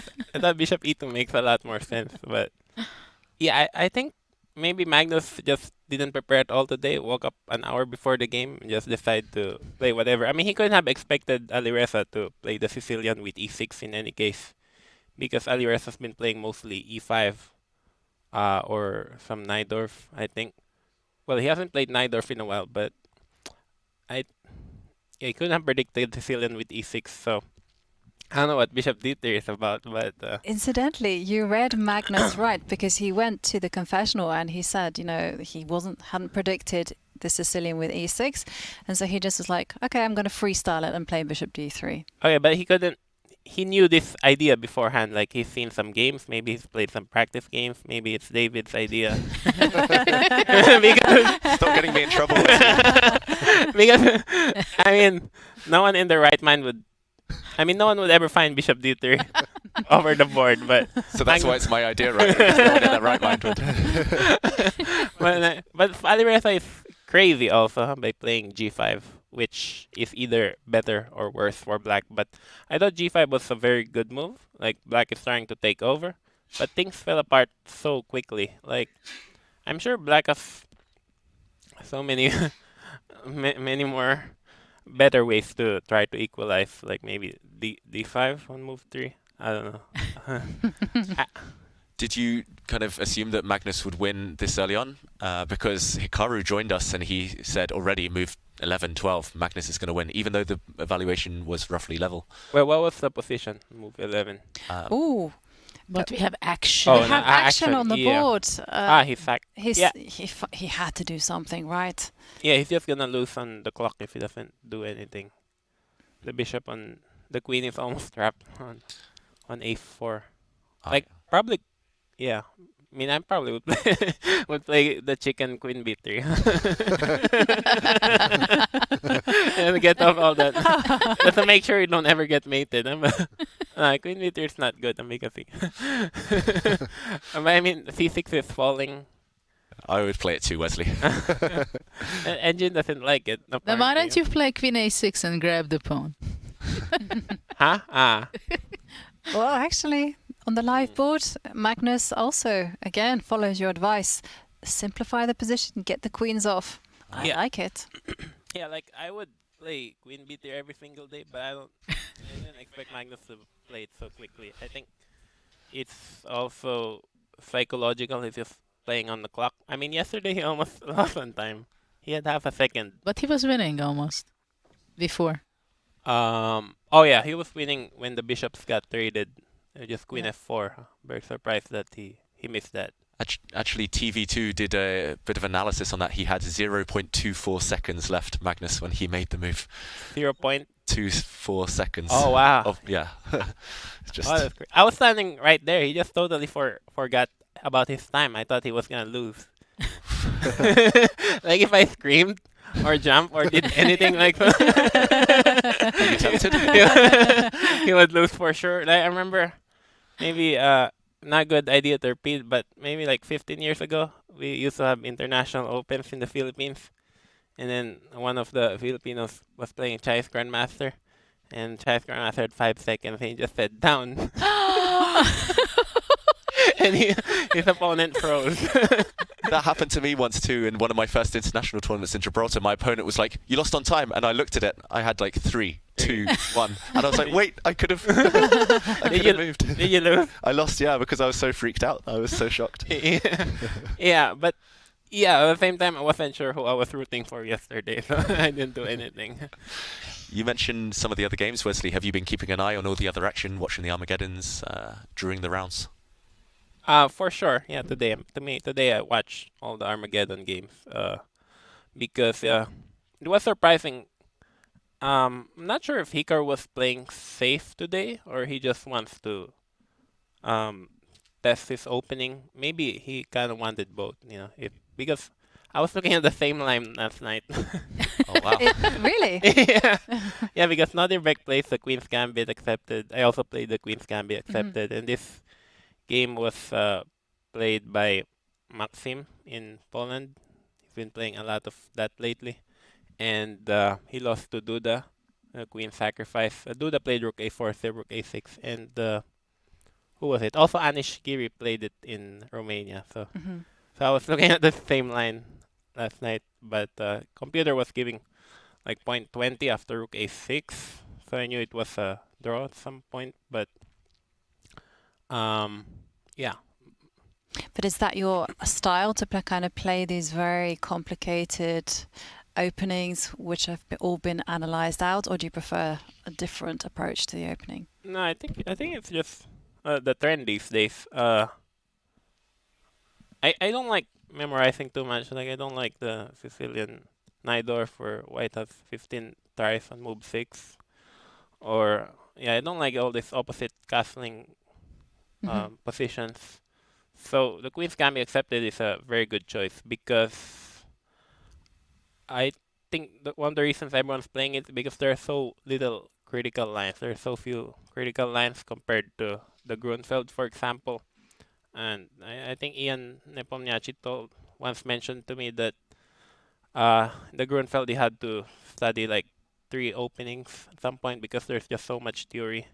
So it's nice to go for a change for a while. Also, my good friend Lenier Dominguez has been playing it against me so many times. I think we had like 8 draws. So after he made all those easy draws, I decided to play it with black this time. Yeah. You know what they say, if you can't beat them, join them. Yeah, in fact. I guess Anish is winning very easily. Yeah, should be very easy win. But I guess there was no way for Aryan to trade the rooks ever.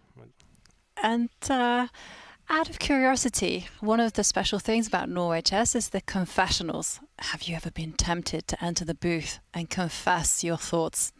Yeah, I mean, I did twice last year, but I don't exactly know what to say. I mean, I could be like Hikaru and just bash everyone's position. That would be funny if you would share it that, Nakamura has. I just looked at it yesterday. Huh? To share that.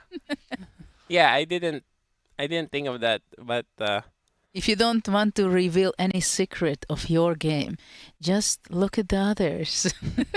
yeah, very good idea. Maybe one day. But any tips on what to say? Just whatever comes to mind. Well, just share your opening thoughts or middle game. What will be the end of the score of the games, for example?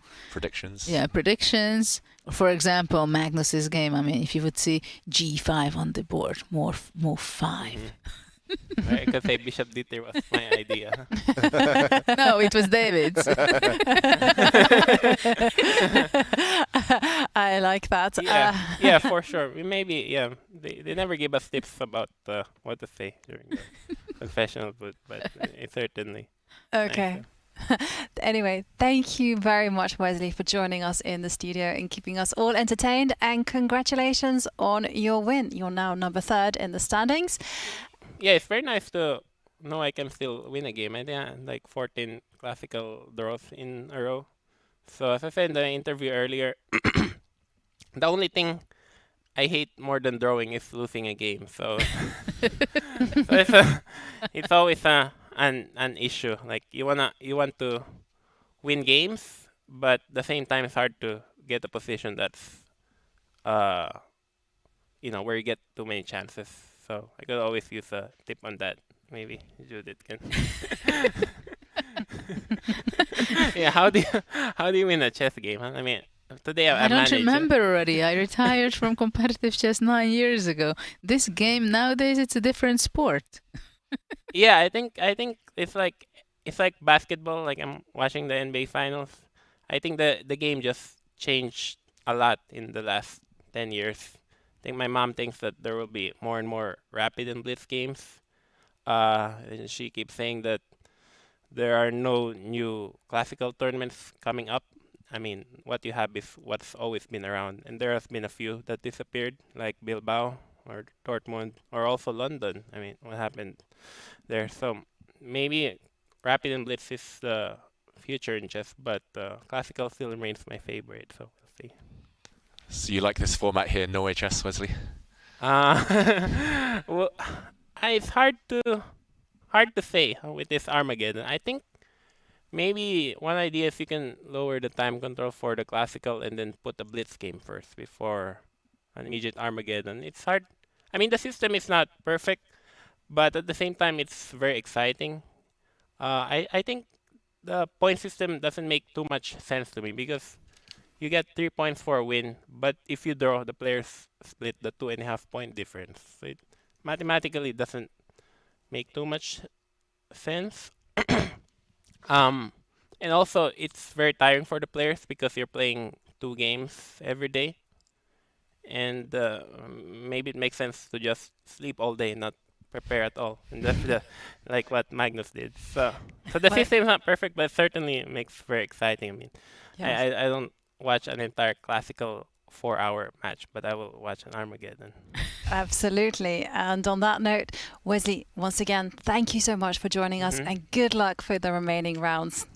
Thank you so much. Thank you. Huh? So we see Anish and Tari on the screen. Tari is going to be squeezed in this game. Yeah, it looks like the squeeze has been going on for a while, Judah, and it could well end in a mating attack. Black's king is stuck on the edge of the board. We could see Anish convert this advantage any moment now. It looks like Black has been forced to jettison a second pawn, and barring any crazy stalemates, it looks like this result almost secured now. We said it was difficult in practical terms, and unfortunately for Tari, it's just that kind of tournament, especially when the clocks have been ticking down. There's a bit of panic setting in, and yeah, just against these top guys, you only need to give them one chance, and they'll take it. Well, now I guess Giri is thinking about, is g5 going to lead to a mate? Or should I just capture the pawn on f5? I would try to look at how it's going to be after g5. Yes. With very different Judith. Me too. No, I'm just curious. Can White give checkmate or no? After g5, king h5, rook h8. Is there any practical idea behind it? I think you might be right. This is probably just checkmate, but Jovanka, I thought the pawn grabber in you would want to just simply take on f5. No, I did want to take on f5. There was no calculation involved whatsoever for me. I did see g5 and I thought, well, maybe that might lead to mate, but, put it in the bank, as I say, and take the pawn and win.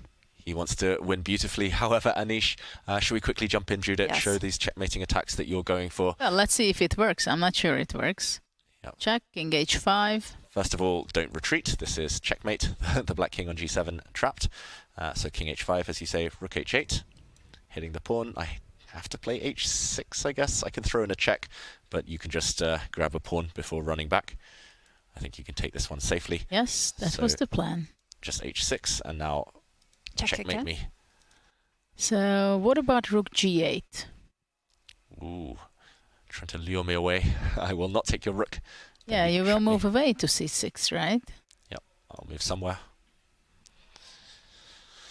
And the question now, finishing G touches. takes h6.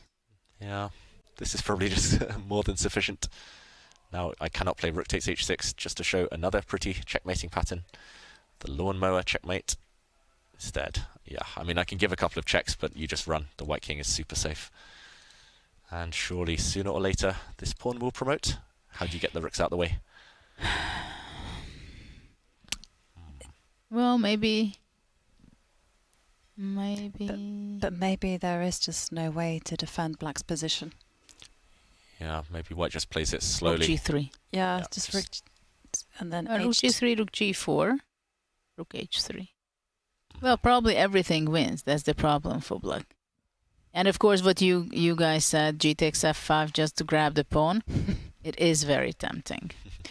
I just want to build a protective shell around the white king, just F3, E4, and the king will be nice and pretty. If the rook comes to B4, we just go E4, as you highlighted, and you are 2 pawns up. You're preparing yourself for a rook trade. Yeah, so will Anish go for glory? Will he try and checkmate? Basically, he wants to calculate everything, I think, because Tari has 3 minutes left on the clock, but Anish also has not so much time, going down under 5 minutes. But this is an interesting question here, because we were having a conversation about perfectionism. So Anish, you know, he has 4.5 minutes. He doesn't get any added time until he hits move 41, which he will do, but it will only be 10 seconds. Yeah. Is it more practical just to grab the pawn and just say, you know what, easy chess there? Or should he spend that time and try to work out the most correct solution?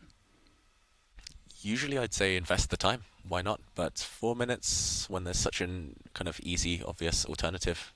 I don't know, Judith. Well, I'm okay to go down until 3 minutes, let's say, but that's all the time he has, I think. Okay. Go down to 3 and then decide. Yeah, and they say there are different types of chess player. There are artists, accountants. I'm the accountant. Just take the pawn. Just add up all the points there, and you win the game. But he wants the artistic flair now of delivering checkmate. And yeah, I think you're right, Judith. He'll spend another 30 seconds, 1 minute, and then we'll see a move. The decision. On that subject of the different types of chess players, I was told by the late Dvoretsky, he said English chess players, they fall into 2 categories. They're either scientists or mathematicians, or, he called them, street thugs. They love a fight. G5. G5 on the board. But I think it's not going to mate.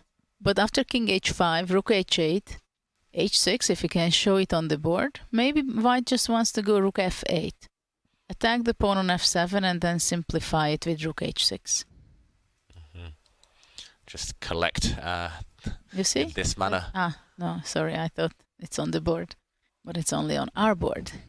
Yeah, it's only on our board. So this is the current live position. He has just played rook h8, threatening checkmate in 2 moves by capturing on h7, trapping the black king, and of course, yeah, multiple ways to fall on your sword here. If you retreat this rook to g7, then the other rook can just simply drop back. There's going to be mating ideas here on h6. So we are expecting h6 as the most kind of tenacious defense here. The only way to keep the game going. Okay, guys, I'm just had a look. Can we go back to the bird's eye view? Because this looks really good for white. Can we just go back to the Alireza Magnus game? Because look at that bar. It's like no, is there something wrong with that bar? Or it's like, as chat says, what did Magnus do? What did Magnus do indeed? Wow, this game has changed. He's no longer simply a piece up for 2 pawns. Suddenly it's a rook for bishop and knight, and both sides have passed pawns. If white doesn't promote his c-pawn, look at that, 38 seconds for Firouzja. It looks easier to play with white. At least you just push your pawn to c7 and hope for the best, but hey, Firouzja fighting. So is there some like rook h8 idea with rook h2 and the white king can't escape? Wow. Whoa. Wow, could that be the idea? Jovanka, as you say, go for counterplay against the white king. Magnus instantly c7, pushing his pawn, and moment of truth, rook h8. How's this white king going to hide? He might have to go walkabout if Magnus wants to win this game, and his technique has been lacking, you've got to say, this tournament. Even if he wins this game, you will think there must have been smoother ways to do it. Wesley said himself, trading the queens, you know, the minimalist approach, but it might have backfired. The obvious move, it's on the board, rook h8, with 26 seconds left. So how can... well, if rook b1, the problem is for white, I believe, that rook h2 check, king goes up, the other rook comes to check, and after king f4, black can go king g6. And there is a rook f2 mate opportunity. So actually black is maybe not threatening right now much. Maybe e3 can be the next move if it would be black to move. Yeah, Magnus's king in some big trouble. Suddenly white's bishop, which was so kind of, yeah, it was just the best piece on the board. Suddenly it's not contributing. White's bishop just staring into thin air. It's all about the white king. The black rook's getting around, getting active. Maybe this is what Magnus missed, this maneuver, just kind of vacating squares, getting the two black rooks lined up. And okay, 3 minutes against 26 seconds. Yeah, but 3 results are possible here. Absolutely, but the thing is though, Firouzja's plan is so straightforward, whereas how is Magnus ever going to promote his pawn? You have to look after the king. Magnus is frustrated. And rightly so. He knows what he's done. He's missed something. What do you even play here? It's incredible, right? He had such a commanding position, and now it's just wild, as David says. Yeah, I mean, there are 3 results. passed pawns for black. Yeah, and the white king is unsafe. Well, he does make a move with his knight. Big threat of knight to d8 check. And Alireza, did you see him bang out that move? Give a check. King has to run. Wow, and Magnus is walking forward into the lion's den. No checkmates on the white king yet, but Alireza simply taking another pawn, watching the white c-pawn from behind this time. Okay, but now check and takes the pawn on e6. Ooh, and look at the bar. It is creeping in black's favour. Ooh. Yeah, oh my God. The white king in huge trouble. What happens if you take on e6 with that white knight? Is there a checkmate? Maybe simply rook check, and after king f4, e3. He's reaching for that pawn. And rook c4 check, mate. He's threatening there. Yeah, Magnus has gambled, but it's going to backfire, and Firouzja still has enough time to think. Firouzja really thrives in these calculation type of positions. Knight takes e6, you've just got to play it, Magnus. No alternative now. Rook h3 and d3. Okay, he gives that check. He's going to play the move you mentioned there, Judith, I think. But can't he give a check on f3 as you've kind of... Take the rooks off. And then take the rooks off and then push your pawns. And we're being told that rook f3 is the only move to save this game. If black pushes forward with e3, maybe white can give a knight check, and it gets crazy still. Wow. Rook f3, the only move to keep the balance. Will Firouzja find it? Only 25 seconds. And he plays it with 20-something, 30 seconds on the clock. Yeah, rook's off the board. Which way to capture back? That's the question. G-pawn, E-pawn. E-pawn, I have the intuition. He does too. Firouzja, same instinct. And take a look at Fabiano Caruana in chat saying we're all buzzed during these games. Ah, shout out to Fabi. Why aren't you here with us? We need help understanding, unpicking this game. Because it looks like anything but a draw. Black's pawn's running. Yeah. It's a race. Well, f2 is a huge threat. I mean, how is white going to cope with that? By stepping back with the king? But then you're at the risk of getting checkmated. Worst time to blunder. I don't understand. The evaluation bar was in the center a moment ago, but black simply has this huge threat. Is black not just winning with f2, f4, f1, queen? You simply can't stop it as white. What is the idea here? You can block with your bishop, maybe. But you still push with f2. Yeah. And the pawn, black will promote with a check.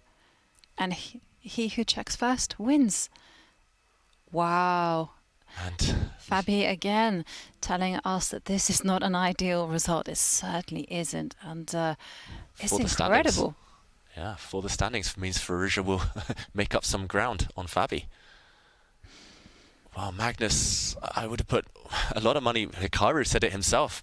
Magnus is going to win this game. He's going to close it out. And he had an extra piece simply. 10 moves later, losing position. Well, he went under 1 minute. Very hard to decide what move he can do. Is he going to play bishop c5? He looks like he was reaching for his king. Is he going to step back Maybe to king g3? g3.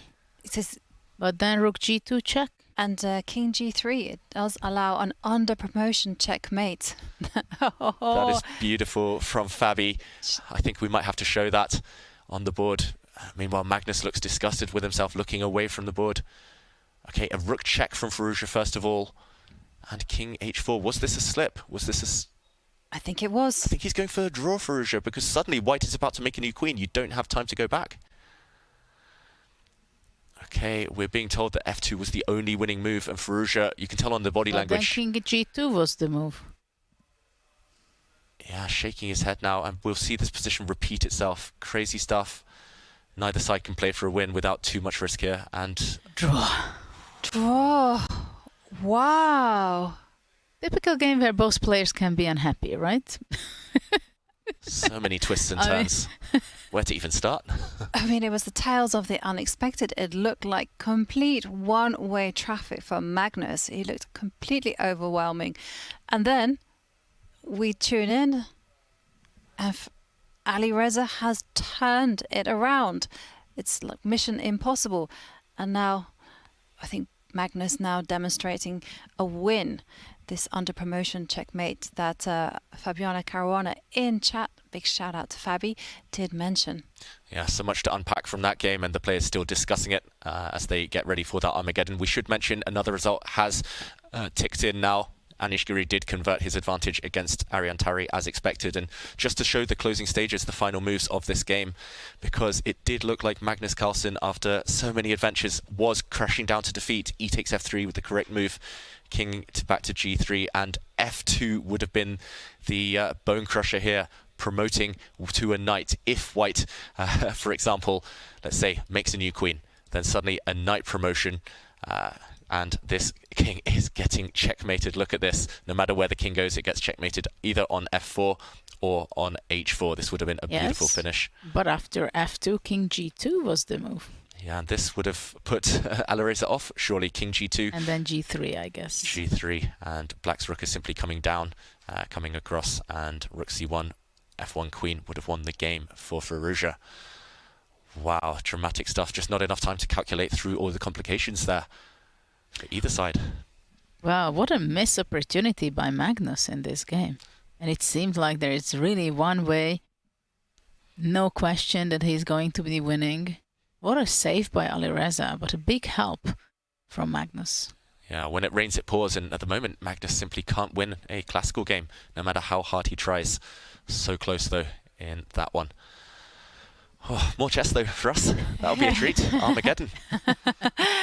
Well, that was such a dramatic moment, and it's the perfect time for us to take a break as we anticipate the next Armageddon between Magnus Carlsen and Alireza Firouzja.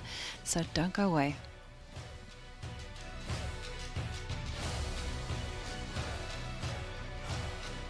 We have Magnus Carlsen's most incredible moments as world champion. This one right here is Viswanathan with the white pieces versus Magnus Carlsen in 2013. Here we go. So this is Nimzo Indian, same-ish variation, right? And the last move here was b3 from Magnus, just saying, hey man, I'm trying to queen this pawn. And of course, Anand is saying, I'm trying to mate your king. Cool, you can get your little queen. I'm just gonna try to checkmate you, right? So of course, this is a hint to move f5, b3. And he's like, cool. Well, Viswanathan says, hey, okay, you can get this queen. I'm going to try to go for mate. So he goes queen f4, get another piece in the game. This looks very, very dangerous here. Knight c7. What the heck is going on? Knight to c7. He thought it'd be something spectacular. He was like, yeah, I'm waiting for this one. But it's just knight to c7. Defensive move. Cool. Allows f6 to happen here. f6 is going to take on g7. There's going to be kind of annoying, scary things happening with knight h5. Magnus plays g6. Okay, it's locked up. It's going to be scary if a queen gets to h6. Also, if a queen and a rook get to the h file, it's going to be a wrap for black here. Magnus is going to be mated. Okay, cool. So Magnus understands that. Vishy Anand understands that too and plays queen to h4. Where is he going, class? h6, right? He's about to mate. He's also trying to get the rook over here too as well. Okay, cool. With that being said, your move. What do you do now? It's black to move. Here's the move, hence knight c7. to put the knight on E8. The saying goes, a knight on E8 is actually F8. That's is what they say. There is no mate. Anand understands this. He said, oh, there's no more mate. That's cool. I'm gonna put my queen right here. What I'm trying to do is bring the rook up to F3 or F4 and actually go for this mate on H7 because you stopped the G7 mate. That's cool. Perfect. Well, Magnus understands this. So what does Magnus do in this position? Black to move. Here it is. Magnus says, cool, you want mate? Okay, that's cool. That's cool. Go for it. B2. Do your thing, big fella. Go ahead, Vishwanathan Anand. So he says, okay, I will, young fella. Rook F4. He goes here and he's going for Rook H4 mate. Wow. This is scary. Well, are you going to get your queen? You did all of this. Are you going to get your queen or not? Of course we are. B1 queen. Right, and after B1 queen, knight to F1 from Anand. And the move here that seals the deal is what, guys? There's 2 queens on the board. Magnus has 2 queens, but is he getting mated or not? It's black to move. He goes queen E1, and then the game is over. The game ended right here, believe it or not. There is no more PGN, right? What do you mean, queen E1? What sense does that make? Well, let's see what happens. The idea here is after queen E1, where were you putting your rook? H4. Well, I can just go rook H4, but guess what? After I capture it, queen sacrifice, sacrificing one of my 2 queens. After queen takes H4, let's do a piece count. You have a queen, you have a bishop, and a knight. I have a queen, a bishop, a knight, and a rook, guys. So after that, this is done, right? I have an extra piece, an extra rook, and there's no mate here. So that's a resignation. And Magnus wins. That's incredible, right?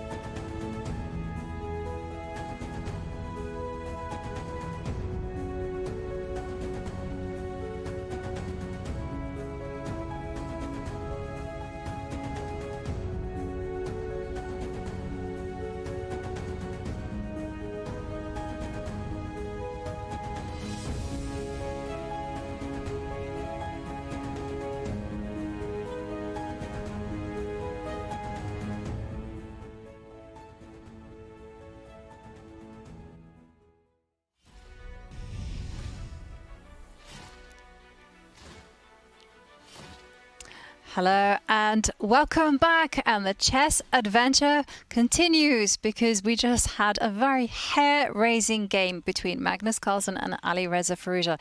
It did end in a draw and there were a lot of adventures along the way, but this all means that in approximately 7 minutes we are going to see our final Armageddon of the night. And that game was so crazy, so mind-blowing in so many different ways. Shall we have a recap of those last few moves just to kind of get our heads around what exactly happened? I'd love to. So if we bring up the board, we can see what was really going on, if we can understand a bit of it. Even that will be a challenge, Judith. It was such a wild game. And we left it when we were with Wesley So a bit earlier after Black sacrificed a piece. We thought, out of desperation, more than anything, bishop takes f4, giving up the bishop, at least activating the knight. And here, Wesley said, okay, the scared move would be queen b3. Actually, Magnus did play this. Maybe keeping the queens on the board would have been the more practical try, because Black's queen is so sidelined right now. But after the queen trade, we saw a few more moves from both sides. Very logical stuff.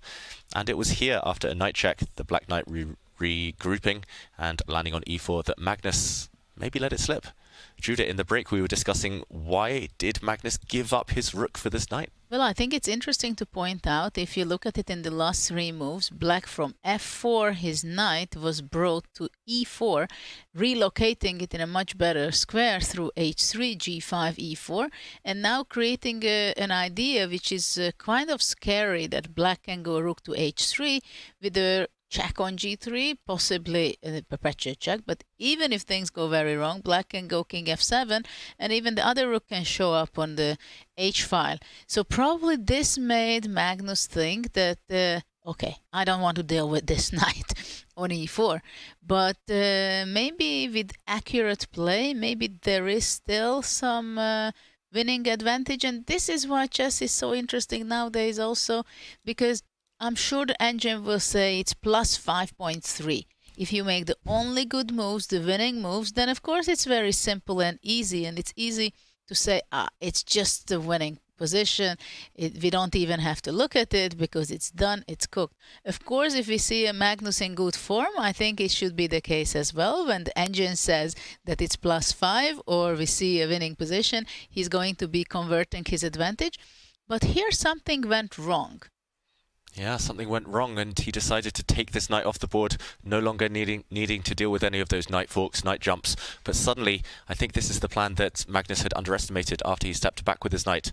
Just rook to h3, and now king to f7, freeing up the other black rook to come to h8 and join its fellow here, and suddenly enough counterplay for black. Because it seemed very good for white that he brings back the knight, and probably he also thought that covering the f3 square is going to be enough in the defense, and his pawn is going to be pushed, and it just cannot be stopped. But king f7 and rook h8, it made it possible for Black to give very strong counter chances, giving check on h2, and the other rook can also brought to h3, and possible checkmate ideas also. If we can see the line, for example, white goes c7, rook h8, and let's say if white goes, I don't know, knight c6, for example. Was this the game? Mm-hmm. Knight c6, yeah.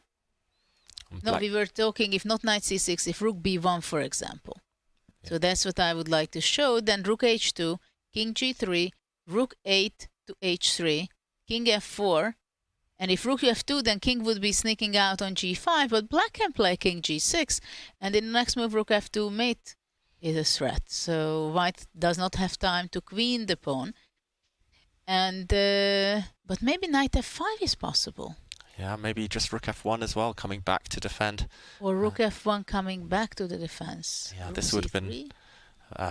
been really crazy line. And I think we saw something equally crazy in the game. You said it, Judith, knight c6 instead, threatening knight d8 check, followed by making a new queen, and counterplay from Firouzja, rook h2, and he took this pawn.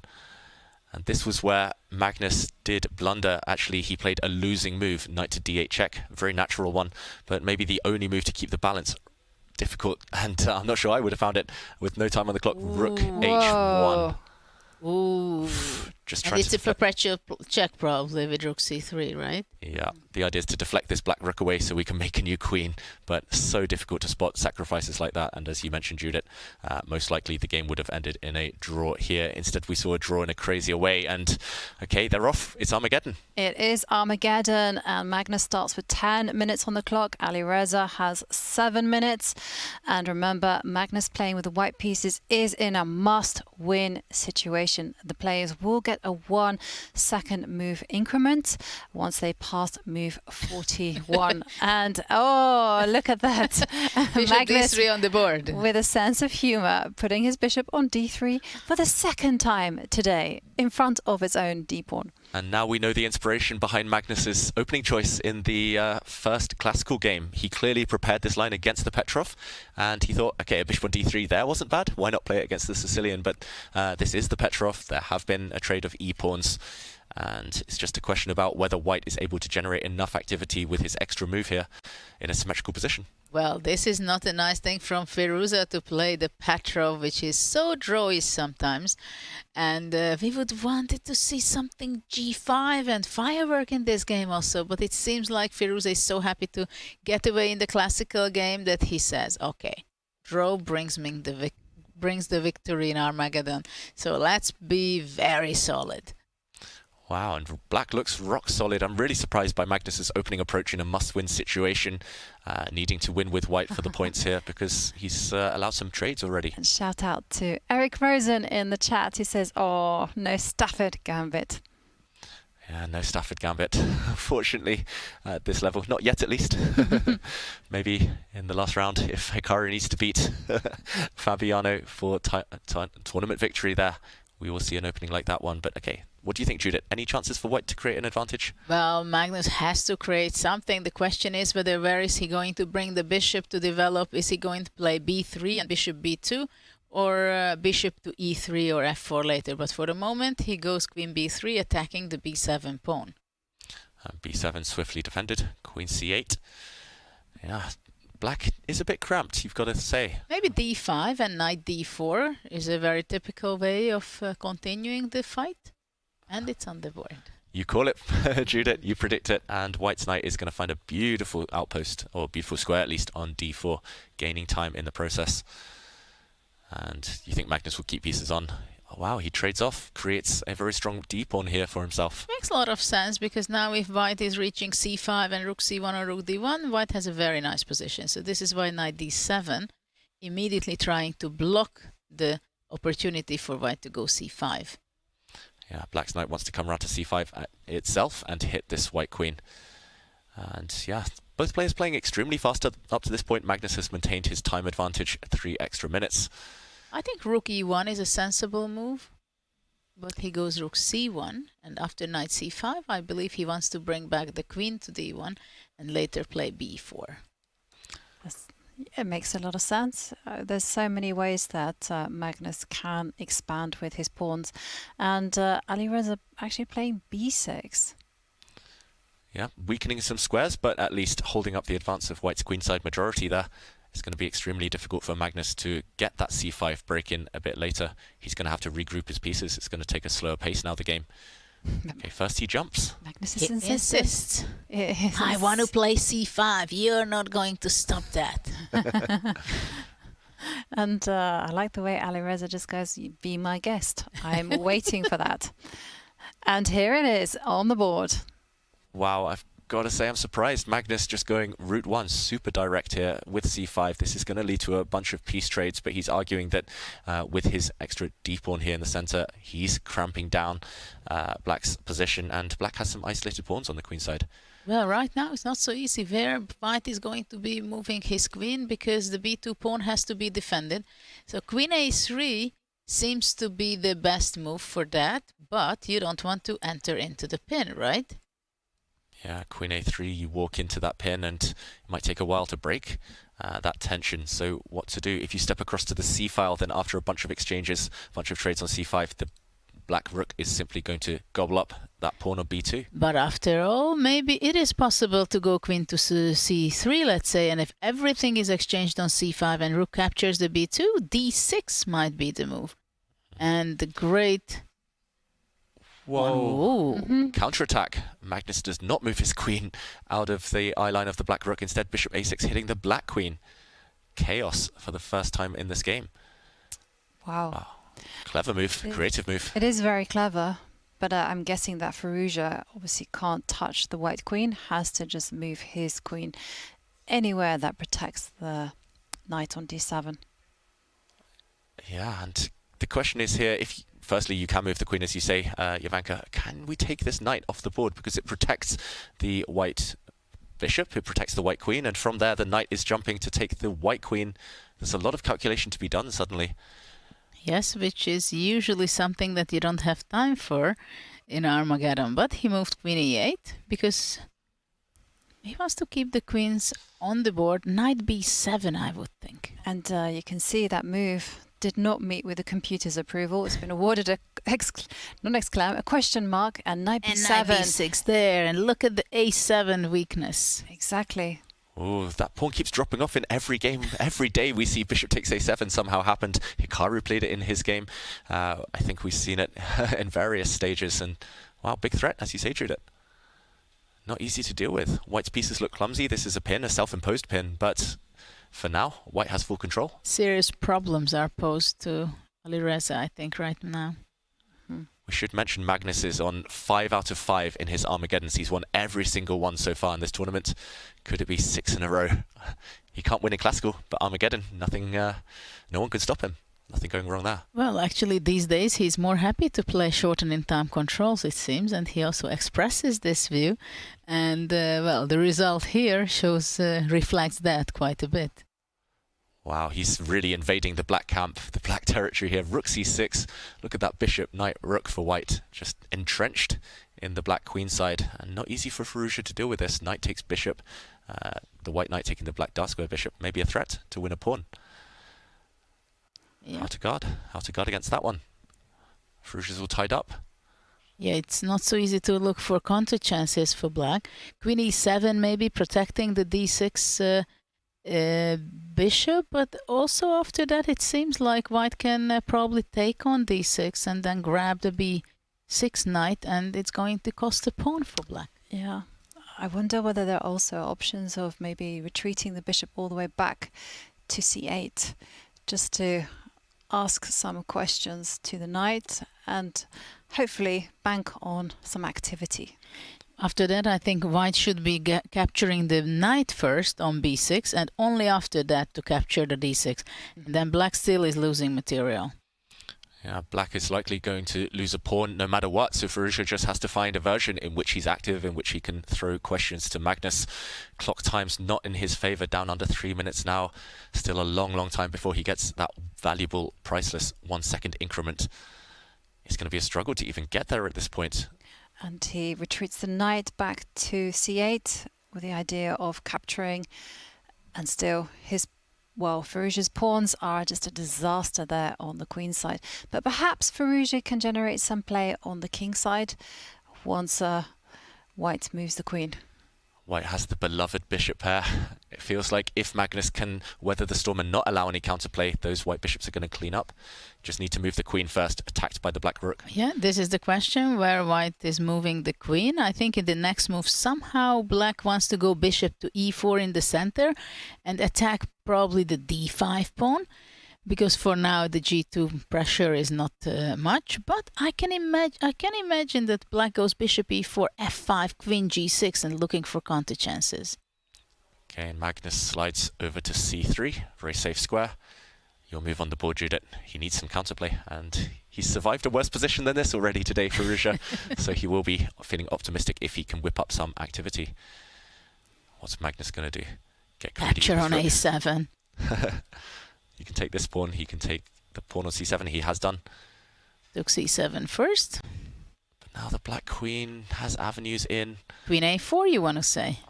Yeah, first move that comes to mind. And he plays it. Activity over everything here. Hitting the white light squared bishop. At the same time, bishop can come back to f1, where it's extremely safe and defends everything, the back rank and the g2 square. And played on the board. It is played, but the a2 pawn is dropping. But there is an e5 pawn can drop. And then an A7. I mean, they're quite...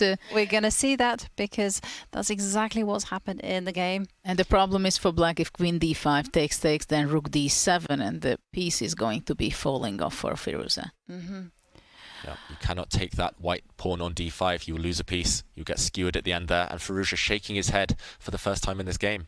But how does he maintain the piece? I don't think he can. I think he's missed this. I think he was banking on the fact that he played queen takes pawn, but this will not work. And wow, Firouzja stops the clock and resigns. Yeah, Magnus once again takes an Armageddon victory and nets 1.5 points. And there you see the two players smiling, analysing. But what a dominating performance by Magnus in the Armageddon match. Yeah, it was abrupt, the finish there, but he was always in control, Magnus. Judith, nice technique. Well, very nice. I didn't think that out of the Petrov it will be so easy, or seemingly so easy, to make the victory for Magnus. But it all started when he came out with the queen, I think, and he started to develop his pieces, pushing when it was impossible for him to exchange the knights, and then the c-pawn was pushed. That's where everything started to go on the side of Magnus. Yeah, and there we see the players discussing. Magnus pointed to his head as if he missed something, but it felt like he always had things under control. And yeah, it's been two fascinating games between these two guys. Oof, they cut it close. So much drama. Oh, there are a lot of dramas in these two games. But in the classical more. Yeah, this is true. Starting out from move 3 until the last move. Bishop d3 is going to become a trend. You heard it here first. And just to recap today's score, it went to Armageddon between Magnus Carlsen and Alireza Firouzja, but it was Magnus Carlsen that did walk away with the Armageddon victory and an important win in the classical game for Wesley So against Stavanger, and in other decisive results, Anish Giri actually netting 3 points. But perhaps surprising was Fabiano Caruana losing in the Armageddon game against Gukesh. Yeah, in that game it was very interesting to see how Gukesh was balancing it out in the classical game. He didn't have too much of a problem. We felt that there was 1 or 2 moments where he had to be very accurate to make a draw. And then in the Armageddon, everything went on the side of Fabiano, that he really had a good game. He built it up. He had a winning position. But we can see Gukesh, the young, new hope in the world, that possibly future world champion, we can say. He shows his skills, that he's fighting until the very end, and he was in our studio telling much in advance that he saw this opportunity of saving the game, possibly putting his queen from f7 eventually in the corner of white's gap on a1 and possibly saving the game, and he could execute it. And he saved the game, so he won the match. Yeah, he did it on just his wits. I mean, that was an impressive result, an impressive save from Gukesh. And for you, David, I mean, so much excitement. So much excitement. We do have 2 kings of Armageddon. We should mention Magnus now on 6 wins out of 6 Armageddon games. Gukesh 4 wins out of 5 Armageddon games. Impressive. But it was the classical games that also made an impression today. The standings, however, they have opened up slightly compared to yesterday with 2 rounds to go. There was a lot of movement in the standings after those 2 classical victories. It actually looked like things could even change even more significantly. But still at the top is Fabiano Caruana with 14.5 points out of 21. Hikaru Nakamura just 2 points behind with 12.5 points. And now, new name in number 3, Wesley So, after his classical win, does rise up to 10.5 points out of 21. 2 rounds left. Anything could happen between these 3. It's all about those victories, those points in the classical games. Oh, I think this is setting things up so nicely for the final 2 rounds. We are in for a treat, and let's have a look at Thursday's matchups. Remember, tomorrow is a free day for the players and for ourselves, and this time Shakhriyar Mamedyarov will be facing off against Magnus Carlsen, and for Fabiano Caruana, he meets Wesley So. Wow, what do you guys think about these matches? Oh, well, it's going to be incredible the next game after the free day. But, well, what would I pick? Well, of course, it's always interesting to see Magnus, but I still want to see the youngsters, how they can continue their way up. Yeah, definitely. The youngsters are really taking points. And for you, David?